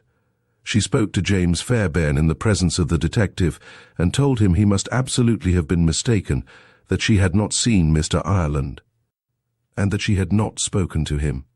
One other person was questioned by the police, and that was Mr. Robert Ireland, the manager's eldest son. It was presumed that he would know something of his father's affairs, the idea having now taken firm hold of the detective's mind that perhaps grave financial difficulties had tempted the unfortunate manager to appropriate some of the firm's money. Mr. Robert Ireland, however, could not say very much. His father did not confide in him to the extent of telling him all his private affairs, but money never seemed scarce at home, certainly, and Mr. Ireland had, to his son's knowledge, not a single extravagant habit. He himself had been dining out with a friend on that memorable evening, and had gone on with him to the Oxford Music Hall.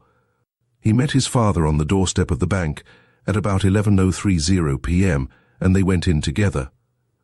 There certainly was nothing remarkable about Mr. Ireland then, his son averred. He appeared in no way excited, and bade his son good night quite cheerfully. There was the extraordinary, the remarkable hitch, continued the man in the corner, waxing more and more excited every moment.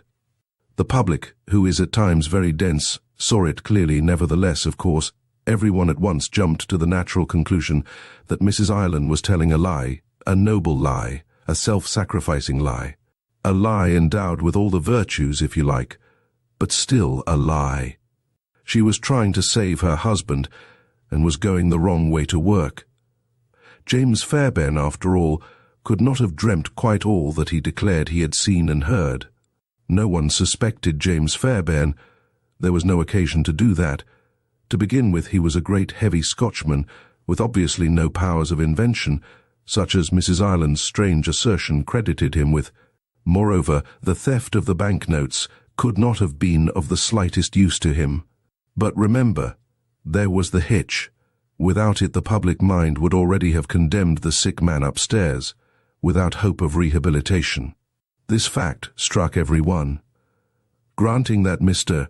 Ireland had gone into his office at 10 minutes to 10 o'clock at night, for the purpose of extracting £5,000 worth of notes and gold from the bank safe, whilst giving the theft the appearance of a night burglary, granting that he was disturbed in his nefarious project by his wife, who, failing to persuade him to make restitution, took his side boldly, and very clumsily attempted to rescue him out of his difficult position, why should he, at 9 o'clock the following morning, fall in a dead faint and get cerebral congestion at sight of a defalcation he knew had occurred? One might simulate a fainting fit, but no one can assume a high temperature and a congestion, which the most ordinary practitioner who happened to be called in would soon see were non-existent. Mr. Ireland, according to James Fairbairn's evidence, must have gone out soon after the theft, come in again with his son an hour and a half later, talked to him, gone quietly to bed, and waited for 9 hours before he fell ill at sight of his own crime. It was not logical, you will admit. Unfortunately, the poor man himself was unable to give any explanation of the night's tragic adventures. He was still very weak, and though under strong suspicion, he was left, by the doctor's orders, in absolute ignorance of the heavy charges which were gradually accumulating against him. He had made many anxious inquiries from all those who had access to his bedside as to the result of the investigation and the probable speedy capture of the burglars. But every one had strict orders to inform him merely that the police so far had no clue of any kind. You will admit, as everyone did, that there was something very pathetic about the unfortunate man's position, so helpless to defend himself, if defense there was, against so much overwhelming evidence. That is why I think public sympathy remained with him. Still, it was terrible to think of his wife presumably knowing him to be guilty, and anxiously waiting whilst dreading the moment when, restored to health, he would have to face the doubts, the suspicions, probably the open accusations, which were fast rising up around him. Chapter 20. An Alibi. It was close on 6 weeks before the doctor at last allowed his patient to attend to the grave business which had prostrated him for so long. In the meantime, among the many people who directly or indirectly were made to suffer in this mysterious affair, no one, I think, was more pitied and more genuinely sympathized with than Robert Ireland, the manager's eldest son. You remember that he had been clerk in the bank? Well, naturally, the moment suspicion began to fasten on his father, his position in the business became untenable. I think everyone was very kind to him. Mr. Sutherland French, who was made acting manager during Mr. Lewis Ireland's regrettable absence, did everything in his power to show his goodwill and sympathy to the young man. But I don't think that he or anyone else was much astonished when, after Mrs. Ireland's extraordinary attitude in the case had become public property, he quietly intimated to the acting manager that he had determined to sever his connection with the bank. The best of recommendations was, of course, placed at his disposal, and it was finally understood that, as soon as his father was completely restored to health and would no longer require his presence in London, he would try to obtain employment somewhere abroad. He spoke of the new volunteer corps organized for the military policing of the new colonies, and truth to tell, no one could blame him that he should wish to leave far behind him all London banking connections. The son's attitude certainly did not tend to ameliorate the father's position. It was pretty evident that his own family had ceased to hope in the poor manager's innocence, and yet he was absolutely innocent. You must remember how that fact was clearly demonstrated as soon as the poor man was able to say a word for himself. And he said it to some purpose, too.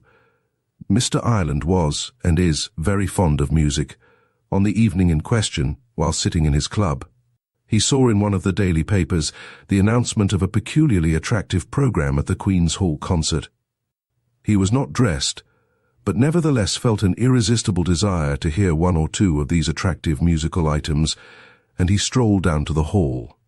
Now, this sort of alibi is usually very difficult to prove, but Dame Fortune, oddly enough, favoured Mr. Ireland on this occasion, probably to compensate him for the hard knocks she had been dealing him pretty freely of late. It appears that there was some difficulty about his seat, which was sold to him at the box office, and which he, nevertheless, found wrongfully occupied by a determined lady who refused to move. The management had to be appealed to. The attendants also remembered not only the incident, but also the face and appearance of the gentleman who was the innocent cause of the altercation. As soon as Mr. Ireland could speak for himself, he mentioned the incident and the persons who had been witness to it. He was identified by them, to the amazement, it must be confessed, of police and public alike, who had comfortably decided that no one could be guilty save the manager of the Provident Bank himself. Moreover, Mr. Ireland was a fairly wealthy man, with a good balance at the Union Bank, and plenty of private means, the result of years of provident living. He had but to prove that if he really had been in need of an immediate £5,000, which was all the amount extracted from the bank safe that night, he had plenty of securities on which he could, at an hour's notice, have raised twice that sum. His life insurances had been fully paid up. He had not a debt which a £5 note could not easily have covered. On the fatal night, he certainly did remember asking the watchman not to bolt the door to his office, as he thought he might have 1 or 2 letters to write when he came home. But later on he had forgotten all about this. After the concert he met his son in Oxford Street, just outside the house, and thought no more about the office, the door of which was shut, and presented no unusual appearance. Mr. Ireland absolutely denied having been in his office at the hour when James Fairbairn positively asserted he heard Mrs. Ireland say, in an astonished tone of voice, "Why, Lewis, what in the world are you doing here?" It became pretty clear, therefore, that James Fairbairn's view of the manager's wife had been a mere vision. Mr. Ireland gave up his position as manager of the English Provident. Both he and his wife felt no doubt that on the whole, perhaps, there had been too much talk, too much scandal connected with their name, to be altogether advantageous to the bank. Moreover, Mr. Ireland's health was not so good as it had been. He has a pretty house now at Sittingbourne, and amuses himself during his leisure hours with amateur horticulture, and I, who alone in London besides the persons directly connected with this mysterious affair, know the true solution of the enigma, often wonder how much of it is known to the ex-manager of the English Provident Bank. The man in the corner had been silent for some time. Miss Polly Burton, in her presumption, had made up her mind, at the commencement of his tale, to listen attentively to every point of the evidence in connection with the case which he recapitulated before her, and to follow the point, in order to try and arrive at a conclusion of her own, and overwhelm the antediluvian scarecrow with her sagacity. She said nothing, for she had arrived at no conclusion. The case puzzled everyone, and had amazed the public in its various stages. From the moment when opinion began to cast doubt on Mr. Ireland's honesty to that when his integrity was proved beyond a doubt. One or two people had suspected Mrs. Ireland to have been the actual thief, but that idea had soon to be abandoned. Mrs. Ireland had all the money she wanted. The theft occurred 6 months ago, and not a single banknote was ever traced to her pocket.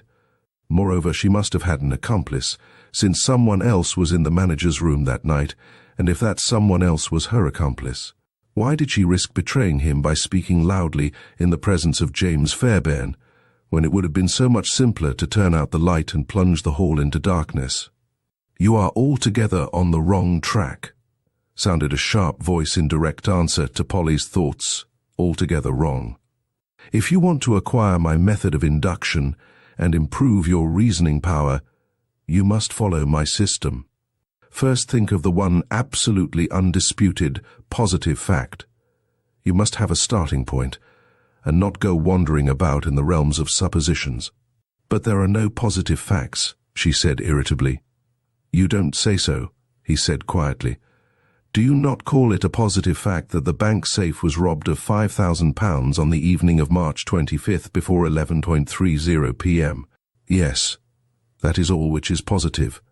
"Do you not call it a positive fact," he interrupted quietly, "that the lock of the safe not being picked, it must have been opened by its own key?" "I know that," she rejoined crossly, "and that is why everyone agreed that James Fairbairn could not possibly. And do you not call it a positive fact, then, that James Fairbairn could not possibly, etc., etc.?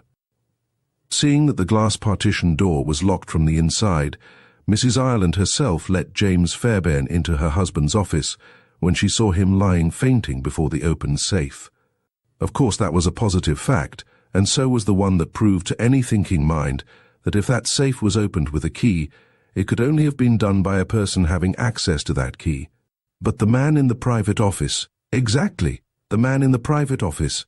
Enumerate his points, if you please," said the funny creature, marking each point with one of his favourite knots. He was a man who might that night have had access to the key of the safe, unsuspected by the manager or even his wife, and a man for whom Mrs. Ireland was willing to tell a downright lie. Are there many men for whom a woman of the better middle class and an Englishwoman would be ready to perjure herself? Surely not. She might do it for her husband. The public thought she had. It never struck them that she might have done it for her son. "Her son!" exclaimed Polly. "Ah, she was a clever woman," he ejaculated enthusiastically, "one with courage and presence of mind, which I don't think I have ever seen equalled. She runs downstairs before going to bed in order to see whether the last post has brought any letters. She sees the door of her husband's office ajar. She pushes it open, and there, by the sudden flash of a hastily struck match, she realizes in a moment that a thief stands before the open safe. And in that thief, she has already recognized her son. At that very moment, she hears the watchman's step approaching the partition. There is no time to warn her son. She does not know the glass door is locked. James Fairbairn may switch on the electric light and see the young man in the very act of robbing his employer's safe. One thing alone can reassure the watchman. One person alone had the right to be there at that hour of the night, and without hesitation she pronounces her husband's name. Mind you, I firmly believe that at the time the poor woman only wished to gain time, that she had every hope that her son had not yet had the opportunity to lay so heavy a guilt upon his conscience. What passed between mother and son we shall never know, but this much we do know, that the young villain made off with his booty and trusted that his mother would never betray him. Poor woman!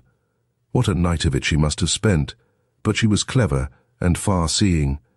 She knew that her husband's character could not suffer through her action. Accordingly, she took the only course open to her to save her son even from his father's wrath, and boldly denied James Fairbairn's statement. Of course, she was fully aware that her husband could easily clear himself, and the worst that could be said of her was that she had thought him guilty and had tried to save him. She trusted to the future to clear her of any charge of complicity in the theft. By now everyone has forgotten most of the circumstances. The police are still watching the career of James Fairbairn and Mrs. Ireland's expenditure. As you know, not a single note so far has been traced to her. Against that, one or two of the notes have found their way back to England. No one realizes how easy it is to cash English banknotes at the smaller agents de change abroad. The Changiers are only too glad to get them. What do they care where they come from as long as they are genuine? And a week or two later, le changeur could not swear who tendered him any one particular note. You see, young Robert Ireland went abroad. He will come back some day having made a fortune. There's his photo. And this is his mother. A clever woman, wasn't she? And before Polly had time to reply, he was gone. She really had never seen anyone move across a room so quickly. But he always left an interesting trail behind, a piece of string knotted from end to end and a few photos. Chapter 21. The Dublin Mystery. I always thought that the history of that forged will was about as interesting as any I had read, said the man in the corner that day.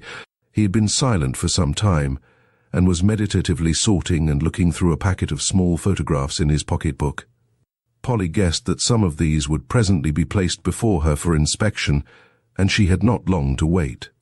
"That is old Brooks," he said, pointing to one of the photographs. "Millionaire Brooks, as he was called, and these are his two sons, Percival and Murray. It was a curious case, wasn't it? Personally, I don't wonder that the police were completely at sea. If a member of that highly estimable force happened to be as clever as the clever author of that forged will, we should have very few undetected crimes in this country. That is why I always try to persuade you to give our poor ignorant police the benefit of your great insight and wisdom," said Polly, with a smile. "I know," he said blandly. "You have been most kind in that way, but I am only an amateur. Crime interests me only when it resembles a clever game of chess, with many intricate moves which all tend to one solution. The checkmating of the antagonist, the detective force of the country. Now confess that in the Dublin mystery, the clever police there were absolutely checkmated. Absolutely. Just as the public was. There were actually two crimes committed in one city which have completely baffled detection: the murder of Patrick Weatherd the lawyer and the forged will of Millionaire Brooks. There are not many millionaires in Ireland. No wonder old Brooks was a notability in his way, since his business, bacon curing, I believe it is said to be worth over £2 million of solid money. His younger son Murray was a refined, highly educated man, and was, moreover, the apple of his father's eye, as he was the spoilt darling of Dublin society. Good-looking, a splendid dancer, and a perfect rider, he was the acknowledged catch of the matrimonial market of Ireland, and many a very aristocratic house was opened hospitably to the favourite son of the millionaire. Of course, Percival Brooks, the eldest son, would inherit the bulk of the old man's property, and also probably the larger share in the business. He too was good-looking, more so than his brother. He too rode, danced and talked well, but it was many years ago that mammas with marriageable daughters had given up all hopes of Percival Brooks as a probable son-in-law. That young man's infatuation for Maisie Fortescue, a lady of undoubted charm but very doubtful antecedents, who had astonished the London and Dublin music halls with her extravagant dances, was too well known and too old established to encourage any hopes in other quarters. Whether Percival Brooks would ever marry Maisie Fortescue was thought to be very doubtful. Old Brooks had the full disposal of all his wealth, and it would have fared ill with Percival if he introduced an undesirable wife into the magnificent Fitzwilliam Place establishment. That is how matters stood, continued the man in the corner, when Dublin society one morning learnt, with deep regret and dismay, that old Brooks had died very suddenly at his residence after only a few hours' illness. At first it was generally understood that he had had an apoplectic stroke. Anyway, he had been at business hale and hearty as ever the day before his death, which occurred late on the evening of February 1st. It was the morning papers of February 2nd which told the sad news to their readers, and it was those selfsame papers which on that eventful morning contained another even more startling piece of news. That proved the prelude to a series of sensations such as tranquil, placid Dublin had not experienced for many years.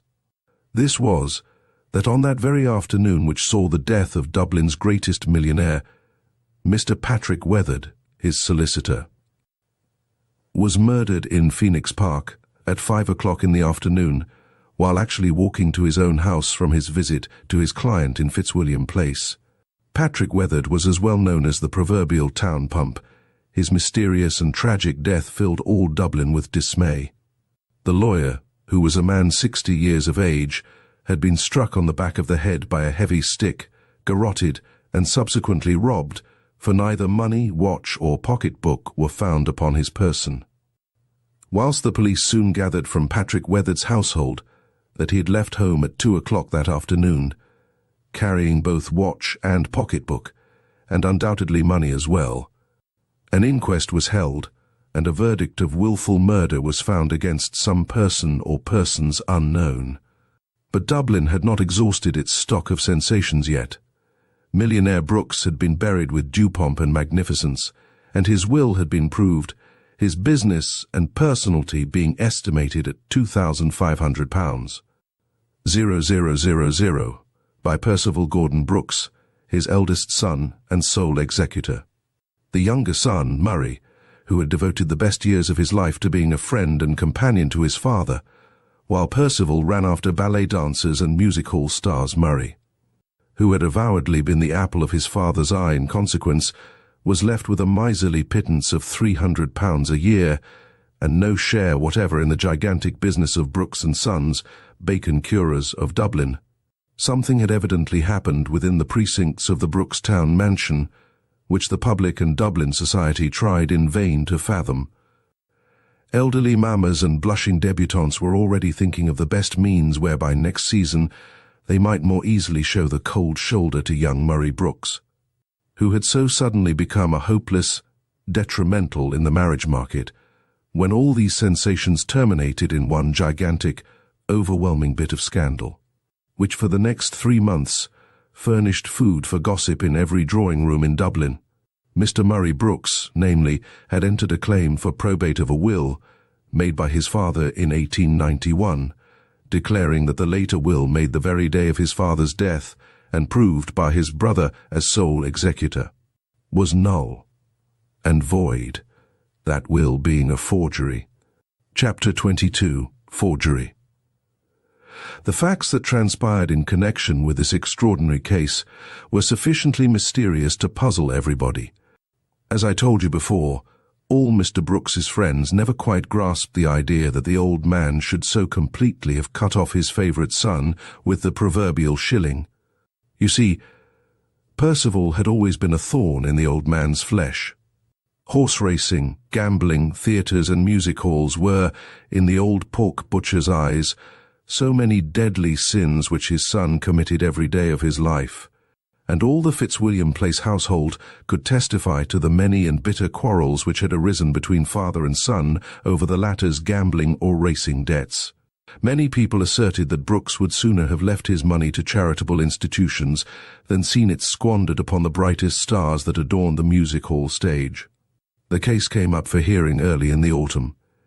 In the meanwhile, Percival Brooks had given up his racecourse associates, settled down in the Fitzwilliam Place mansion, and conducted his father's business without a manager, but with all the energy and forethought which he had previously devoted to more unworthy causes. Murray had elected not to stay on in the old house. No doubt associations were of too painful and recent a nature. He was boarding with the family of a Mr. Wilson Hibbert, who was the late Patrick Weatherd's, the murdered lawyer's, partner.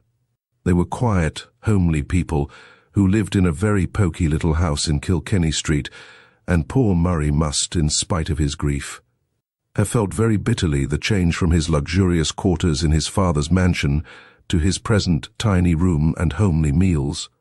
Percival Brooks, who was now drawing an income of over 100,000 a year, was very severely criticized for adhering so strictly to the letter of his father's will and only paying his brother that paltry £300 a year, which was very literally but the crumbs off his own magnificent dinner table. The issue of that contested will case was therefore awaited with eager interest.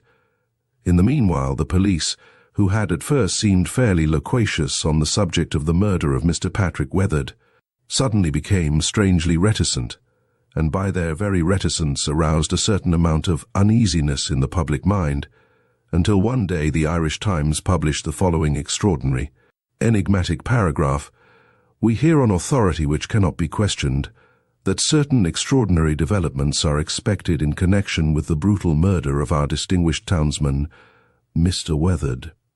The police, in fact, are vainly trying to keep it secret that they hold a clue which is as important as it is sensational, and that they only await the impending issue of a well-known litigation in the probate court to effect an arrest."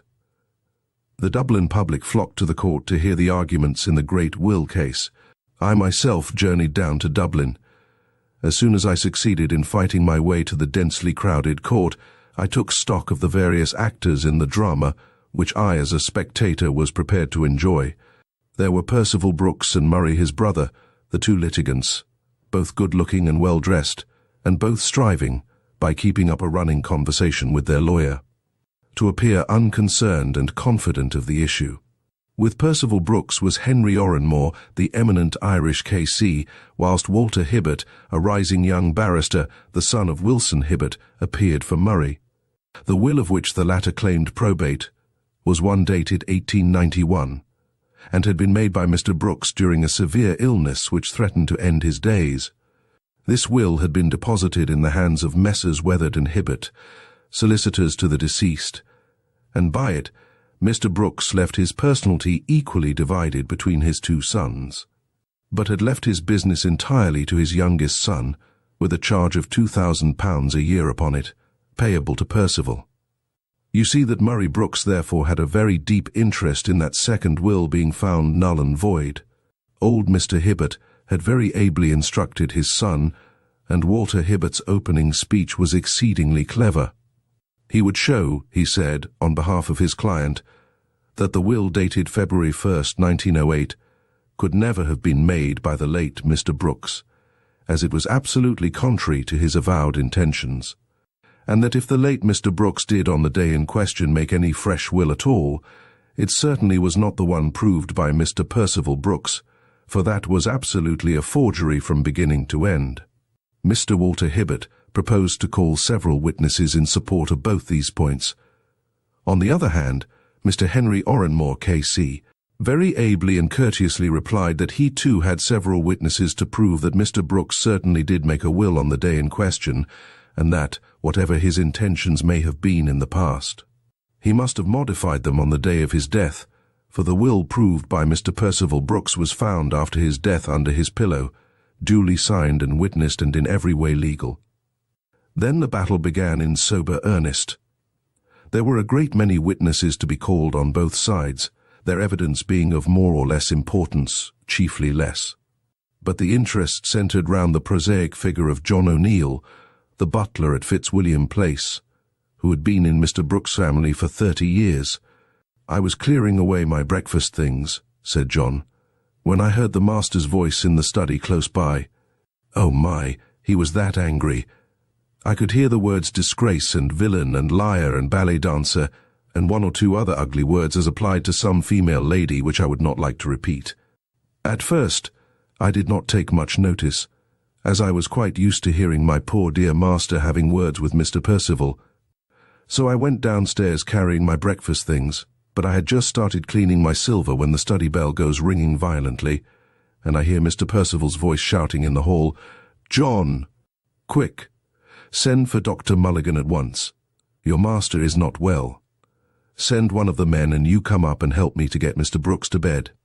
"I sent one of the grooms for the doctor," continued John, who seemed still affected at the recollection of his poor master, to whom he had evidently been very much attached, "and I went up to see Mr. Brooks. I found him lying on the study floor, his head supported in Mr. Percival's arms." "My father has fallen in a faint," said the young master. "Help me to get him up to his room before Dr. Mulligan comes." Mr. Percival looked very white and upset, which was only natural, and when we had got my poor master to bed, I asked if I should not go and break the news to Mr. Murray, who had gone to business an hour ago. However, before Mr. Percival had time to give me an order, the doctor came. I thought I had seen death plainly writ in my master's face, and when I showed the doctor out an hour later, and he told me that he would be back directly, I knew that the end was near. Mr. Brooks rang for me a minute or two later. He told me to send at once for Mr. Weatherd, or else for Mr. Hibbert, if Mr. Weatherd could not come. "I haven't many hours to live, John," he says to me. "My heart is broke. The doctor says my heart is broke. A man shouldn't marry and have children, John, for they will sooner or later break his heart." I was so upset I couldn't speak, but I sent round at once for Mr. Weatherd, who came himself just about 3 o'clock that afternoon. After he had been with my master about an hour, I was called in, and Mr. Weatherd said to me that Mr. Brooks wished me and one other of us servants to witness that he had signed a paper, which was on a table by his bedside. I called Pat Mooney, the head footman, and before us both Mr. Brooks put his name at the bottom of that paper. Then Mr. Weatherd gave me the pen and told me to write my name as a witness, and that Pat Mooney was to do the same. After that we were both told that we could go. The old butler went on to explain that he was present in his late master's room on the following day when the undertakers, who had come to lay the dead man out, found a paper underneath his pillow. John O'Neill, who recognized the paper as the one to which he had appended his signature the day before, took it to Mr. Percival and gave it into his hands. In answer to Mr. Walter Hibbert, John asserted positively that he took the paper from the undertaker's hand and went straight with it to Mr. Percival's room. "He was alone," said John. "I gave him the paper. He just glanced at it, and I thought he looked rather astonished, but he said nothing, and I at once left the room." "When you say that you recognized the paper as the one which you had seen your master sign the day before, how did you actually recognize that it was the same paper?" asked Mr. Hibbert, amidst breathless interest on the part of the spectators. I narrowly observed the witness's face. "It looked exactly the same paper to me, sir," replied John, somewhat vaguely. "Did you look at the contents, then?" "No, sir, certainly not." "Had you done so the day before?" "No, sir, only at my master's signature." "Then you only thought by the outside look of the paper that it was the same?" "It looked the same thing, sir," persisted John obstinately.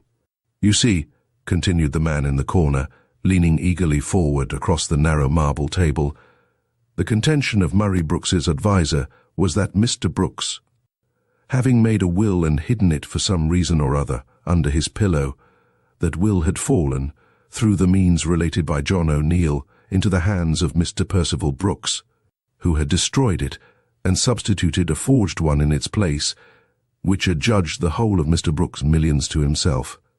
It was a terrible and very daring accusation directed against a gentleman who, in spite of his many wild oats sowed in early youth, was a prominent and important figure in Irish high life. All those present were aghast at what they heard, and the whispered comments I could hear around me showed me that public opinion, at least, did not uphold Mr. Murray Brooks' daring accusation against his brother. But John O'Neill had not finished his evidence, and Mr. Walter Hibbert had a bit of sensation still up his sleeve. He had, namely, produced a paper, the will proved by Mr. Percival Brooks, and had asked John O'Neill if once again he recognized the paper. "Certainly, sir," said John unhesitatingly.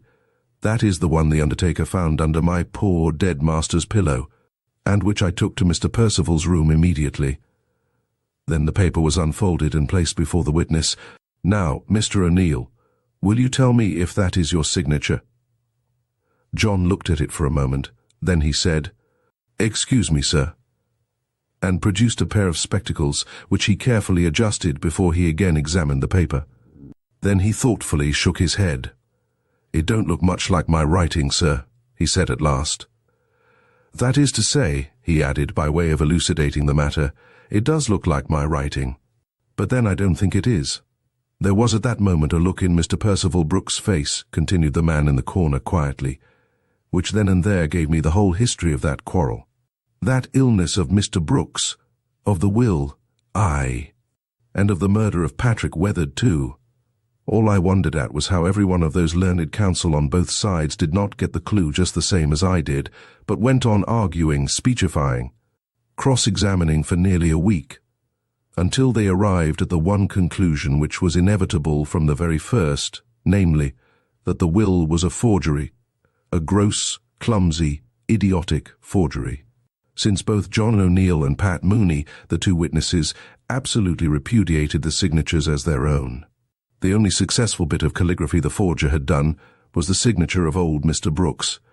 It was a very curious fact, and one which had undoubtedly aided the forger in accomplishing his work quickly, that Mr. Weathered, the lawyer, having no doubt realized that Mr. Brooks had not many moments in life to spare, had not drawn up the usual engrossed, magnificent document dear to the lawyer heart, but had used for his client's will one of those regular printed forms which can be purchased at any stationer's.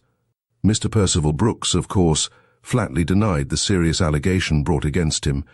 He admitted that the butler had brought him the document the morning after his father's death, and that he certainly, on glancing at it, had been very much astonished to see that that document was his father's will. Against that he declared that its contents did not astonish him in the slightest degree, that he himself knew of the testator's intentions, but that he certainly thought his father had entrusted the will to the care of Mr. Weathered, who did all his business for him. "I only very cursorily glanced at the signature," he concluded, speaking in a perfectly calm, clear voice. "You must understand that the thought of forgery was very far from my mind, and that my father's signature is exceedingly well imitated, if indeed it is not his own, which I am not at all prepared to believe. As for the two witnesses' signatures, I don't think I had ever seen them before. I took the document to Messrs. Barkston and Maud, who had often done business for me before, and they assured me that the will was in perfect form and order. Asked why he had not entrusted the will to his father's solicitors, he replied, "For the very simple reason that exactly half an hour before the will was placed in my hands, I had read that Mr. Patrick Weathered had been murdered the night before. Mr. Hibbert, the junior partner, was not personally known to me. After that, for form's sake, a good deal of expert evidence was heard on the subject of the dead man's signature, but that was quite unanimous, and merely went to corroborate what had already been established beyond a doubt, namely, that the will dated February 1st, 1908, was a forgery, and probate of the will dated 1891 was therefore granted to Mr. Murray Brooks, the sole executor mentioned therein. Chapter 23, A Memorable Day. 2 days later, the police applied for a warrant for the arrest of Mr. Percival Brooks on a charge of forgery. The Crown prosecuted, and Mr. Brooks had again the support of Mr. Oranmore, the eminent K.C., perfectly calm, like a man conscious of his own innocence, and unable to grasp the idea that justice does sometimes miscarry. Mr. Brooks, the son of the millionaire, himself still the possessor of a very large fortune under the former will, stood up in the dock on that memorable day in October 1908, which still no doubt lives in the memory of his many friends.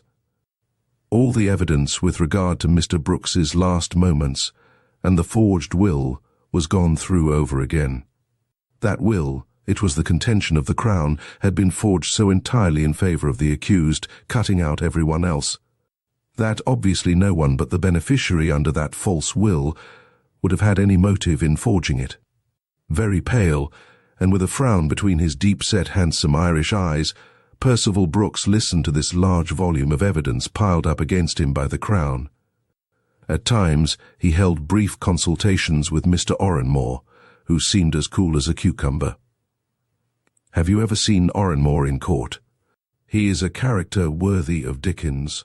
His pronounced brogue, his fat, podgy, clean-shaven face, his not always immaculately clean large hands, have often delighted the caricaturist. As it very soon transpired during that memorable magisterial inquiry, he relied for a verdict in favour of his client upon two main points, and he had concentrated all his skill upon making these 2 points as telling as he possibly could. The first point was the question of time. John O'Neill, cross-examined by Oranmore, stated without hesitation that he had given the will to Mr. Percival at 11 o'clock in the morning. And now the eminent K.C. brought forward and placed in the witness box the very lawyers into whose hands the accused had then immediately placed the will. Now, Mr. Barkston, a very well-known solicitor of King Street, declared positively that Mr. Percival Brooks was in his office at 12:15. 2 of his clerks testified to the same time exactly, and it was impossible, contended Mr. Oranmore, that within 3/4 of an hour Mr. Brooks could have gone to a stationer's, bought a will form, copied Mr. Weatherd's writing, his father's signature, and that of John O'Neill and Pat Mooney. Such a thing might have been planned, arranged, practiced, and ultimately, after a great deal of trouble, successfully carried out, but human intelligence could not grasp the other as a possibility. Still the judge wavered. The eminent K.C. had shaken but not shattered his belief in the prisoner's guilt. But there was one point more, and this Oranmore, with the skill of a dramatist, had reserved for the fall of the curtain. He noted every sign in the judge's face. He guessed that his client was not yet absolutely safe. Then only did he produce his last 2 witnesses. One of them was Mary Sullivan, one of the housemaids in the Fitzwilliam mansion. She had been sent up by the cook at 4:15 o'clock on the afternoon of February 1st with some hot water, which the nurse had ordered, for the master's room. Just as she was about to knock at the door, Mr. Weatherd was coming out of the room. Mary stopped with a tray in her hand, and at the door Mr. Weatherd turned and said quite loudly, "Now, don't fret, don't be anxious. Do try and be calm. Your will is safe in my pocket. Nothing can change it or alter one word of it but yourself." It was, of course, a very ticklish point in law whether the housemaid's evidence could be accepted. You see, she was quoting the words of a man since dead, spoken to another man also dead. There is no doubt that had there been very strong evidence on the other side against Percival Brooks, Mary Sullivan's would have counted for nothing. But, as I told you before, the judge's belief in the prisoner's guilt was already very seriously shaken, and now the final blow aimed at it by Mr. Oranmore shattered his last lingering doubts. Dr. Mulligan, namely, had been placed by Mr. Oranmore into the witness box. He was a medical man of unimpeachable authority, in fact, absolutely at the head of his profession in Dublin. What he said practically corroborated Mary Sullivan's testimony. He had gone in to see Mr. Brooks at 4:30 and understood from him that his lawyer had just left him. Mr. Brooks certainly, though terribly weak, was calm and more composed. He was dying from a sudden heart attack, and Dr. Mulligan foresaw the almost immediate end. But he was still conscious and managed to murmur feebly, "I feel much easier in my mind now. Doctor have made my will, Weatherd has been. He's got it in his pocket. It is safe there, safe from that." But the words died on. His lips, and after that he spoke but little. He saw his 2 sons before he died, but hardly knew them or even looked at them.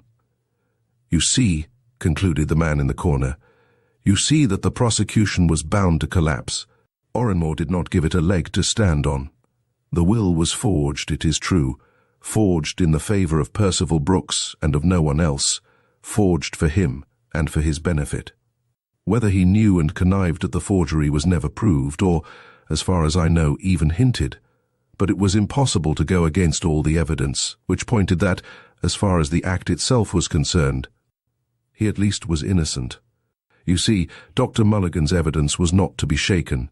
Mary Sullivan's was equally strong. There were 2 witnesses swearing positively that old Brooks' will was in Mr. Weathered's keeping when that gentleman left Fitzwilliam Mansion at 4:15. At 5 o'clock in the afternoon, the lawyer was found dead in Phoenix Park. Between 4:15 and 8 o'clock in the evening, Percival Brooks never left the house.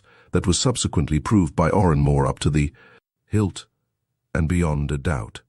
Since the will found under old Brooks' pillow was a forged will, where then was the will he did make, and which Weathered carried away with him in his pocket?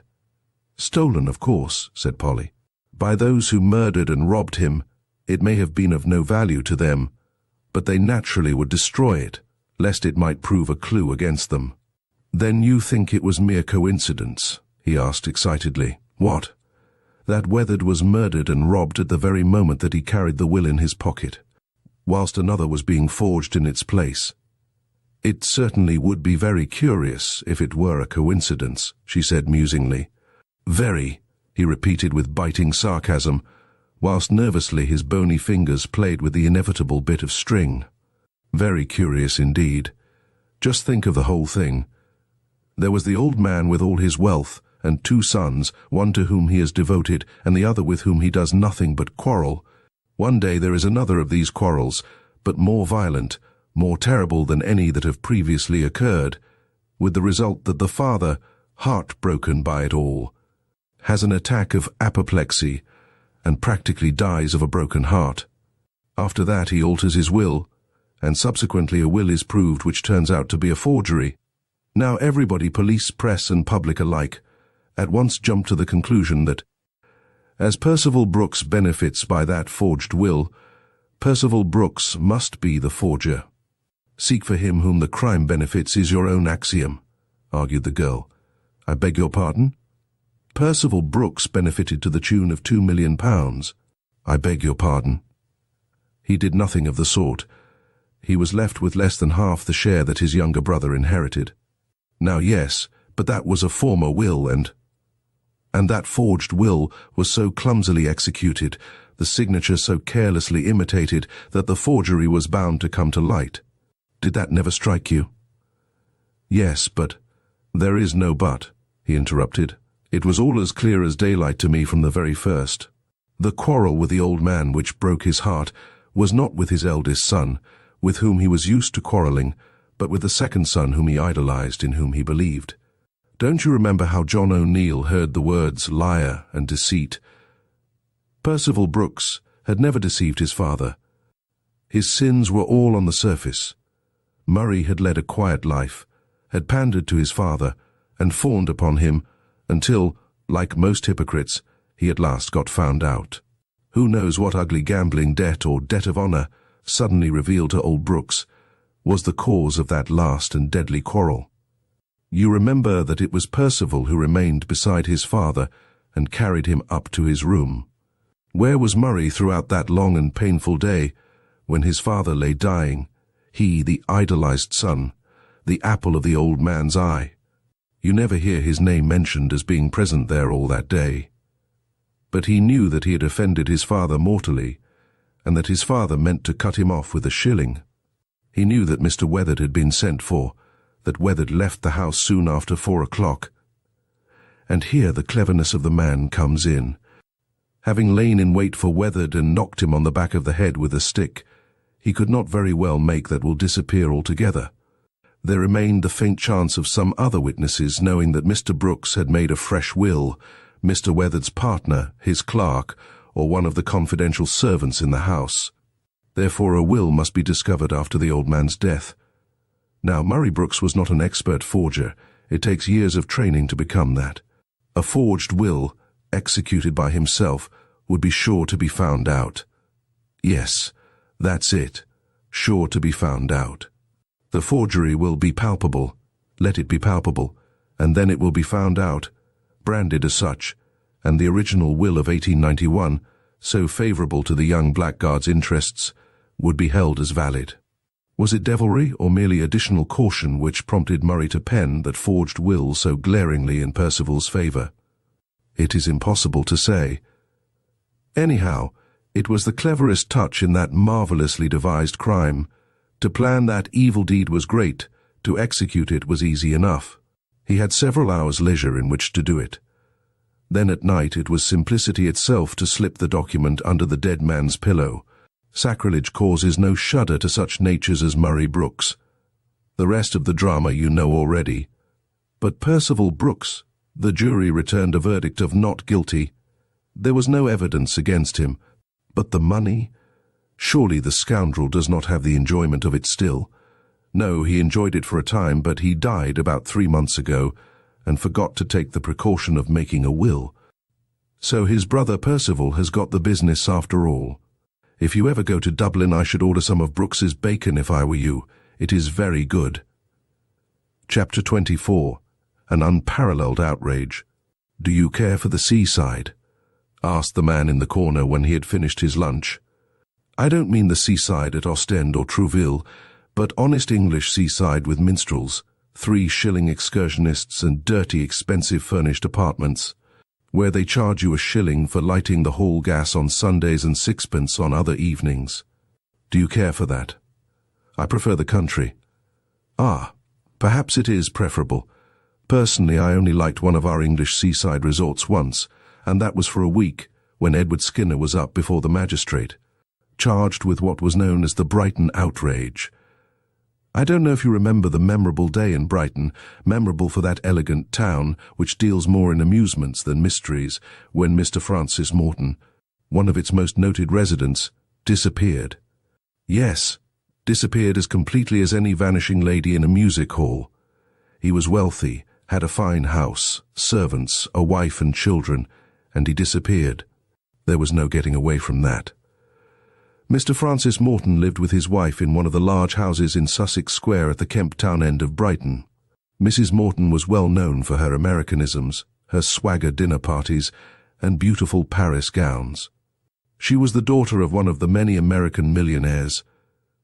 I think her father was a Chicago pork butcher, who conveniently provide wealthy wives for English gentlemen, and she had married Mr. Francis Morton a few years ago and brought him her $250,000, for no other reason but that she fell in love with him. He was neither good-looking nor distinguished. In fact, he was one of those men who seemed to have cities stamped all over their person. He was a gentleman of very regular habits, going up to London every morning on business and returning every afternoon by the husband's train. So regular was he in these habits that all the servants at the Sussex Square house were betrayed into actual gossip over the fact that on Wednesday, March 17th, the master was not home for dinner. Hales, the butler, remarked that the mistress seemed a bit anxious and didn't eat much food. The evening wore on, and Mr. Morton did not appear. At 9 o'clock the young footman was dispatched to the station to make inquiries whether his master had been seen there in the afternoon, or whether, which heaven forbid, there had been an accident on the line. The young man interviewed 2 or 3 porters, the bookstall boy, and ticket clerk. All were agreed that Mr. Morton did not go up to London during the day. No one had seen him within the precincts of the station. There certainly had been no accident reported either on the up or down line. But the morning of the 18th came, with its initial postman's knock, but neither Mr. Morton nor any sign or news from him. Mrs. Morton, who evidently had spent a sleepless night, for she looked sadly changed and haggard, sent a wire to the hall porter at the large building in Cannon Street, where her husband had his office. An hour later she had the reply, "Not seen Mr. Morton all day yesterday, not here today." By the afternoon, everyone in Brighton knew that a fellow resident had mysteriously disappeared from or in the city. A couple of days, then another, elapsed, and still no sign of Mr. Morton. The police were doing their best. The gentleman was so well known in Brighton, as he had been a resident 2 years, that it was not difficult to firmly establish the one fact that he had not left the city, since no one saw him in the station on the morning of the 17th, nor at any time since then. Mild excitement prevailed throughout the town. At first the newspapers took the matter somewhat jocosely. Where is Mr. Morton? was the usual placard on the evening's contents bills, but after 3 days had gone by and the worthy Brighton resident was still missing. While Mrs. Morton was seen to look more haggard and careworn every day, mild excitement gave place to anxiety. There were vague hints now as to foul play. The news had leaked out that the missing gentleman was carrying a large sum of money on the day of his disappearance. There were also vague rumours of a scandal not unconnected with Mrs. Morton herself and her own past history, which in her anxiety for her husband she had been forced to reveal to the detective inspector in charge of the case. Then on Saturday the news which the late evening papers contained was this: acting on certain information received, the police today forced an entrance into one of the rooms of Russell House, a high-class furnished apartment on the King's Parade, and there they discovered our missing distinguished townsman, Mr. Francis Morton, who had been robbed and subsequently locked up in that room since Wednesday the 17th. When discovered he was in the last stages of inanition, he was tied into an armchair with ropes, a thick wool shawl had been wound round his mouth, and it is a positive marvel that, left thus without food and very little air, the unfortunate gentleman survived the horrors of these 4 days of incarceration. He has been conveyed to his residence in Sussex Square, and we are pleased to say that Dr. Mellish, who is in attendance, has declared his patient to be out of serious danger, and that with care and rest he will be soon quite himself again. At the same time, our readers will learn with unmixed satisfaction that the police of our city, with their usual acuteness and activity, have already discovered the identity and whereabouts of the cowardly ruffian who committed this unparalleled outrage. Chapter 25. The Prisoner. I really don't know, continued the man in the corner blandly, what it was that interested me in the case from the very first. Certainly it had nothing very out of the way or mysterious about it, but I journeyed down to Brighton nevertheless, as I felt that something deeper and more subtle lay behind that extraordinary assault, following a robbery. No doubt. I must tell you that the police had allowed it to be freely circulated abroad that they held a clue. It had been easy enough to ascertain who the lodger was who had rented the furnished room in Russell House. His name was supposed to be Edward Skinner, and he had taken the room about a fortnight ago, but had gone away ostensibly for 2 or 3 days on the very day of Mr. Morton's mysterious disappearance. It was on the 20th that Mr. Morton was found, and 36 hours later the public were gratified to hear that Mr. Edward Skinner had been traced to London and arrested on the charge of assault upon the person of Mr. Francis Morton, and of robbing him of the sum of £10,000. Then a further sensation was added to the already bewildering case by the startling announcement that Mr. Francis Morton refused to prosecute.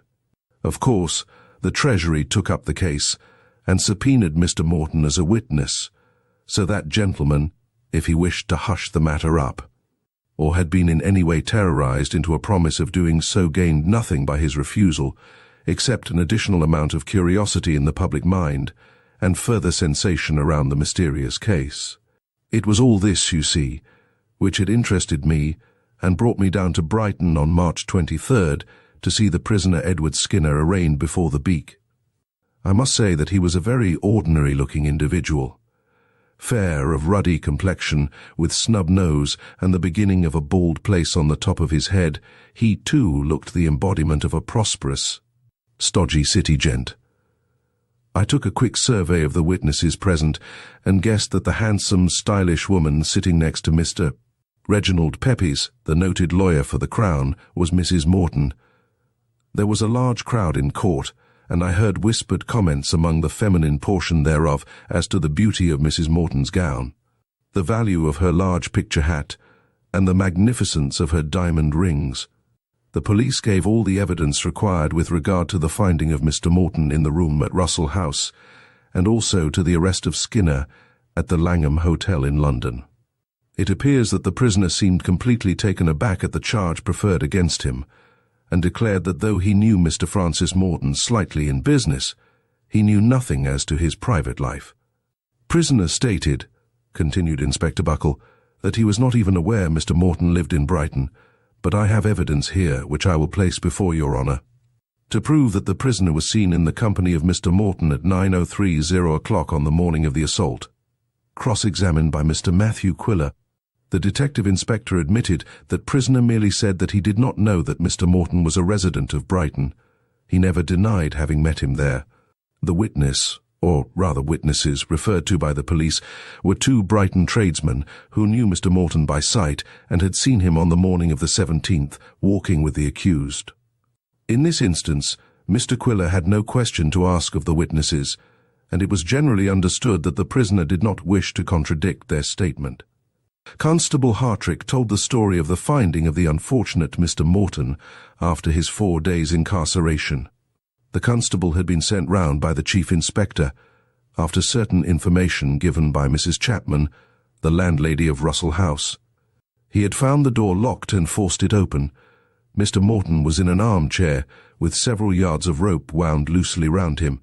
He was almost unconscious, and there was a thick wool shawl tied round his mouth, which must have deadened any cry or groan the poor gentleman might have uttered.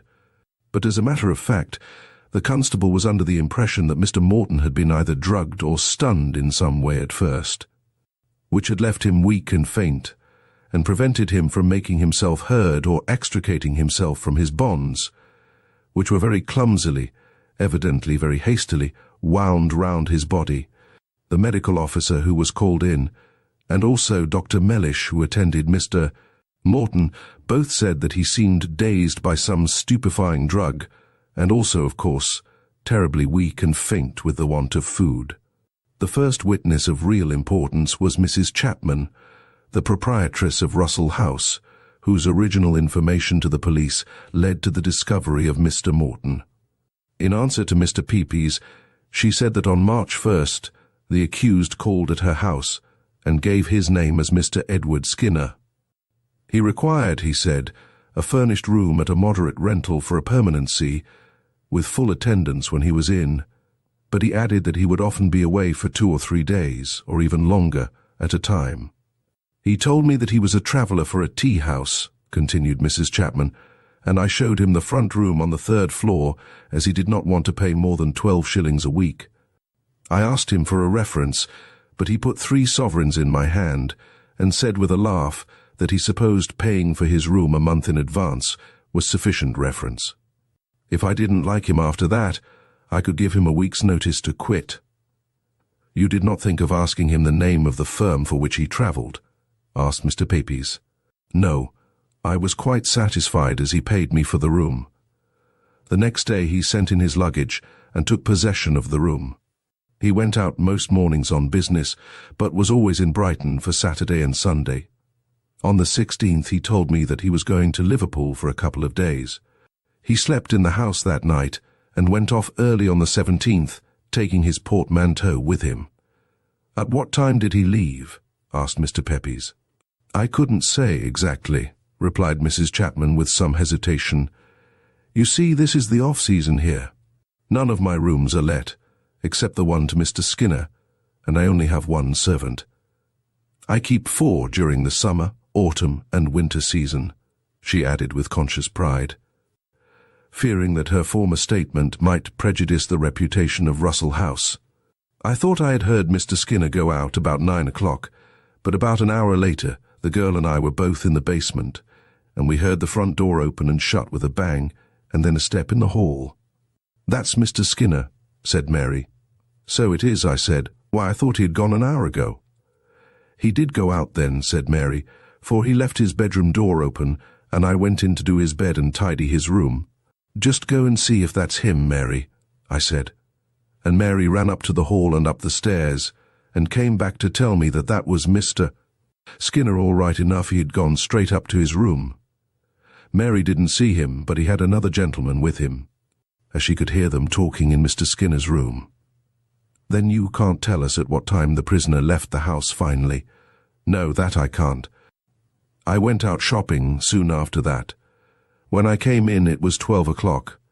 I went up to the 3rd floor and found that Mr. Skinner had locked his door and taken the key with him. As I knew Mary had already done, the room I did not trouble more about it, though I did think it strange for a gentleman to look up his room and not leave the key with me. And of course, You heard no noise of any kind in the room then? No, not that day or the next, but on the third day, Mary and I both thought we heard a funny sound.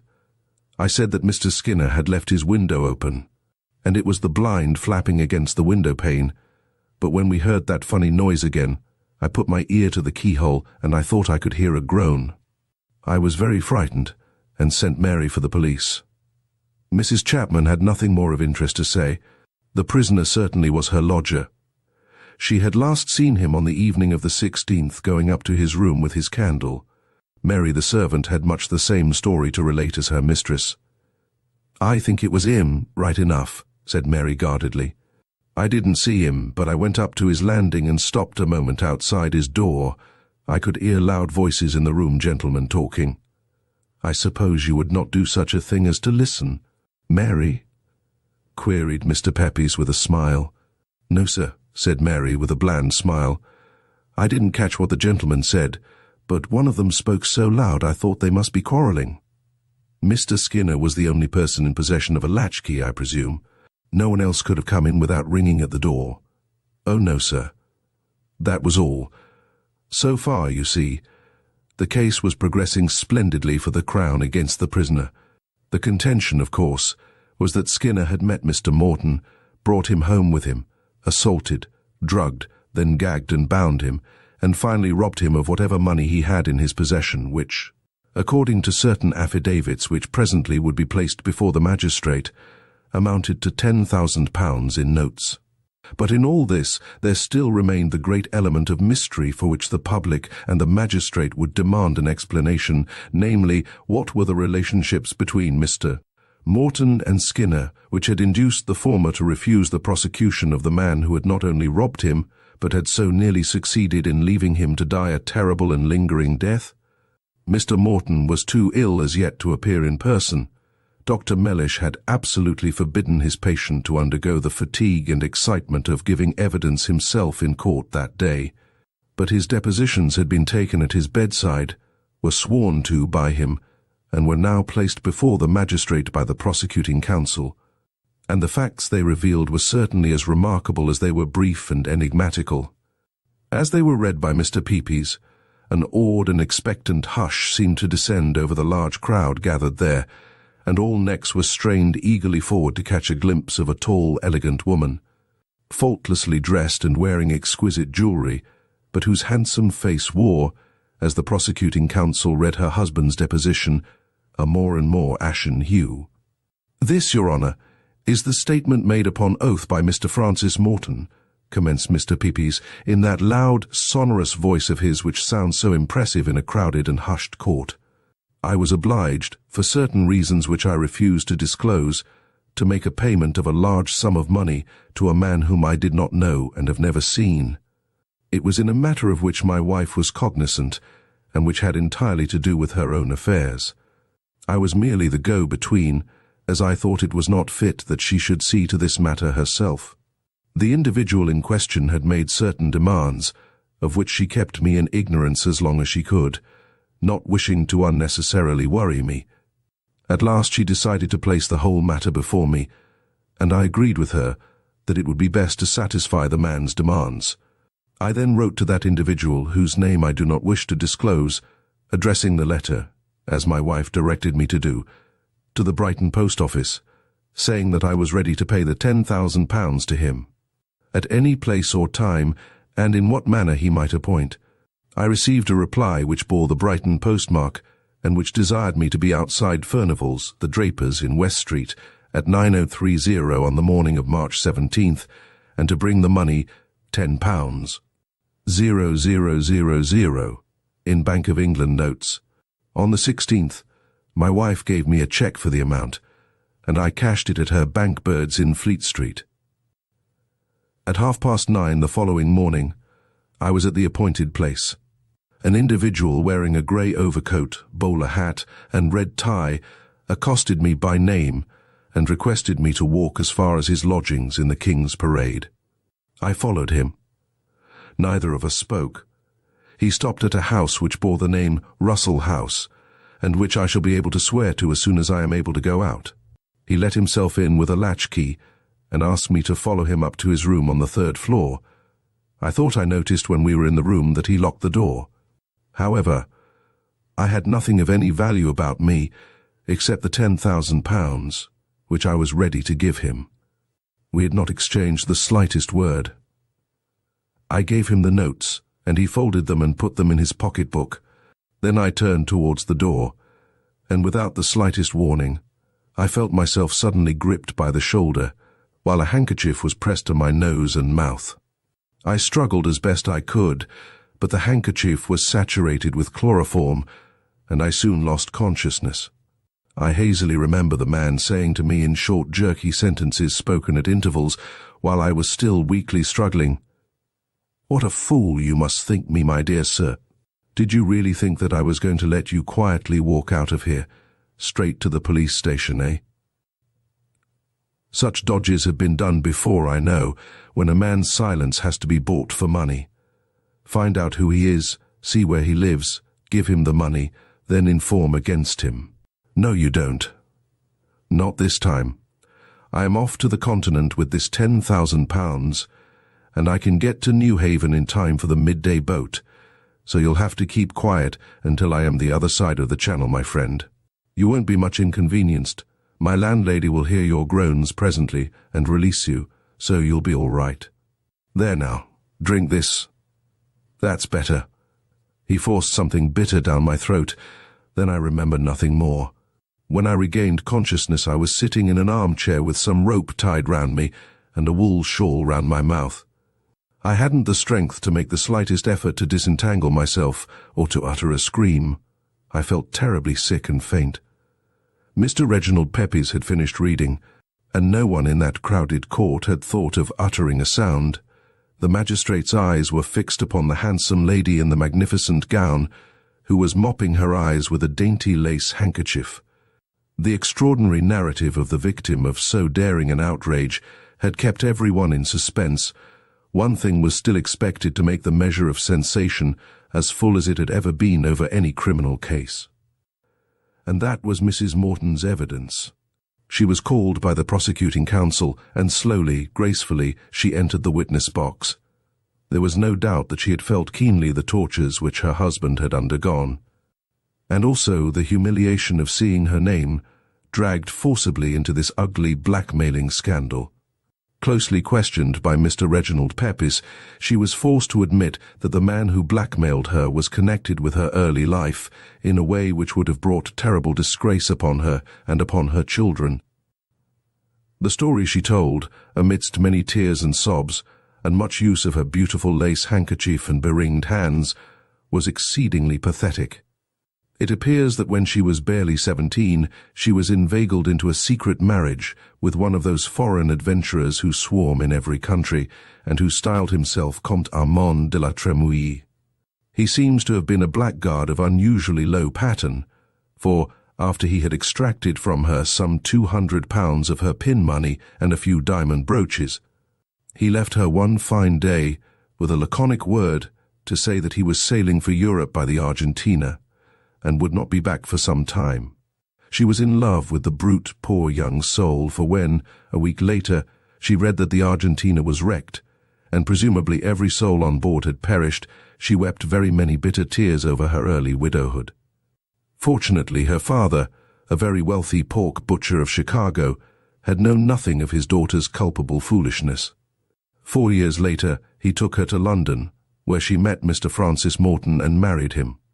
She led 6 or 7 years of very happy married life, when one day, like a thunderbolt from a clear blue sky, she received a typewritten letter, signed Armand de la Tremouille, full of protestations of undying love, telling a long and pathetic tale of years of suffering in a foreign land, whither he had drifted after having been rescued almost miraculously from the wreck of the Argentina, and where he never had been able to scrape a sufficient amount of money to pay for his passage home.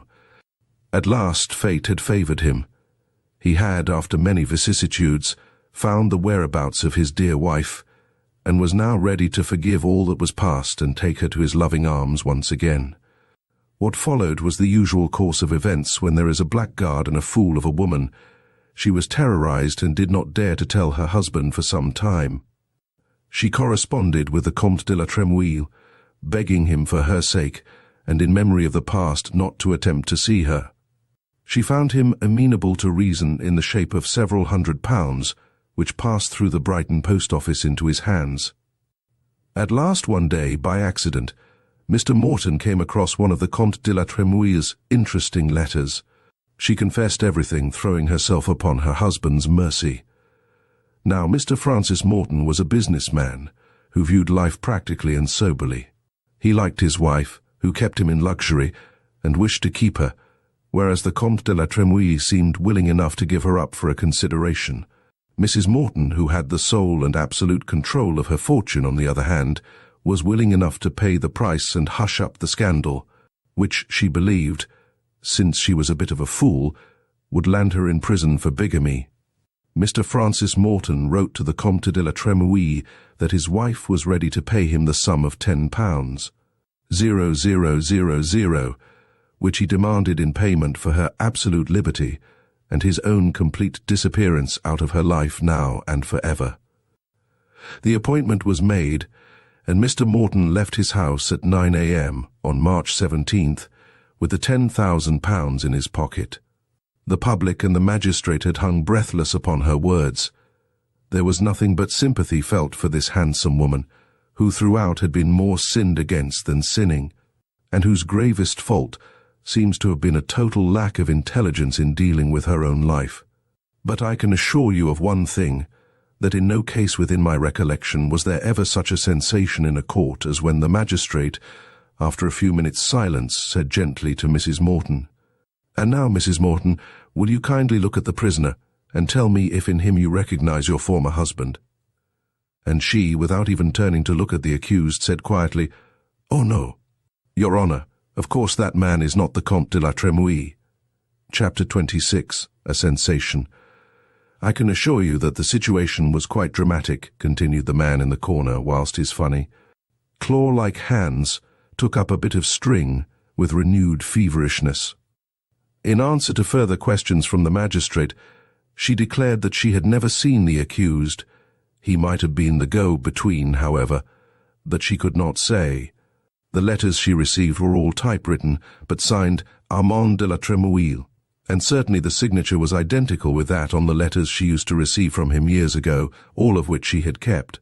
"And did it never strike you," asked the magistrate with a smile, "that the letters you received might be forgeries?"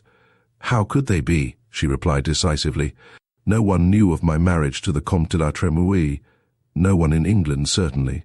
And, besides, if someone did know the Comte intimately enough to forge his handwriting and to blackmail me, why should that someone have waited all these years?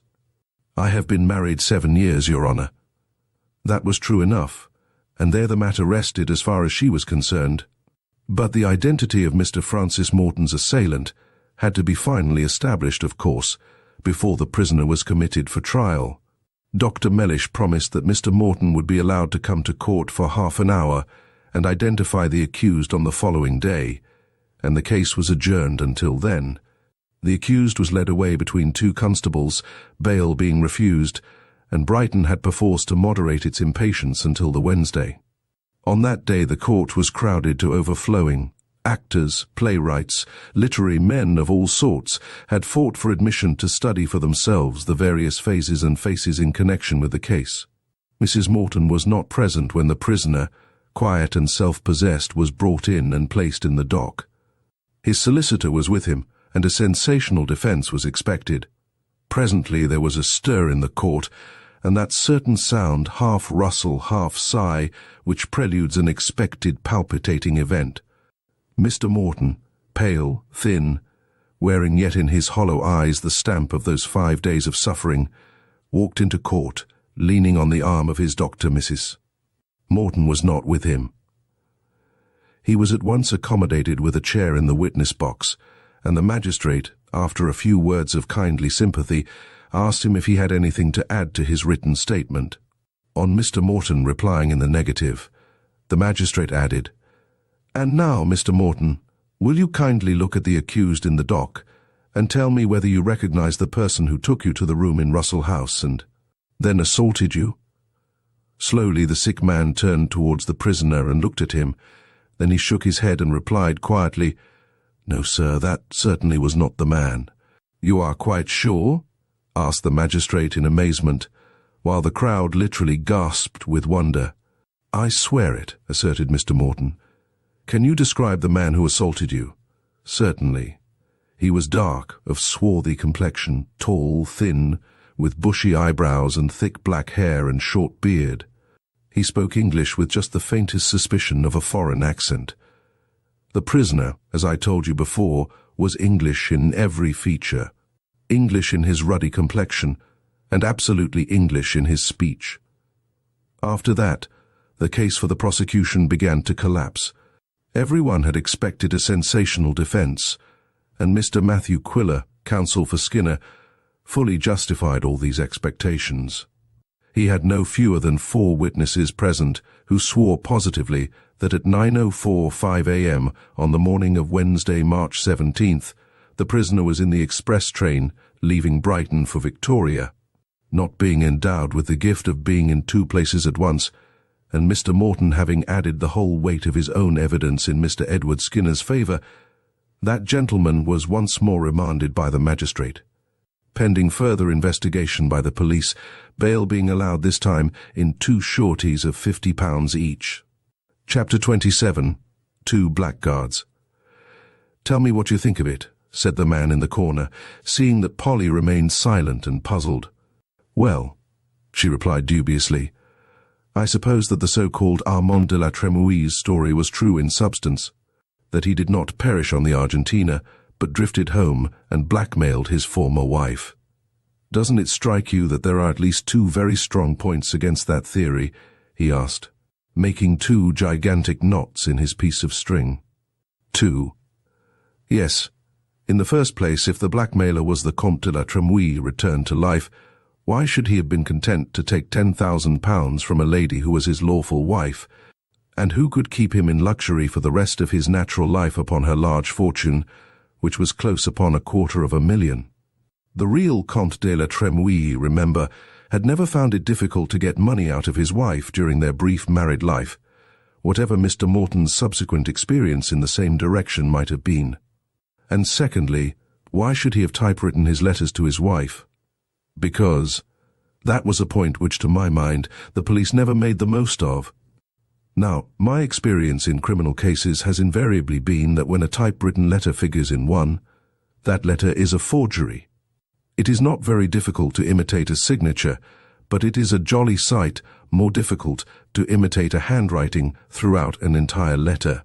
Then, do you think— "I think, if you will allow me," he interrupted excitedly, "that we will go through the points, the sensible, tangible points of the case.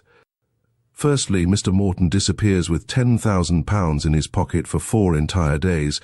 At the end of that time he is discovered loosely tied to an armchair and a wool shawl round his mouth. Secondly, a man named Skinner is accused of the outrage. Mr. Morton, although he himself is able, mind you, to furnish the best defence possible for Skinner by denying his identity with the man who assaulted him, refuses to prosecute. Why? He did not wish to drag his wife's name into the case. He must have known that the Crown would take up the case. Then again, how is it no one saw him in the company of the swarthy foreigner he described? 2 witnesses did see Mr. Morton in company with Skinner, argued Polly. Yes, at 9.20 in West Street. That would give Edward Skinner time to catch the 9.45 at the station and to entrust Mr. Morton with the latchkey of Russell House, remarked the man in the corner dryly. What nonsense, Polly ejaculated. Nonsense, is it? He said, tugging wildly at his bit of string. Is it nonsense to affirm that if a man wants to make sure that his victim shall not escape, he does not usually wind rope loosely round his figure, nor does he throw a wool shawl lightly round his mouth? The police were idiotic beyond words. They themselves discovered that Morton was so loosely fastened to his chair that very little movement would have disentangled him, and yet it never struck them that nothing was easier for that particular type of scoundrel to sit down in an armchair and wind a few yards of rope round himself, then, having wrapped a wool shawl round his throat, to slip his 2 arms inside the ropes.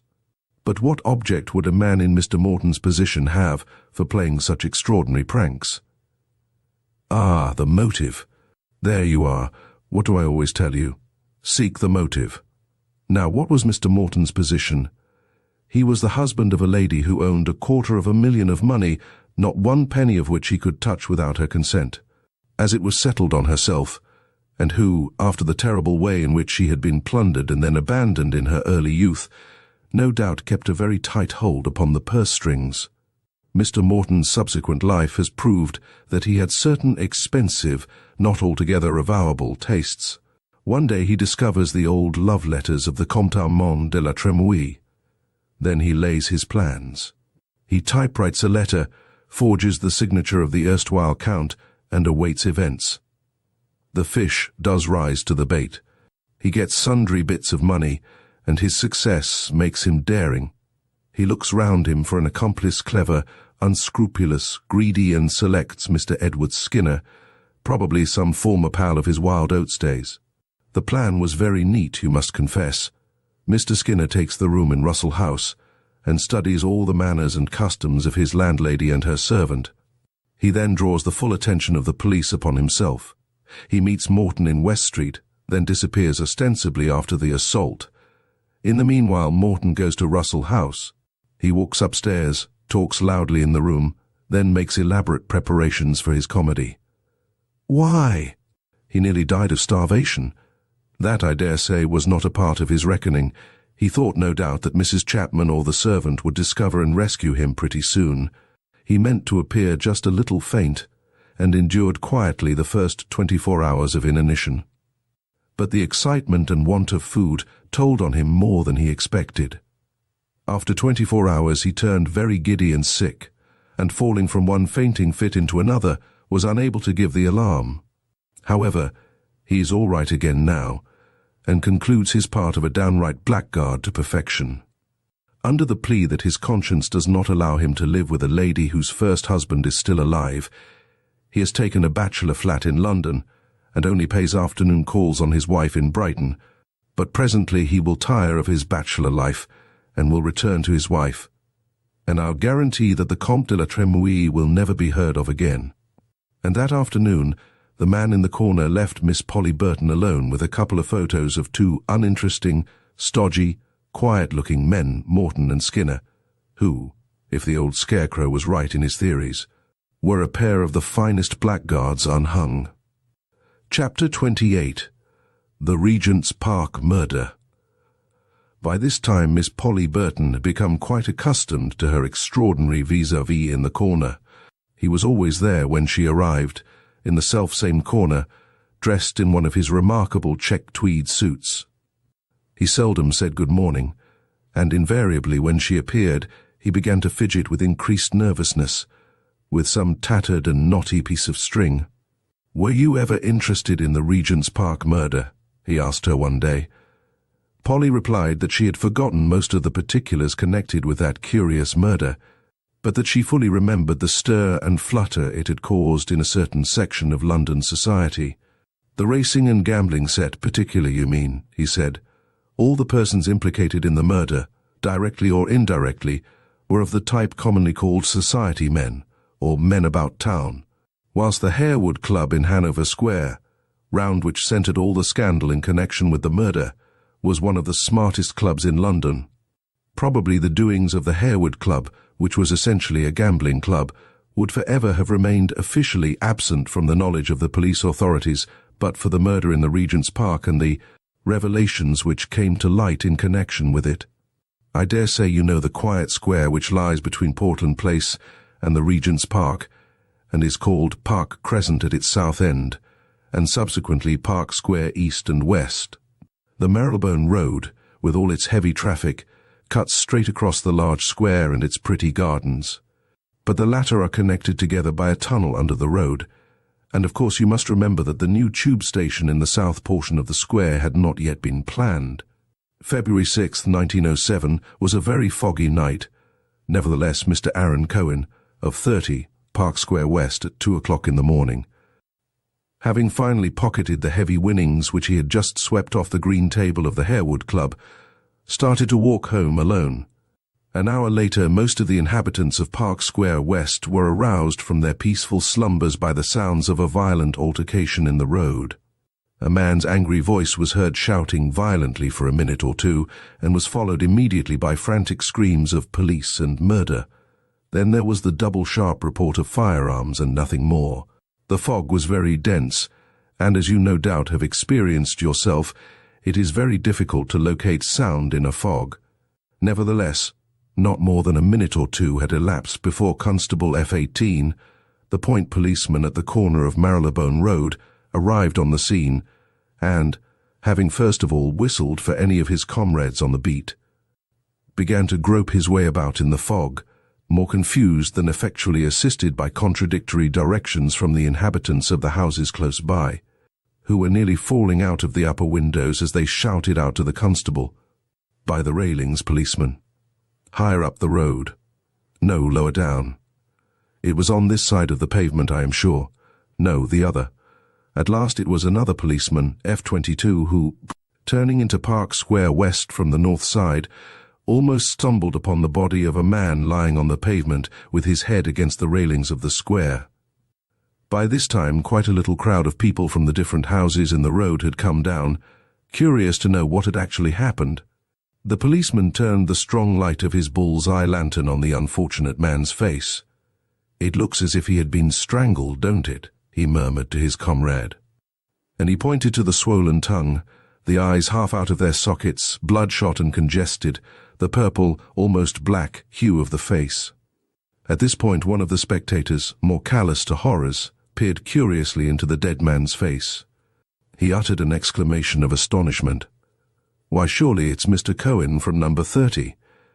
The mention of a name familiar down the length of the street had caused 2 or 3 other men to come forward and to look more closely into the horribly distorted mask of the murdered man. "Our next-door neighbour, undoubtedly," asserted Mr. Ellison, a young barrister, residing at number 31. "What in the world was he doing this foggy night all alone, and on foot?" asked somebody else. "He usually came home very late. I fancy he belonged to some gambling club in town. I dare say he couldn't get a cab to bring him out here. Mind you, I don't know much about him. We only knew him to nod to. Poor beggar. It looks almost like an old-fashioned case of garrotting. Anyway, the blackguardly murderer, whoever he was, wanted to make sure he had killed his man," added Constable F-18, as he picked up an object from the pavement. "Here's the revolver, with 2 cartridges missing. You gentlemen heard the report just now. He don't seem to have hit him, though. The poor bloke was strangled, no doubt." "And tried to shoot at his assailant, obviously," asserted the young barrister with authority. "If he succeeded in hitting the brute, there might be a chance of tracing the way he went, but not in the fog." Soon, however, the appearance of the inspector, detective, and medical officer, who had quickly been informed of the tragedy, put an end to further discussion. The bell at number 30 was rung, and the servants, all 4 of them women, were asked to look at the body. Amidst tears of horror and screams of fright, they all recognized in the murdered man their master, Mr. Aaron Cohen. He was therefore conveyed to his own room pending the coroner's inquest. The police had a pretty difficult task, you will admit. There were so very few indications to go by, and at first literally no clue. The inquest revealed practically nothing. Very little was known in the neighborhood about Mr. Aaron Cohen and his affairs. His female servants did not even know the name or whereabouts of the various clubs he frequented. He had an office in Throgmorton Street and went to business every day. He dined at home and sometimes had friends to dinner. When he was alone, he invariably went to the club, where he stayed until the small hours of the morning. The night of the murder he had gone out at about 9 o'clock. That was the last his servants had seen of him. With regard to the revolver, all 4 servants swore positively that they had never seen it before, and that, unless Mr. Cohen had bought it that very day, it did not belong to their master. Beyond that, no trace whatever of the murderer had been found, but on the morning after the crime, A couple of keys linked together by a short metal chain were found close to a gate at the opposite end of the square, that which immediately faced Portland Place. These were proved to be, firstly, Mr. Cohen's latchkey, and secondly, his gate key of the square. It was therefore presumed that the murderer, having accomplished his fell design and ransacked his victim's pockets, had found the keys and made good his escape by slipping into the square, cutting under the tunnel, and out again by the further gate. He then took the precaution not to carry the keys with him any further, but threw them away and disappeared in the fog. The jury returned a verdict of willful murder against some person or persons unknown, and the police were put on their mettle to discover the unknown and daring murderer. The result of their investigations, conducted with marvellous skill by Mr. William Fisher, led, about a week after the crime, to the sensational arrest of one of London's smartest young bucks. The case Mr. Fisher had got up against the accused briefly amounted to this. On the night of February 6th, soon after midnight, play began to run very high at the Harewood Club in Hanover Square. Mr. Aaron Cohen held the bank at roulette against some 20 or 30 of his friends, mostly young fellows with no wits and plenty of money. The bank was winning heavily, and it appears that this was the third consecutive night on which Mr. Aaron Cohen had gone home richer by several hundreds than he had been at the start of play. Young John Ashley, who is the son of a very worthy county gentleman who is MFH somewhere in the Midlands, was losing heavily, and in his case also, it appears that it was the third consecutive night that fortune had turned her face against him. Remember, continued the man in the corner, that when I tell you all these details and facts, I am giving you the combined evidence of several witnesses, which it took many days to collect and to classify. It appears that young Mr. Ashley, though very popular in society, was generally believed to be in what is vulgarly termed low water, up to his eyes in debt, and mortally afraid of his dad, whose younger son he was, and who had on one occasion threatened to ship him off to Australia with a £5 note in his pocket if he made any further extravagant calls upon his paternal indulgence. It was also evident to all John Ashley's many companions that the worthy MFH held the purse strings in a very tight grip. The young man, bitten with the desire to cut a smart figure in the circles in which he moved, had often recourse to the varying fortunes which now and again smiled upon him across the green tables in the Harewood Club. Be that as it may, the general consensus of opinion at the club was that young Ashley had changed his last pony before he sat down to a turn of roulette with Aaron Cohen on that particular night of February 6th. It appears that all his friends, conspicuous among whom was Mr. Walter Hatherell, tried their very best to dissuade him from pitting his luck against that of Cohen, who had been having a most unprecedented run of good fortune. But young Ashley, heated with wine, exasperated at his own bad luck, would listen to no one. He tossed one £5 note after another on the board. He borrowed from those who would lend, then played on parole for a while. Finally, at 1:30 in the morning, after a run of 19 on the red, the young man found himself without a penny in his pockets, and owing a gambling debt of honour of £1,500 to Mr. Aaron Cohen. Now we must render this much maligned gentleman that justice which was persistently denied to him by press and public alike. It was positively asserted by all those present that Mr. Cohen himself repeatedly tried to induce young Mr. Ashley to give up playing. He himself was in a delicate position in the matter, as he was the winner, and once or twice the taunt had risen to the young man's lips, accusing the holder of the bank of the wish to retire on a competence before the break in his luck. Mr. Aaron Cohen, smoking the best of Havanas, had finally shrugged his shoulders and said, "As you please." But at 1:30 he had had enough of the player, who always lost and never paid, never could pay. So Mr. Cohen probably believed. He therefore at that hour refused to accept Mr. John Ashley's promissory stakes any longer. A very few heated words ensued, quickly checked by the management, who are ever on the alert to avoid the least suspicion of scandal. In the meanwhile, Mr. Hatherell, with great good sense, persuaded young Ashley to leave the club and all its temptations and go home, if possible to bed. The friendship of the two young men, which was very well known in society, consisted chiefly, it appears, in Walter Hatherell being the willing companion and helpmeet of John Ashley in his mad and extravagant pranks. But tonight the latter, apparently tardily sobered by his terrible and heavy losses, allowed himself to be led away by his friend from the scene of his disasters. It was then about 20 minutes to 2.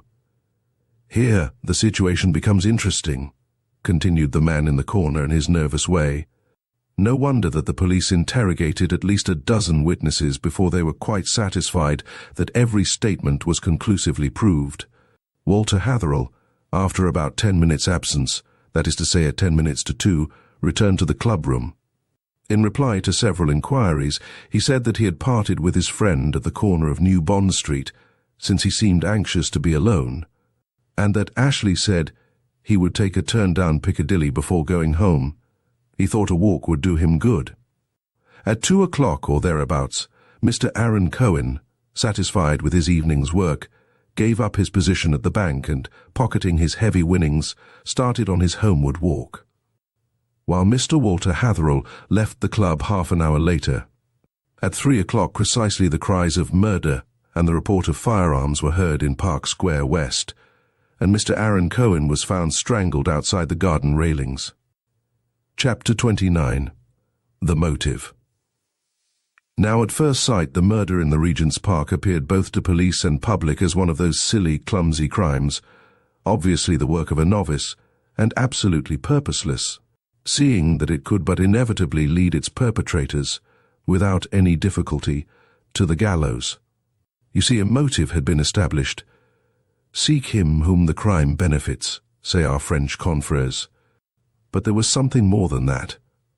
Constable James Funnell, on his beat, turned from Portland Place into Park Crescent a few minutes after he had heard the clock at Holy Trinity Church, Marylebone, strike 2:30.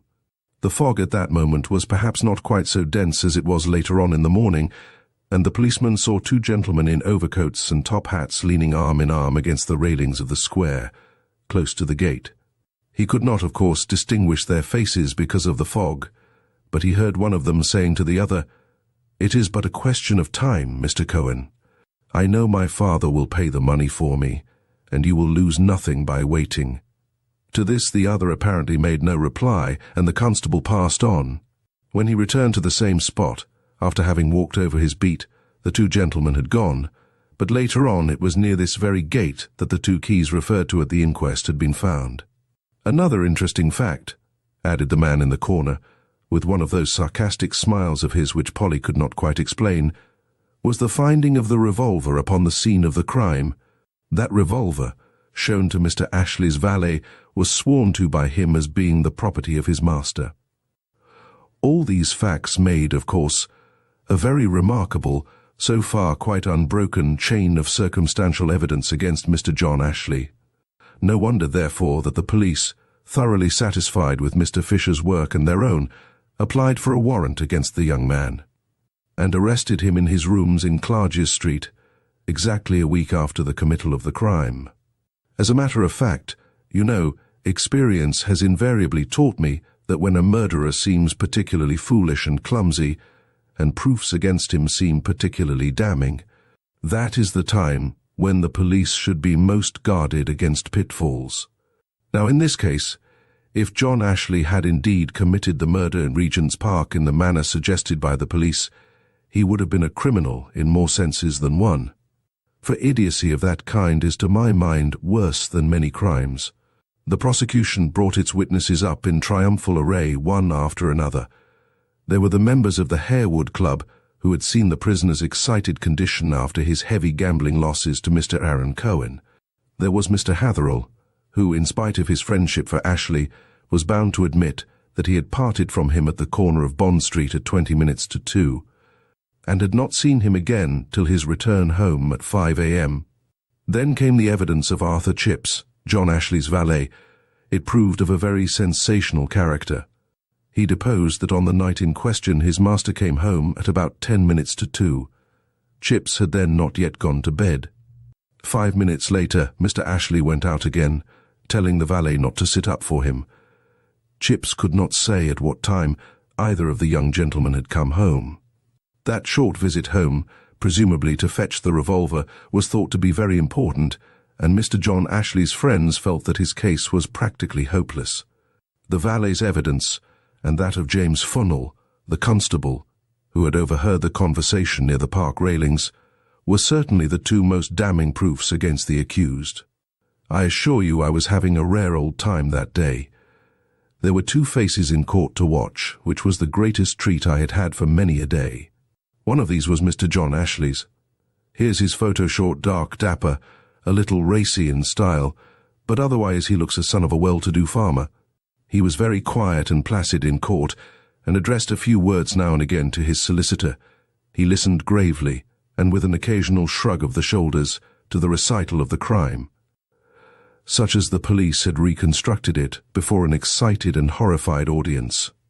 Mr. John Ashley, driven to madness and frenzy by terrible financial difficulties, had first of all gone home in search of a weapon, then waylaid Mr. Aaron Cohen somewhere on that gentleman's way home. The young man had begged for delay. Mr. Cohen perhaps was obdurate, but Ashley followed him with his importunities almost to his door.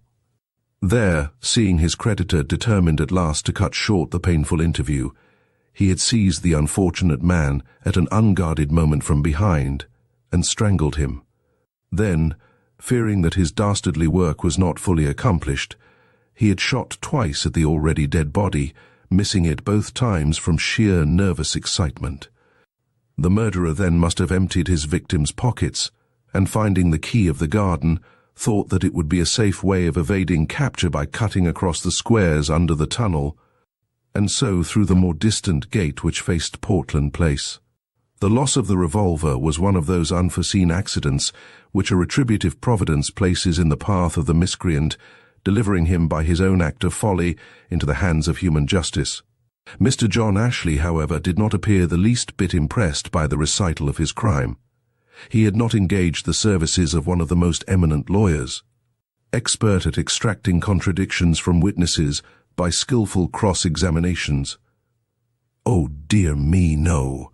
He had been contented with those of a dull, prosy, very second-rate limb of the law, who, as he called his witnesses, was completely innocent of any desire to create a sensation. He rose quietly from his seat, and amidst breathless silence, called the first of three witnesses on behalf of his client. He called three, but he could have produced 12 gentlemen, members of the Ashton Club in Great Portland Street, all of whom swore that at 3 o'clock on the morning of February 6th, that is to say, at the very moment when the cries of murder roused the inhabitants of Park Square West, and the crime was being committed, Mr. John Ashley was sitting quietly in the club rooms of the Ashton playing bridge with the three witnesses. He had come in a few minutes before 3, as the hall porter of the club testified, and stayed for about an hour and a half. I need not tell you that this undoubted, this fully proved, alibi was a positive bombshell in the stronghold of the prosecution. The most accomplished criminal could not possibly be in two places at once, and though the Ashton Club transgresses in many ways against the gambling laws of our very moral country, yet its members belong to the best, most unimpeachable classes of society. Mr. Ashley had been seen and spoken to at the very moment of the crime by at least a dozen gentlemen whose testimony was absolutely above suspicion. Mr. John Ashley's conduct throughout this astonishing phase of the inquiry remained perfectly calm and correct. It was no doubt the consciousness of being able to prove his innocence with such absolute conclusion that had steadied his nerves throughout the proceedings. His answers to the magistrate were clear and simple, even on the ticklish subject of the revolver. "I left the club, sir," he explained, "fully determined to speak with Mr. Cohen alone in order to ask him for a delay in the settlement of my debt to him. You will understand that I should not care to do this in the presence of other gentlemen. I went home for a minute or two, not in order to fetch a revolver, as the police assert, for I always carry a revolver about with me in foggy weather, but in order to see if a very important business letter had come for me in my absence. Then I went out again, and met Mr. Aaron Cohen not far from the Harewood Club. I walked the greater part of the way with him, and our conversation was of the most amicable character. We parted at the top of Portland Place, near the gate of the square, where the policeman saw us. Mr. Cohen then had the intention of cutting across the square as being a shorter way to his own house.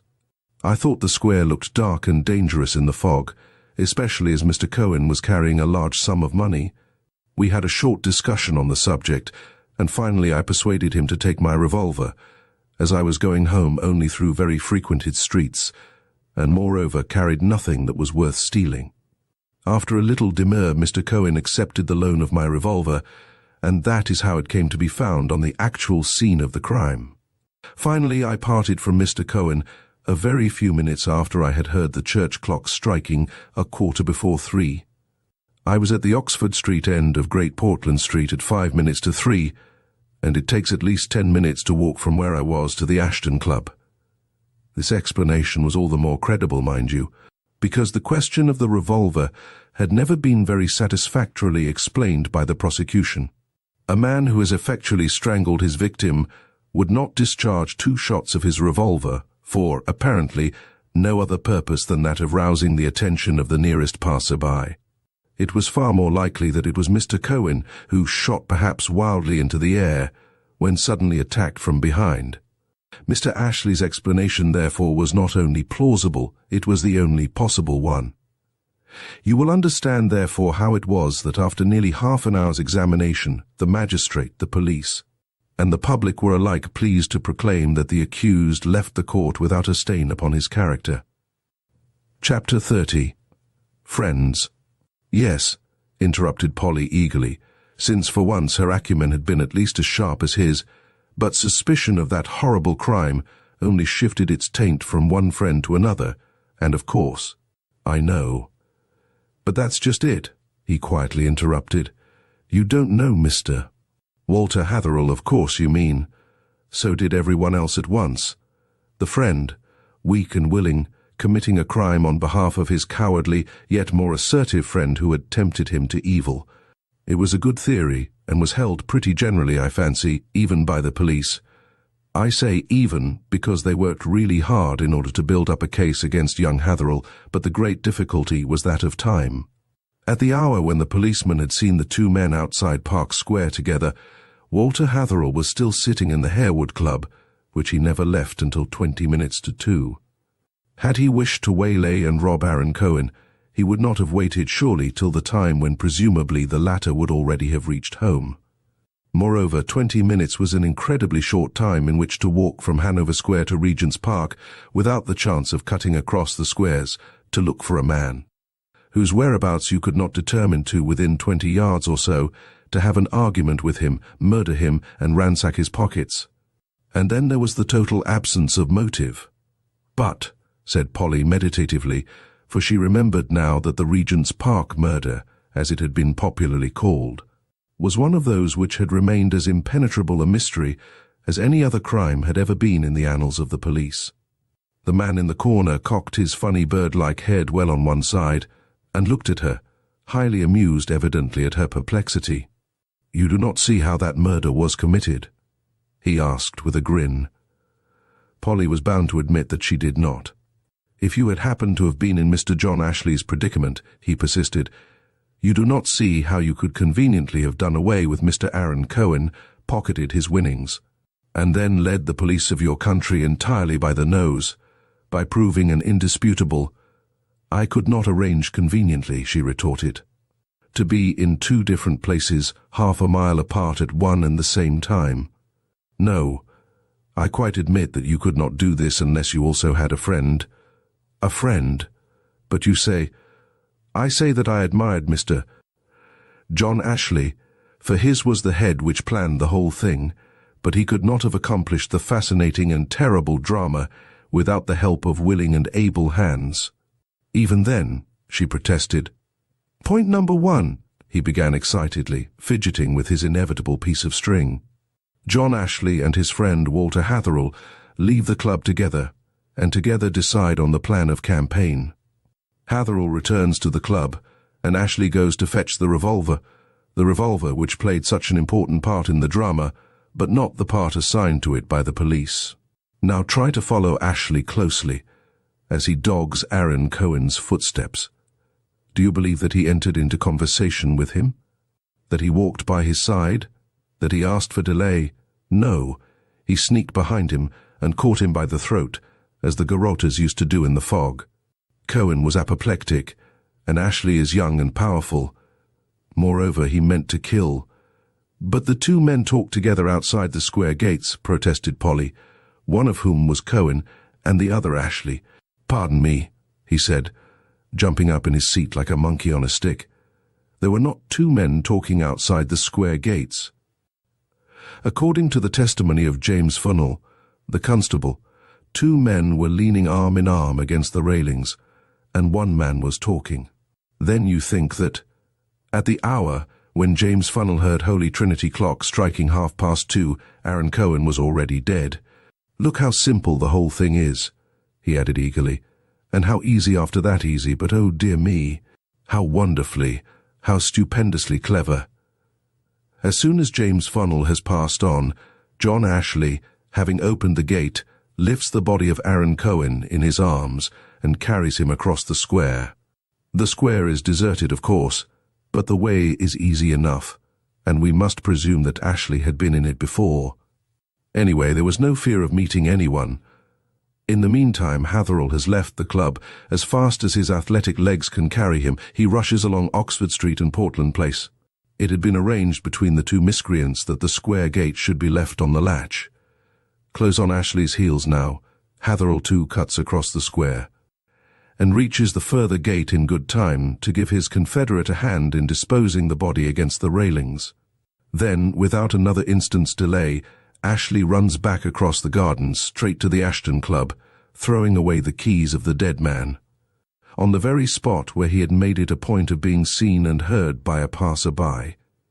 Hatherell gives his friend 6 or 7 minutes' start, then he begins the altercation, which lasts 2 or 3 minutes, and finally rouses the neighbourhood with cries of murder and report of pistol in order to establish that the crime was committed at the hour when its perpetrator has already made out an indisputable. I don't know what you think of it all, of course, added the funny creature as he fumbled for his coat and his gloves, but I call the planning of that murder on the part of novices, mind you, one of the cleverest pieces of strategy I have ever come across. It is one of those cases where there is no possibility whatever now of bringing the crime home to its perpetrator or his abettor. They have not left a single proof behind them. They foresaw everything, and each acted his part with a coolness and courage which, applied to a great and good cause, would have made fine statesmen of them both. As it is, I fear, they are just a pair of young blackguards who have escaped human justice and have only deserved the full and ungrudging admiration of yours very sincerely. He had gone. Polly wanted to call him back, but his meagre person was no longer visible through the glass door. There were many things she would have wished to ask of him. What were his proofs, his facts? His were theories, after all, and yet, somehow, she felt that he had solved once again one of the darkest mysteries of great criminal London. Chapter 31. The de Genneville Peerage. The man in the corner rubbed his chin thoughtfully and looked out upon the busy street below. I suppose, he said, there is some truth in the saying that Providence watches over bankrupts, kittens and lawyers. I didn't know there was such a saying, replied Polly with guarded dignity. Isn't there? Perhaps I am misquoting anyway, there should be. Kittens, it seems, live and thrive through social and domestic upheavals which would annihilate a self-supporting tom-cat, and today I read in the morning papers the account of a noble lord's bankruptcy, and in the society one's that of his visit at the house of a cabinet minister, where he is the most honoured guest. As for lawyers, when Providence had exhausted all other means of securing their welfare, it brought forth the peerage cases. I believe, as a matter of fact, that this special dispensation of Providence, as you call it, requires more technical knowledge than any other legal complication that comes before the law courts, she said, and also a great deal more money in the client's pocket than any other complication. Now, take the Brocklesby peerage case. Have you any idea how much money was spent over that soap bubble, which only burst after many hundreds, if not thousands, of pounds went in lawyers' and counsel's fees? "I suppose a great deal of money was spent on both sides," she replied, "until that sudden awful issue, which settled the dispute effectually." He interrupted with a dry chuckle. "Of course, it is very doubtful if any reputable solicitor would have taken up the case. Timothy Bedingfield, the Birmingham lawyer, is a gentleman who, well, has had some misfortunes, shall we say. He is still on the rolls, mind you, but I doubt if any case would have its chances improved by his conducting it. Against that there is just this to be said, that some of these old peerages have such peculiar histories and own such wonderful archives, that a claim is always worth investigating. You never know what may be the rights of it. I believe that at first everyone laughed over the pretensions of the Honourable Robert Ingram de Geneville to the joint title and part revenues of the old barony of Geneville, but obviously he might have got his case. It certainly sounded almost like a fairy tale, this claim based upon the supposed validity of an ancient document over 400 years old. It was then that a medieval Lord de Geneville, more endowed with muscle than common sense, became during his turbulent existence much embarrassed and hopelessly puzzled through the presentation made to him by his lady of twin-born sons. His embarrassment chiefly arose from the fact that my lady's attendants, while ministering to the comfort of the mother, had, in a moment of absent-mindedness, so placed the two infants in their cot that subsequently no one, not even, perhaps least of all, the mother, could tell which was the one who had been the first to make his appearance into this troublesome and puzzling world. After many years of cogitation, during which the Lord de Geneville approached nearer to the grave and his sons to man's estate, he gave up trying to solve the riddle as to which of the twins should succeed to his title and revenues. He appealed to his liege lord and King Edward, fourth of that name, and with the latter's august sanction he drew up a certain document wherein he enacted that both his sons should, after his death, share his titles and goodly revenues, and that the first son born in wedlock of either father should subsequently be the sole heir.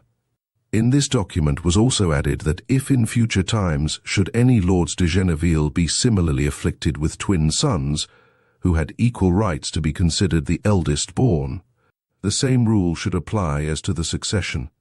Subsequently, a Lord de Geneville was created Earl of Brocklesby by one of the Stuart kings, but for 400 years after its enactment, the extraordinary deed of succession remained a mere tradition, the Countesses of Brocklesby having, seemingly, no predilection for twins. But in 1878, the mistress of Brocklesby Castle presented her lord with twin-born sons. Fortunately, in modern times, science is more wide awake and attendants more careful. The twin brothers did not get mixed up, and one of them was styled Viscount Tirlemont and was heir to the earldom, whilst the other, born 2 hours later, was that fascinating, dashing young guardsman, well known at Hurlingham, Goodwood, London, and in his own county the Honourable Robert Ingram de Geneville. It certainly was an evil day for this brilliant young scion of the ancient race when he lent an ear to Timothy Bedingfield. This man, and his family before him, had been solicitors to the Earls of Brocklesby for many generations, but Timothy, owing to certain irregularities, had forfeited the confidence of his client, the late Earl. He was still in practice in Birmingham, however, and of course knew the ancient family tradition anent the twin succession. Whether he was prompted by revenge or merely self-advertisement, no one knows. Certain it is that he did advise the Honourable Robert de Geneville, who apparently had more debts than he conveniently could pay, and more extravagant tastes than he could gratify, on a younger son's portion to lay a claim, on his father's death, to the joint title and a moiety of the revenues of the ancient barony of Geneville, that claim being based upon the validity of the 15th century document. You may gather how extensive were the pretensions of the Honourable Robert, from the fact that the greater part of Edgbaston is now built upon land belonging to the old barony. Anyway, it was the last straw in an ocean of debt and difficulties, and I have no doubt that Bedingfield had not much trouble in persuading the Honourable Robert to commence litigation at once. The young Earl of Brocklesby's attitude, however, remained one of absolute quietude in his 9 points of the law, He was in possession both of the title and of the document. It was for the other side to force him to produce the one or to share the other. It was at this stage of the proceedings that the Honourable Robert was advised to marry in order to secure, if possible, the first male heir of the next generation, since the young Earl himself was still a bachelor. A suitable fiancée was found for him by his friends in the person of Miss Mabel Brandon, the daughter of a rich Birmingham manufacturer, and the marriage was fixed to take place at Birmingham on Thursday, September 15th, 1907. On the 13th, the Honourable Robert Ingram de Genneville arrived at the Castle Hotel in New Street for his wedding, and on the 14th, at 8 o'clock in the morning, he was discovered lying on the floor of his bedroom murdered. The sensation which the awful and unexpected sequel to the de Genneville peerage case caused in the minds of the friends of both litigants was quite unparalleled. I don't think any crime of modern times created quite so much stir in all classes of society. Birmingham was wild with excitement, and the employees of the Castle Hotel had real difficulty in keeping off the eager and inquisitive crowd who thronged daily to the hall, vainly hoping to gather details of news relating to the terrible tragedy. At present, there was but little to tell. The shrieks of the chambermaid, who had gone into the Honourable Robert's room with his shaving water at 8 o'clock, had attracted some of the waiters. Soon the manager and his secretary came up and immediately sent for the police. It seemed at first sight as if the young man had been the victim of a homicidal maniac, so brutal had been the way in which he had been assassinated.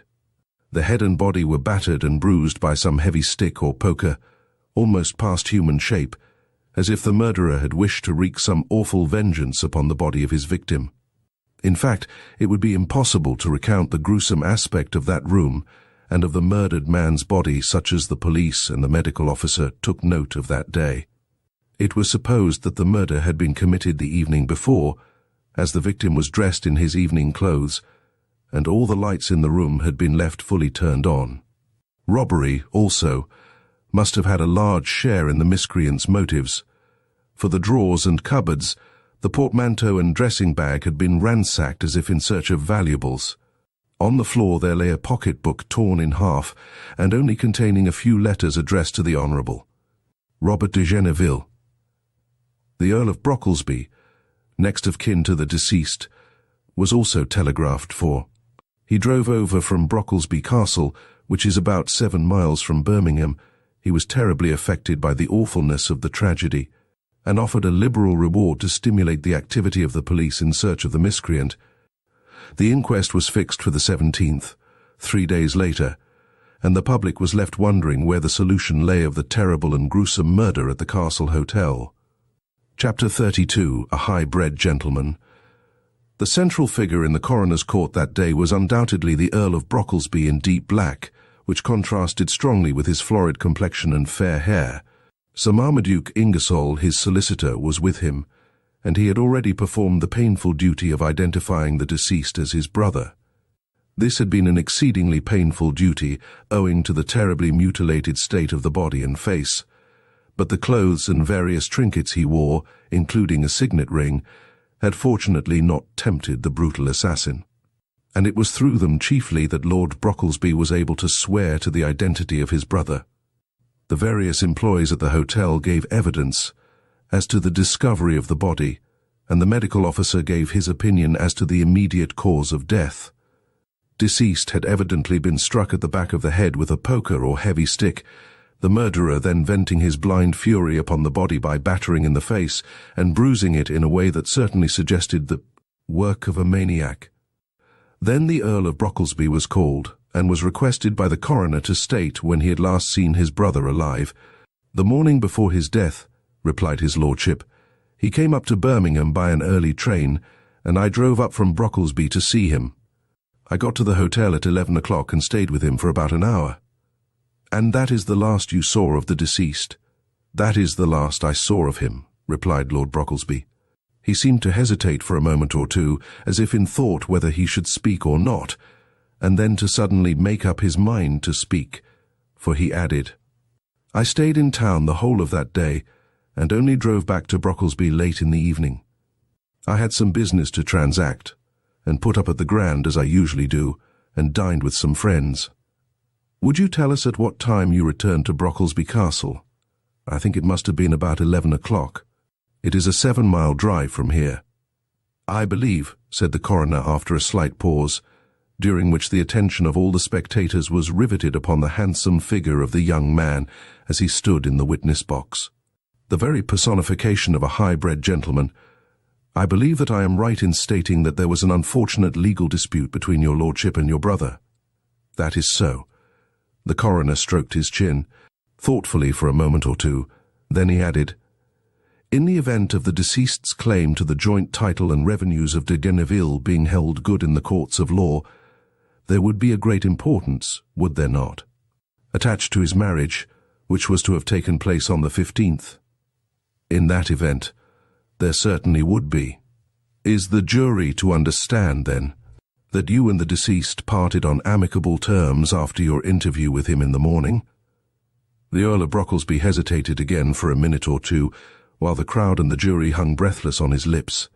There was no enmity between us, he replied at last, from which we may gather that there may have been, shall I say, a slight disagreement at that interview.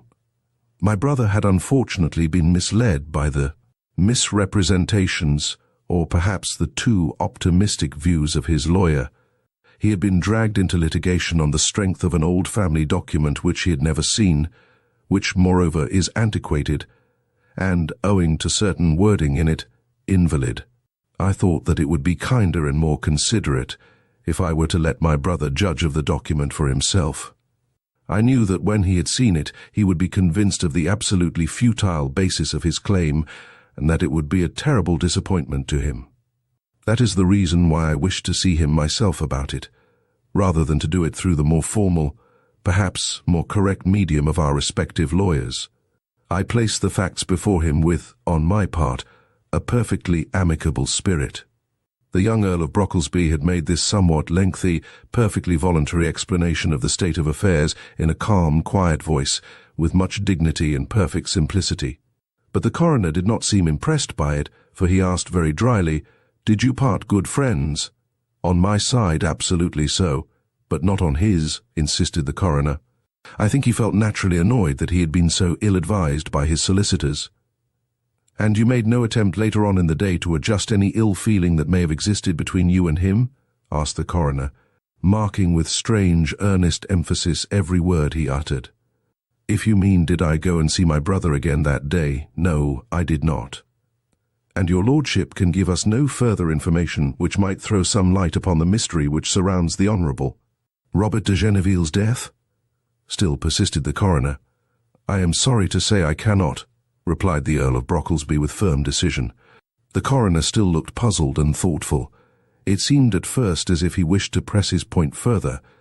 Everyone felt that some deep import had lain behind his examination of the witness, and all were on tenterhooks as to what the next evidence might bring forth. The Earl of Brocklesby had waited a minute or two, then, at a sign from the coroner, had left the witness box in order to have a talk with his solicitor. At first he paid no attention to the depositions of the cashier and hall porter of the Castle Hotel, but gradually it seemed to strike him that curious statements were being made by these witnesses, and a frown of anxious wonder settled between his brows, whilst his young face lost some of its florid hue. Mr. Tremlett, the cashier at the hotel, had been holding the attention of the court. He stated that the Honourable Robert Ingram de Geneville had arrived at the hotel at 8 o'clock on the morning of the 13th.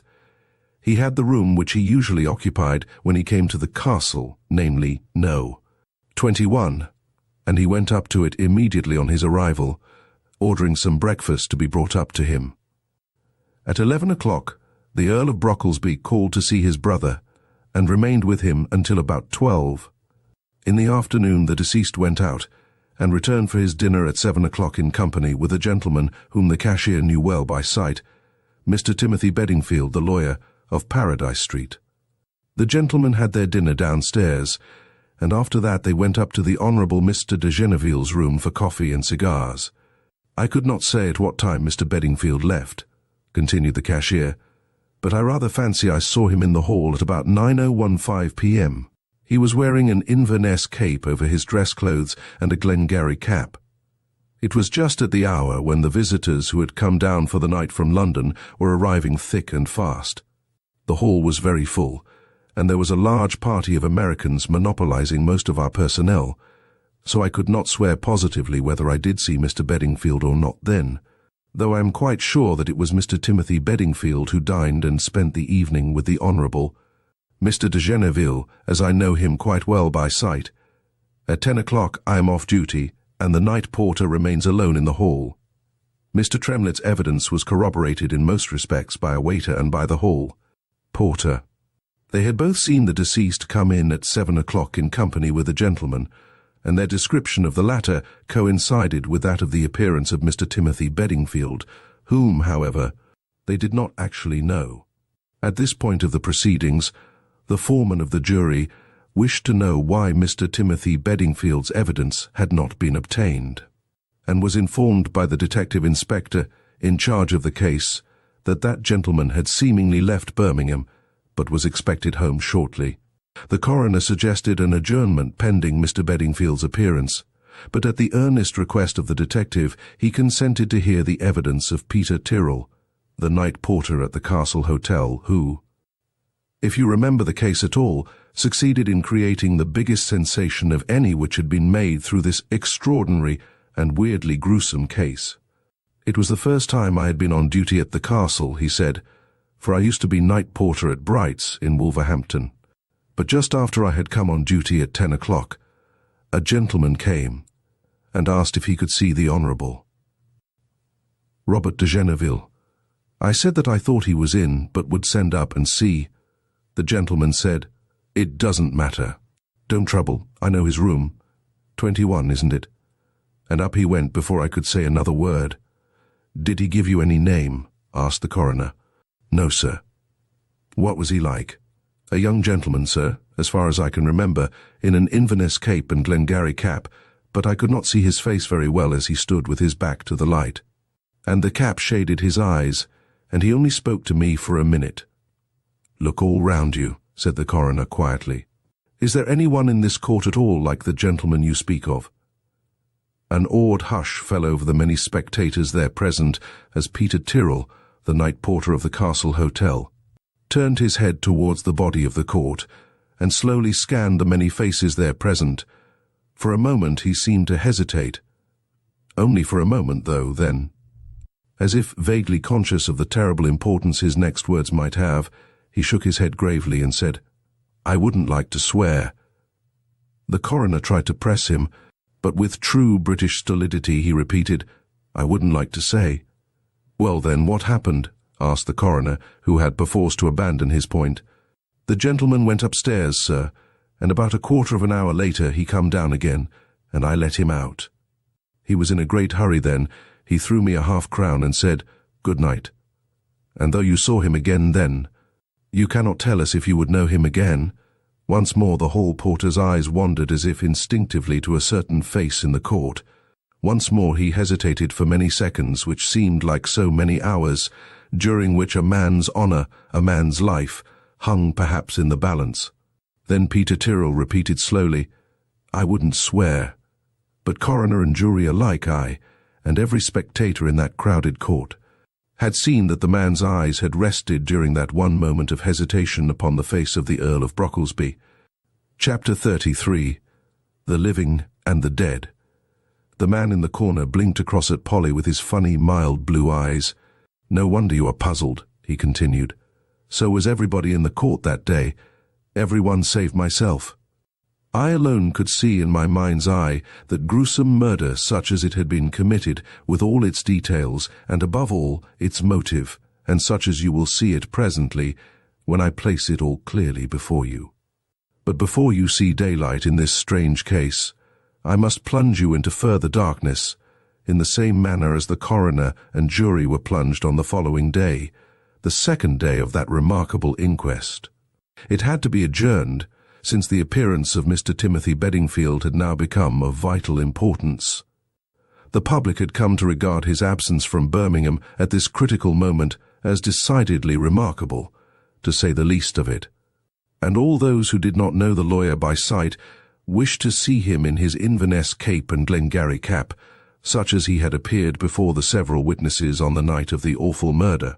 When the coroner and jury were seated, the first piece of information which the police placed before them was the astounding statement that Mr. Timothy Bedingfield's whereabouts had not been ascertained, though it was confidently expected that he had not gone far and could easily be traced. There was a witness present who, the police thought, might throw some light as to the lawyer's probable destination, for obviously he had left Birmingham directly after his interview with the deceased. This witness was Mrs. Higgins, who was Mr. Bedingfield's housekeeper. She stated that her master was in the constant habit, especially latterly, of going up to London on business. He usually left by a late evening train on those occasions, and mostly was only absent 36 hours.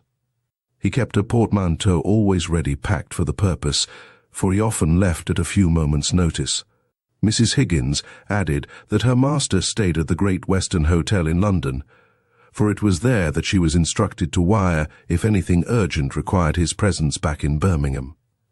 On the night of the 14th, she continued, at 9 o'clock or thereabouts, a messenger came to the door with the master's card and said that he was instructed to fetch Mr. Bedingfield's portmanteau, and then to meet him at the station in time to catch the 9:03 5 p.m. up train. I gave him the portmanteau, of course, as he had brought the card, and I had no idea there could be anything wrong. But since then, I have heard nothing of my master, and I don't know when he will return. Questioned by the coroner, she added that Mr. Bedingfield had never stayed away quite so long without having his letters forwarded to him. There was a large pile waiting for him now. She had written to the Great Western Hotel, London, asking what she should do about the letters, but had received no reply. She did not know the messenger by sight who had called for the portmanteau. Once or twice before Mr. Bedingfield had sent for his things in that manner when he had been dining out. Mr. Bedingfield certainly wore his Inverness cape over his dress clothes when he went out at about 6 o'clock in the afternoon. He also wore a Glengarry cap. The messenger had so far not yet been found, and from this point, namely, the sending for the portmanteau, all traces of Mr. Timothy Bedingfield seemed to have been lost. Whether he went up to London by that 9:35 train or not could not be definitely ascertained.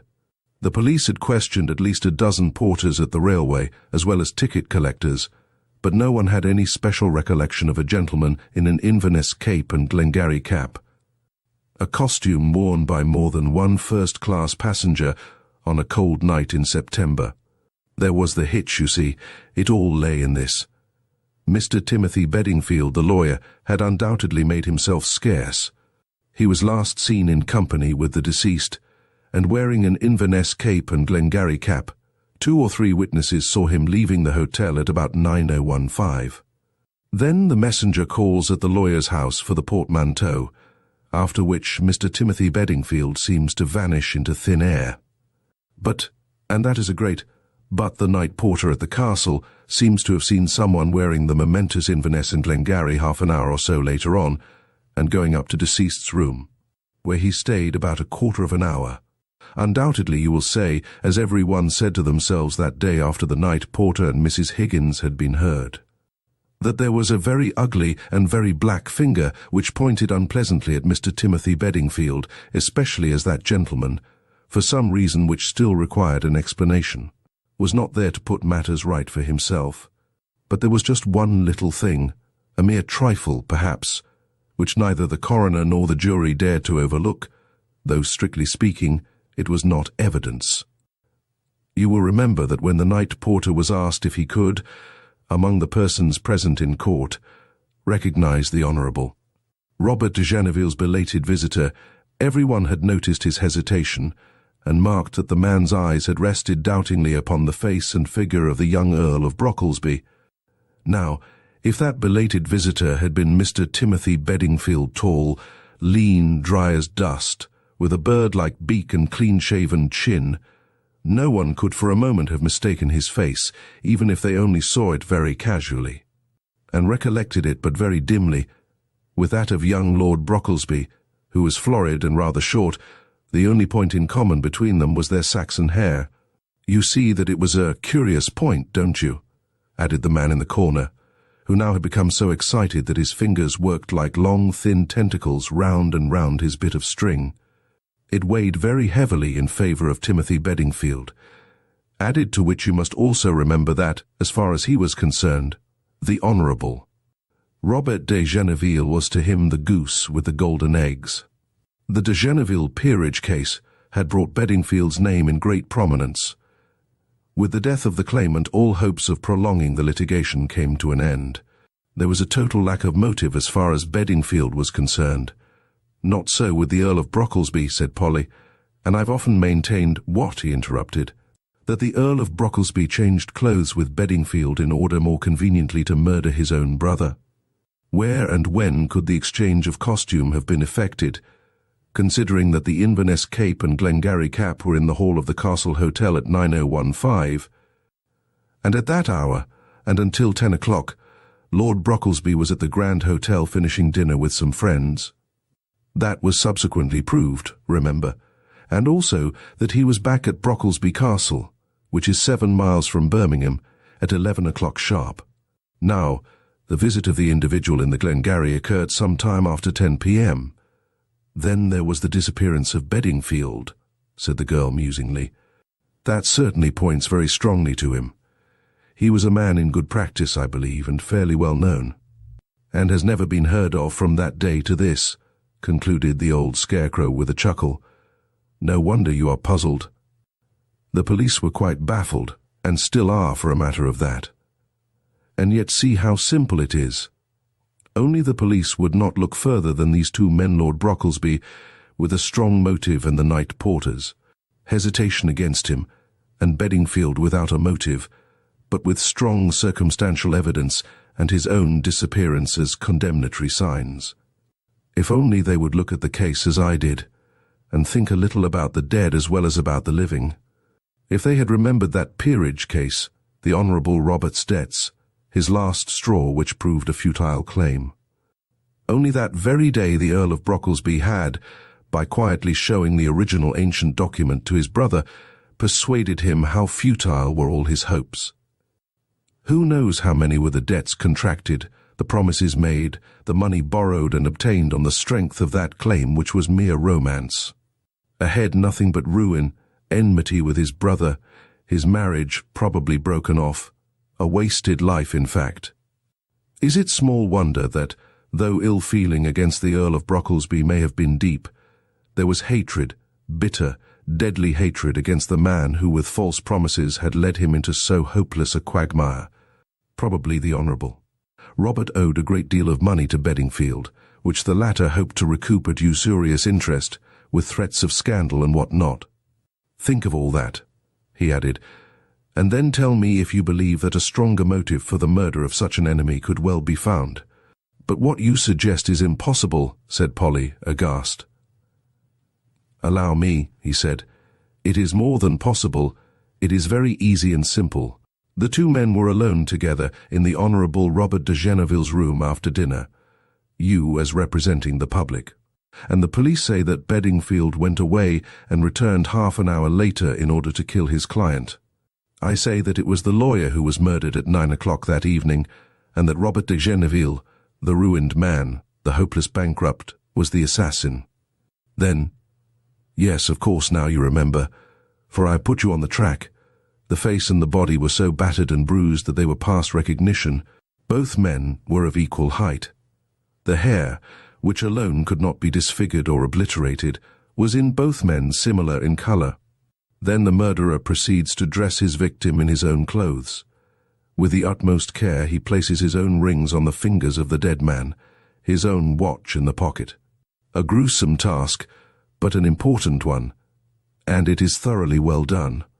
Then he himself puts on the clothes of his victim, with finally the Inverness cape and Glengarry, and when the hall is full of visitors he slips out unperceived. He sends the messenger for Bedingfield's portmanteau, and starts off by the night express. But then his visit at the Castle Hotel at 10 o'clock, she urged. How dangerous. Dangerous, yes, but oh how clever. You see, he was the Earl of Brocklesby's twin brother, and twin brothers are always somewhat alike. He wished to appear dead, murdered by someone. He cared not whom, but what he did care about was to throw clouds of dust in the eyes of the police, and he succeeded with a vengeance. Perhaps, who knows? He wished to assure himself that he had forgotten nothing in the mise-en-scene, that the body, battered and bruised past all semblance of any human shape save for its clothes, really would appear to every one as that of the Honourable Robert de Genneville, while the latter disappeared forever from the old world and started life again in the new. Then you must always reckon with the practically invariable rule that a murderer always revisits, if only once, the scene of his crime. 2 years have elapsed since the crime. No trace of Timothy Bedingfield, the lawyer, has ever been found, and I can assure you that it will never be. For his plebeian body lies buried in the aristocratic family vault of the Earl of Brocklesby. He was gone before Polly could say another word. The faces of Timothy Bedingfield, of the Earl of Brocklesby, of the Honourable Robert de Genneville seemed to dance before her eyes and to mock her for the hopeless bewilderment in which she found herself plunged because of them.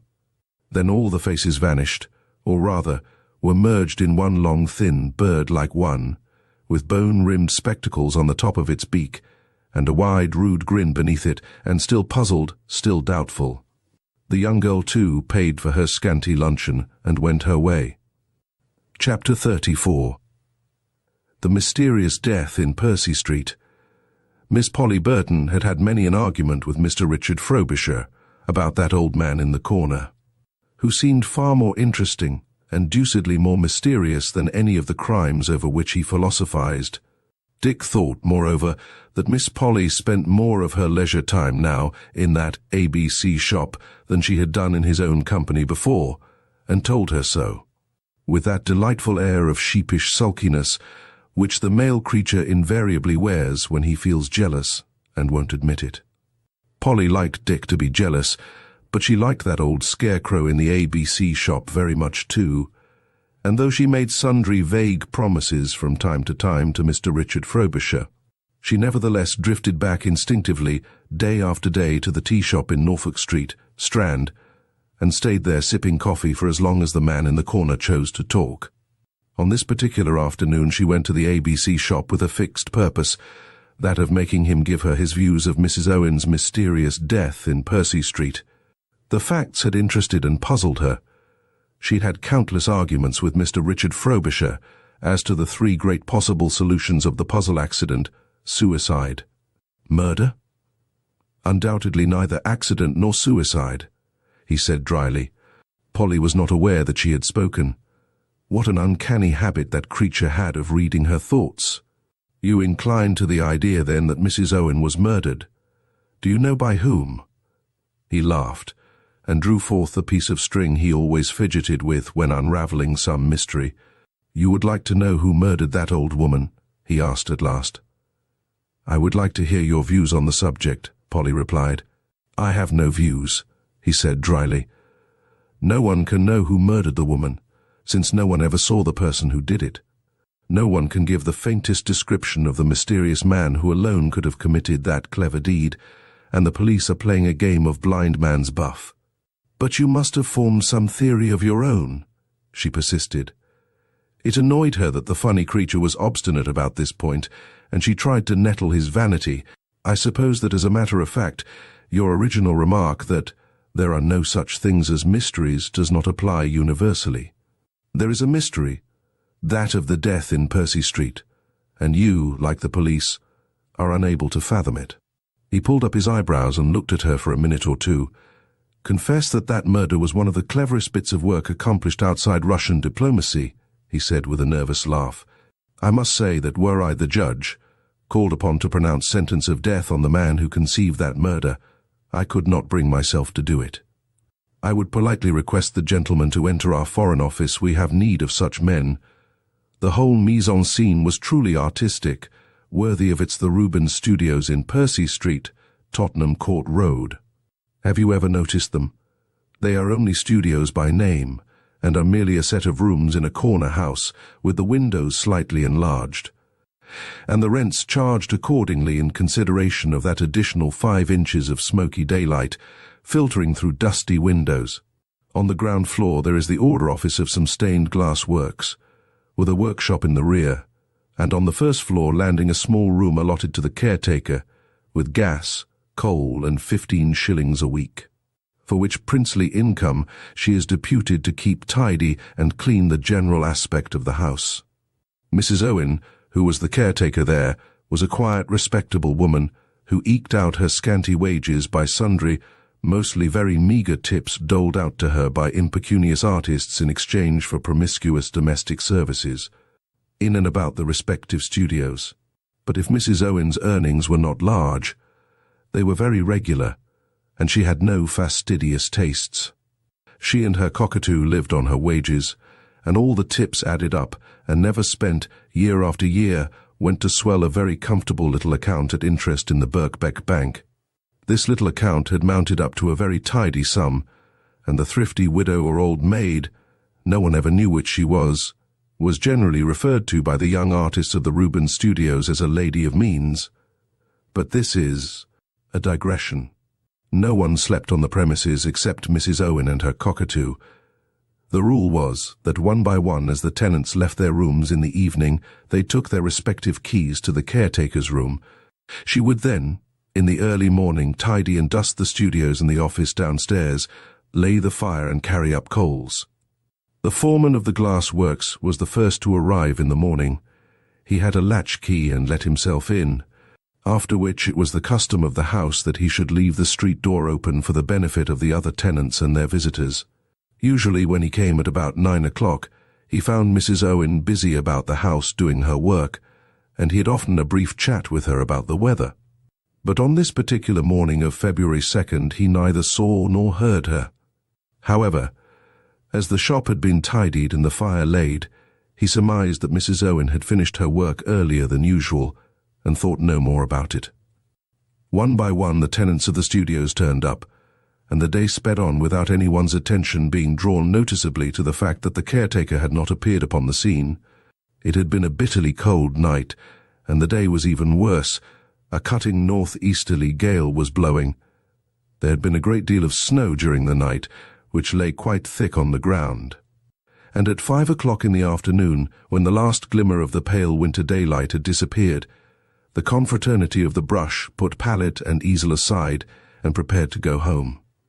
The first to leave was Mr. Charles Pitt. He locked up his studio and, as usual, took his key into the caretaker's room. He had just opened the door when an icy blast literally struck him in the face. Both the windows were wide open, and the snow and sleet were beating thickly into the room, forming already a white carpet upon the floor. The room was in semi-obscurity, and at first Mr. Pitt saw nothing, but instinctively realizing that something was wrong, he lit a match, and saw before him the spectacle of that awful and mysterious tragedy which has ever since puzzled both police and public. On the floor, already half covered by the drifting snow, lay the body of Mrs. Owen face downwards, in a nightgown, with feet and ankles bare, and these and her hands were of a deep purple colour, whilst in a corner of the room, huddled up with the cold, the body of the cockatoo lay stark and stiff. Chapter 35. Suicide or Murder. At first there was only talk of a terrible accident, the result of some inexplicable carelessness which perhaps the evidence at the inquest would help to elucidate. Medical assistance came too late. The unfortunate woman was indeed dead, frozen to death, inside her own room. Further examination showed that she had received a severe blow at the back of the head, which must have stunned her and caused her to fall, helpless, beside the open window. Temperature at 5 degrees below zero had done the rest. Detective Inspector Howell discovered close to the window a wrought-iron gas bracket, the height of which corresponded exactly with the bruise at the back of Mrs. Owen's head. Hardly, however, had a couple of days elapsed when public curiosity was whetted by a few startling headlines, such as the halfpenny evening papers alone know how to concoct. The mysterious death in Percy Street. Is it suicide or murder?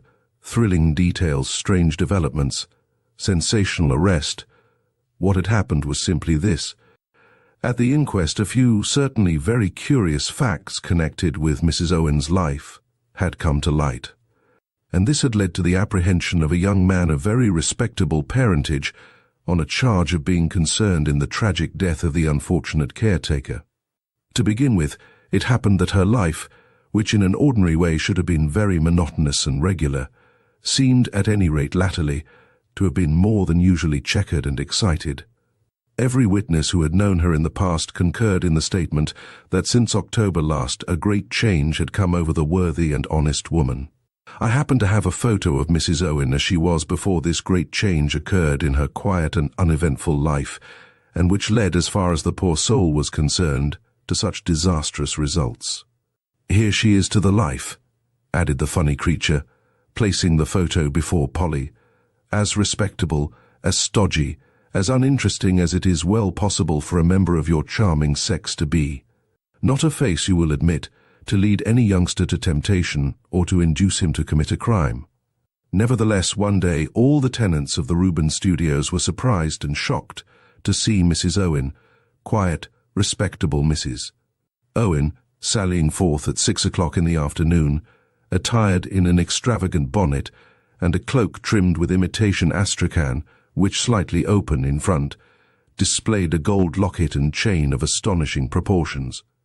Many were the comments, the hints, the bits of sarcasm levelled at the worthy woman by the frivolous confraternity of the brush. The plot thickened when from that day forth a complete change came over the worthy caretaker of the Reuben Studios. While she appeared day after day before the astonished gaze of the tenants and the scandalized looks of the neighbours, attired in new and extravagant dresses, her work was hopelessly neglected, and she was always out when wanted. There was, of course, much talk and comment in various parts of the Reuben Studios on the subject of Mrs. Owen's dissipations. The tenants began to put two and two together, and after a very little while, the general consensus of opinion became firmly established that the honest caretaker's demoralization coincided week for week, almost day for day, with young Greenhill's establishment in number 8 studio. Everyone had remarked that he stayed much later in the evening than anyone else, and yet no one presumed that he stayed for purposes of work. Suspicion soon rose to certainty when Mrs. Owen and Arthur Greenhill were seen by one of the glass workmen dining together at Gambier's restaurant in Tottenham Court Road.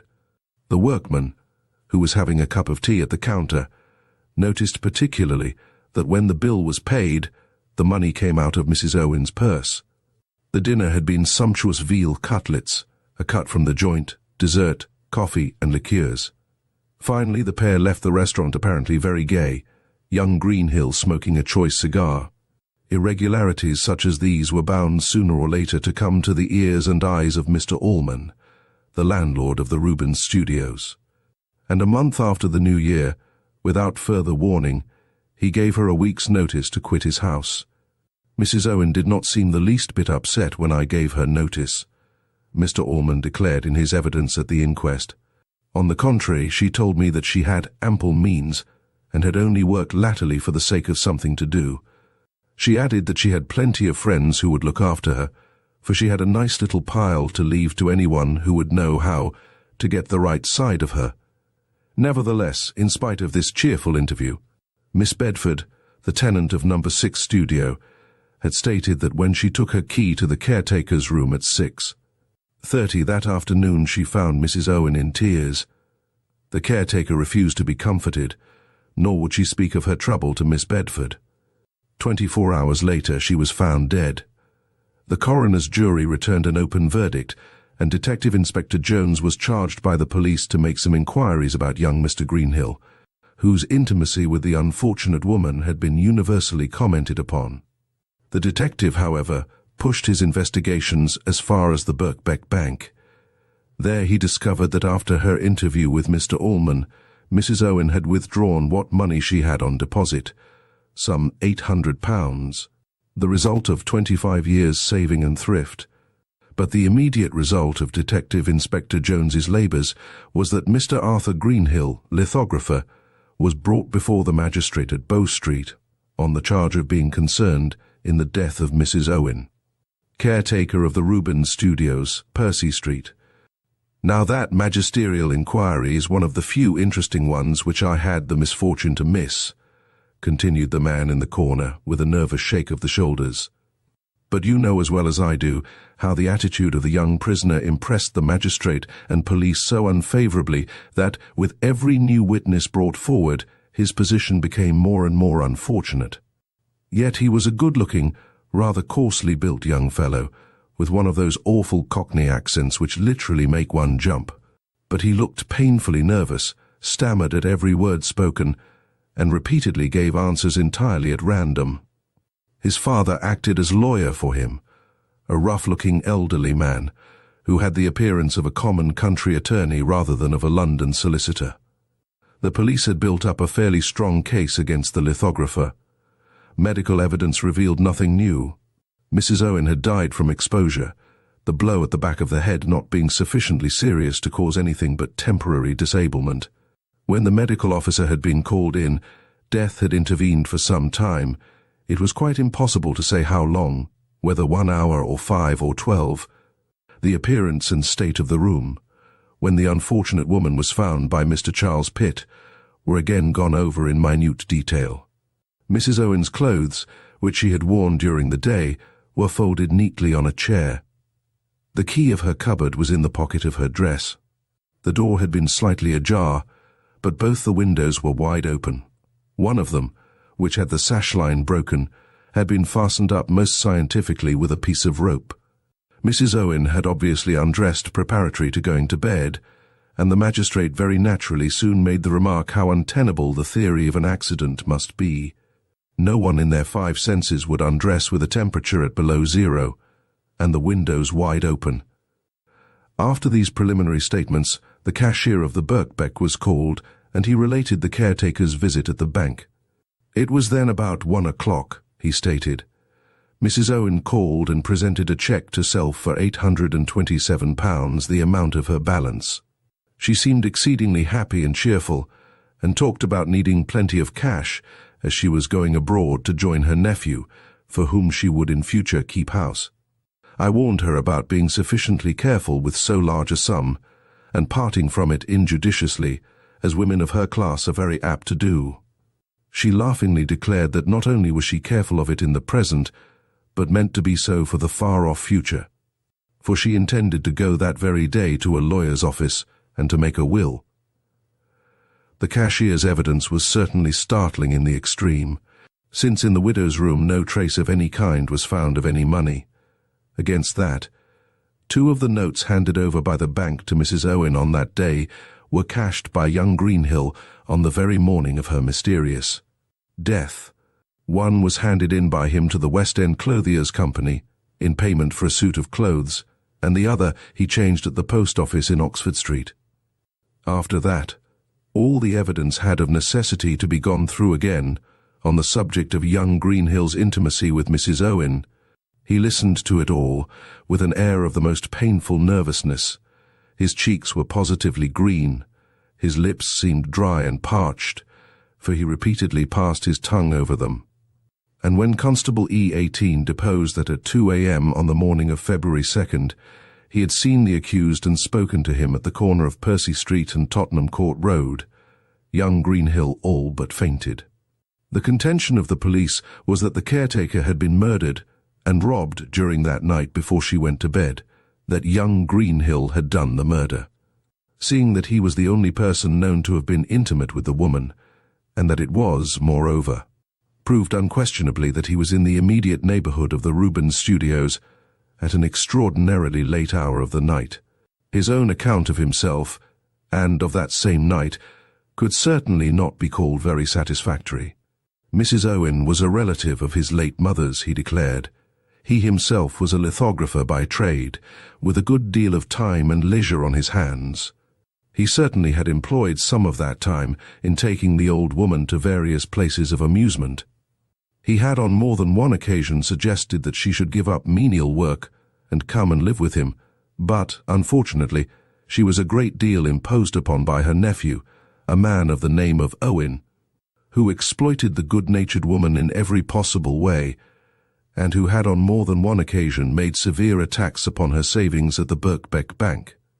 Severely cross-examined by the prosecuting counsel about this supposed relative of Mrs. Owen, Greenhill admitted that he did not know him, had in fact never seen him.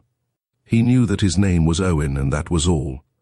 His chief occupation consisted in sponging on the kind-hearted old woman, but he only went to see her in the evenings, when he presumably knew that she would be alone.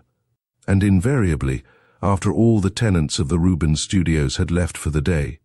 I don't know whether at this point it strikes you at all, as it did both magistrate and counsel, that there was a direct contradiction in this statement, and the one made by the cashier of the Birkbeck on the subject of his last conversation with Mrs. Owen. "I am going abroad to join my nephew, for whom I am going to keep house," was what the unfortunate woman had said.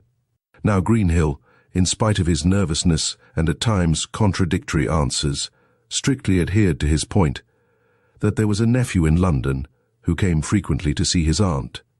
Anyway, the sayings of the murdered woman could not be taken as evidence in law. Mr. Greenhill Sr. put the objection, adding, "There may have been two nephews," which the magistrate and the prosecution were bound to admit.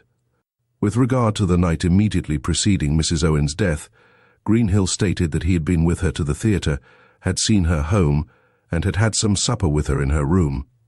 Before he left her, at 2 a.m., she had of her own accord made him a present of £10, saying, "I am a sort of aunt to you, Arthur, and if you don't have it, Bill is sure to get it." She had seemed rather worried in the early part of the evening, but later on she cheered up. "Did she speak at all about this nephew of hers or about her money affairs?" asked the magistrate. Again the young man hesitated, but said, "No, she did not mention either Owen or her money affairs." "If I remember rightly," added the man in the corner, "for recollect I was not present, the case was here adjourned." But the magistrate would not grant bail. Greenhill was removed looking more dead than alive, though everyone remarked that Mr. Greenhill Sr. looked determined and not the least worried. In the course of his examination on behalf of his son, of the medical officer and one or two other witnesses, he had very ably tried to confuse them on the subject of the hour at which Mrs. Owen was last known to be alive. He made a very great point of the fact that the usual morning's work was done throughout the house when the inmates arrived.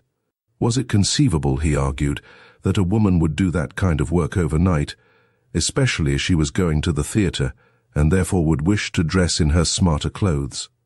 It certainly was a very nice point levelled against the prosecution, who promptly retorted, just as conceivable as that a woman in those circumstances of life should, having done her work, undress beside an open window at 9 o'clock in the morning with the snow beating into the room.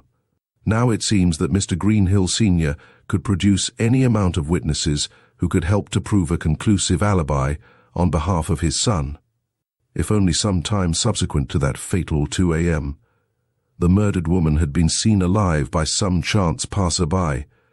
However, he was an able man, and an earnest one, and I fancy the magistrate felt some sympathy for his strenuous endeavours on his son's behalf. He granted a week's adjournment, which seemed to satisfy Mr. Greenhill completely. In the meanwhile, the papers had talked of and almost exhausted the subject of the mystery in Percy Street.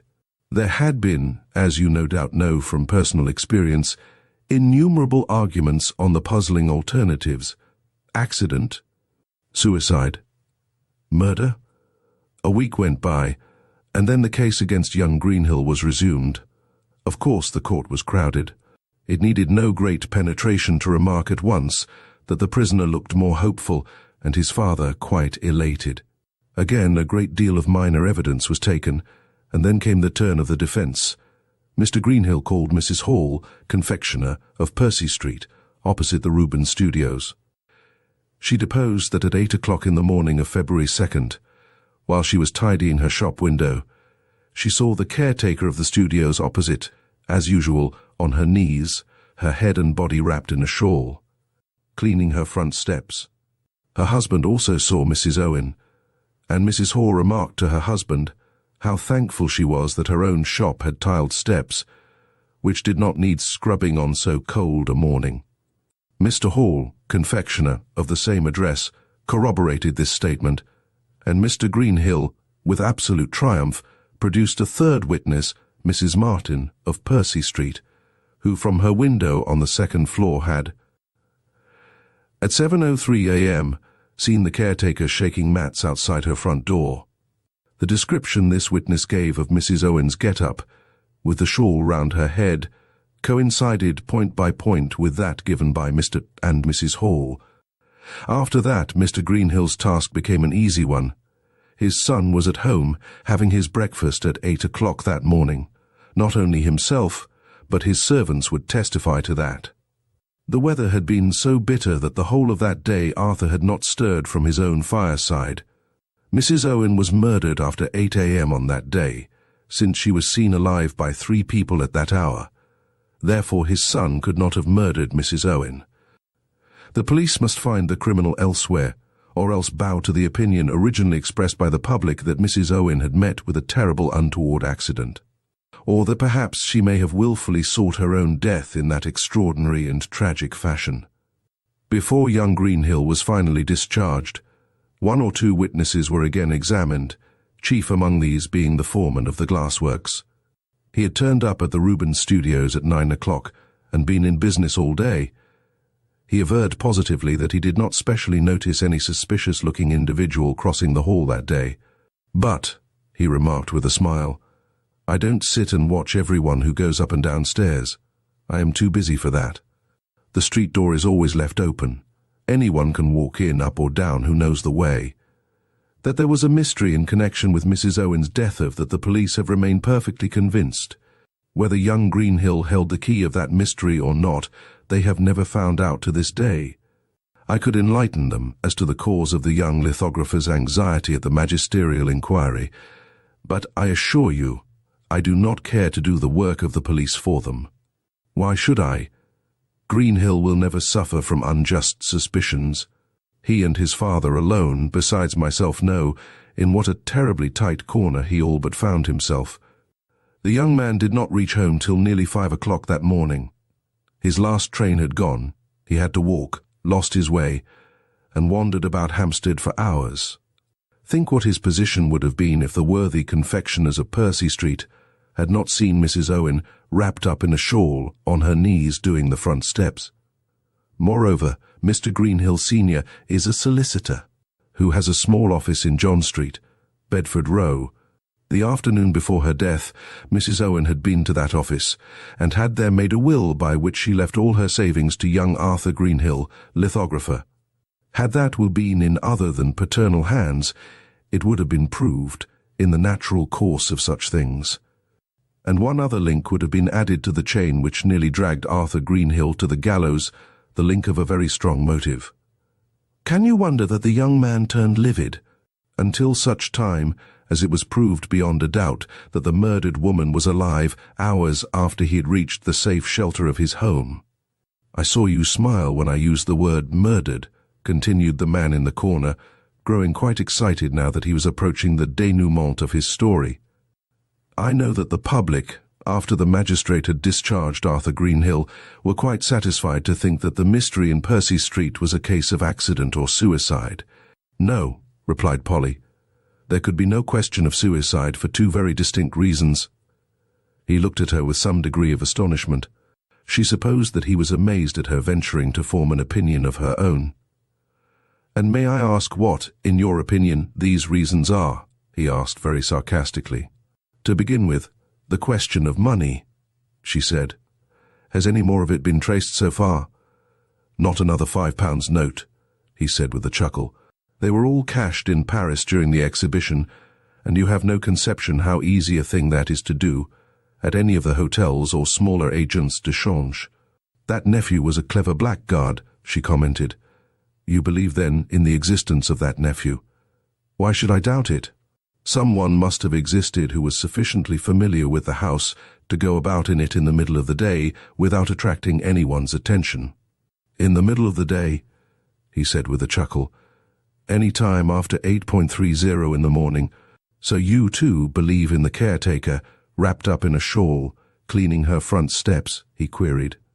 But it never struck you, in spite of the training your intercourse with me must have given you, that the person who carefully did all the work in the Rubens Studios laid the fires and carried up the coals? merely did it in order to gain time, in order that the bitter frost might really and effectually do its work, and Mrs. Owen be not missed until she was truly dead. But, suggested Polly again, it never struck you that one of the greatest secrets of successful crime is to lead the police astray with regard to the time when the crime was committed. That was, if you remember, the great point in the Regent's Park murder. In this case, the nephew, since we admit his existence, would, even if he were ever found, which is doubtful, be able to prove as good an alibi as young Greenhill. But I don't understand how the murder was committed, he said eagerly. Surely you can see it all for yourself, since you admit the nephew a scamp, perhaps who sponges on the good-natured woman. He terrorizes and threatens her, so much so that she fancies her money is no longer safe, even in the Birkbeck Bank. Women of that class are apt at times to mistrust the Bank of England. Anyway, she withdraws her money. Who knows what she meant to do with it in the immediate future? In any case, she wishes to secure it after her death to a young man whom she likes and who has known how to win her good graces. That afternoon the nephew begs, entreats for more money. They have a row. The poor woman is in tears and is only temporarily consoled by a pleasant visit at the theatre. At 2 o'clock in the morning, young Greenhill parts from her. 2 minutes later, the nephew knocks at the door. He comes with a plausible tale of having missed his last train and asks for a shakedown somewhere in the house. The good-natured woman suggests a sofa in one of the studios, and then quietly prepares to go to bed. The rest is very simple and elementary. The nephew sneaks into his aunt's room, finds her standing in her nightgown. He demands money with threats of violence. Terrified, she staggers, knocks her head against the gas bracket, and falls on the floor stunned, while the nephew seeks for her keys and takes possession of the £800. You will admit that the subsequent mise-en-scene is worthy of a genius. No struggle, not the usual hideous accessories round a crime. Only the open windows, the bitter north-easterly gale, and the heavily falling snow, two silent accomplices, as silent as the dead. After that, the murderer, with perfect presence of mind, busies himself in the house, doing the work which will ensure that Mrs. Owen shall not be missed, at any rate for some time. He dusts and tidies. Some few hours later he even slips on his aunt's skirt and bodice, wraps his head in a shawl, and boldly allows those neighbours who are Astor to see what they believe to be Mrs. Owen. Then he goes back to her room, resumes his normal appearance, and quietly leaves the house. He may have been seen. He undoubtedly was seen by 2 or 3 people, but no one thought anything of seeing a man leave the house at that hour. It was very cold, the snow was falling thickly, and as he wore a muffler round the lower part of his face, those who saw him would not undertake to know him again. That man was never seen nor heard of again? Polly asked. He has disappeared off the face of the earth. The police are searching for him, and perhaps some day they will find him. Then society will be rid of one of the most ingenious men of the age. Chapter 36. The End. He had paused, absorbed in meditation. The young girl also was silent. Some memory, too vague as yet to take a definite form, was persistently haunting her. One thought was hammering away in her brain, and playing havoc with her nerves. That thought was the inexplicable feeling within her that there was something in connection with that hideous crime which she ought to recollect. Something which, if she could only remember what it was, would give her the clue to the tragic mystery, and for once ensure her triumph over this self-conceited and sarcastic scarecrow in the corner. He was watching her through his great bone-rimmed spectacles, and she could see the knuckles of his bony hands just above the top of the table, fidgeting, till she wondered if there existed another set of fingers in the world which could undo the knots his lean ones made in that tiresome piece of string. Then suddenly, apropos of nothing, Polly, the whole thing stood before her, short and clear like a vivid flash of lightning. Mrs. Owen lying dead in the snow beside her open window, one of them with a broken sash line, tied up most scientifically with a piece of string. She remembered the talk there had been at the time about this improvised sash line. That was after young Greenhill had been discharged, and the question of suicide had been voted an impossibility. Polly remembered that in the illustrated papers, photographs appeared of this wonderfully knotted piece of string, so contrived that the weight of the frame could but tighten the knots, and thus keep the window open. She remembered that people deduced many things from that improvised sash line, chief among these deductions being that the murderer was a sailor. So wonderful, so complicated. So numerous were the knots which secured that window frame. But Polly knew better. In her mind's eye she saw those fingers, rendered doubly nervous by the fearful cerebral excitement, grasping at first mechanically, even thoughtlessly, a bit of twine with which to secure the window, then the ruling habit strongest through all. The girl could see it, the lean and ingenious fingers fidgeting with that piece of string, tying knot after knot, more wonderful, more complicated than any she had yet witnessed. "If I were you," she said, without daring to look into that corner where he sat, "I would break myself of the habit of perpetually making knots in a piece of string." He did not reply, and at last Polly ventured to look up. The corner was empty, and through the glass door beyond the desk, where he had just deposited his few coppers, she saw the tails of his tweed coat. His extraordinary hat, his meagre, shriveled-up personality, fast disappearing down the street. Miss Polly Burton of the Evening Observer was married the other day to Mr. Richard Frobisher of the London Mail. She has never set eyes on the man in the corner from that day to this. Thank you for joining us on Storytime Haven for this adventure with The Old Man in the Corner. We hope you enjoyed the suspense and clever deductions of Baroness Emmuska Orczy's classic. If you liked this story, don't forget to subscribe for more captivating tales and share your thoughts in the comments. Until next time, keep the mystery alive.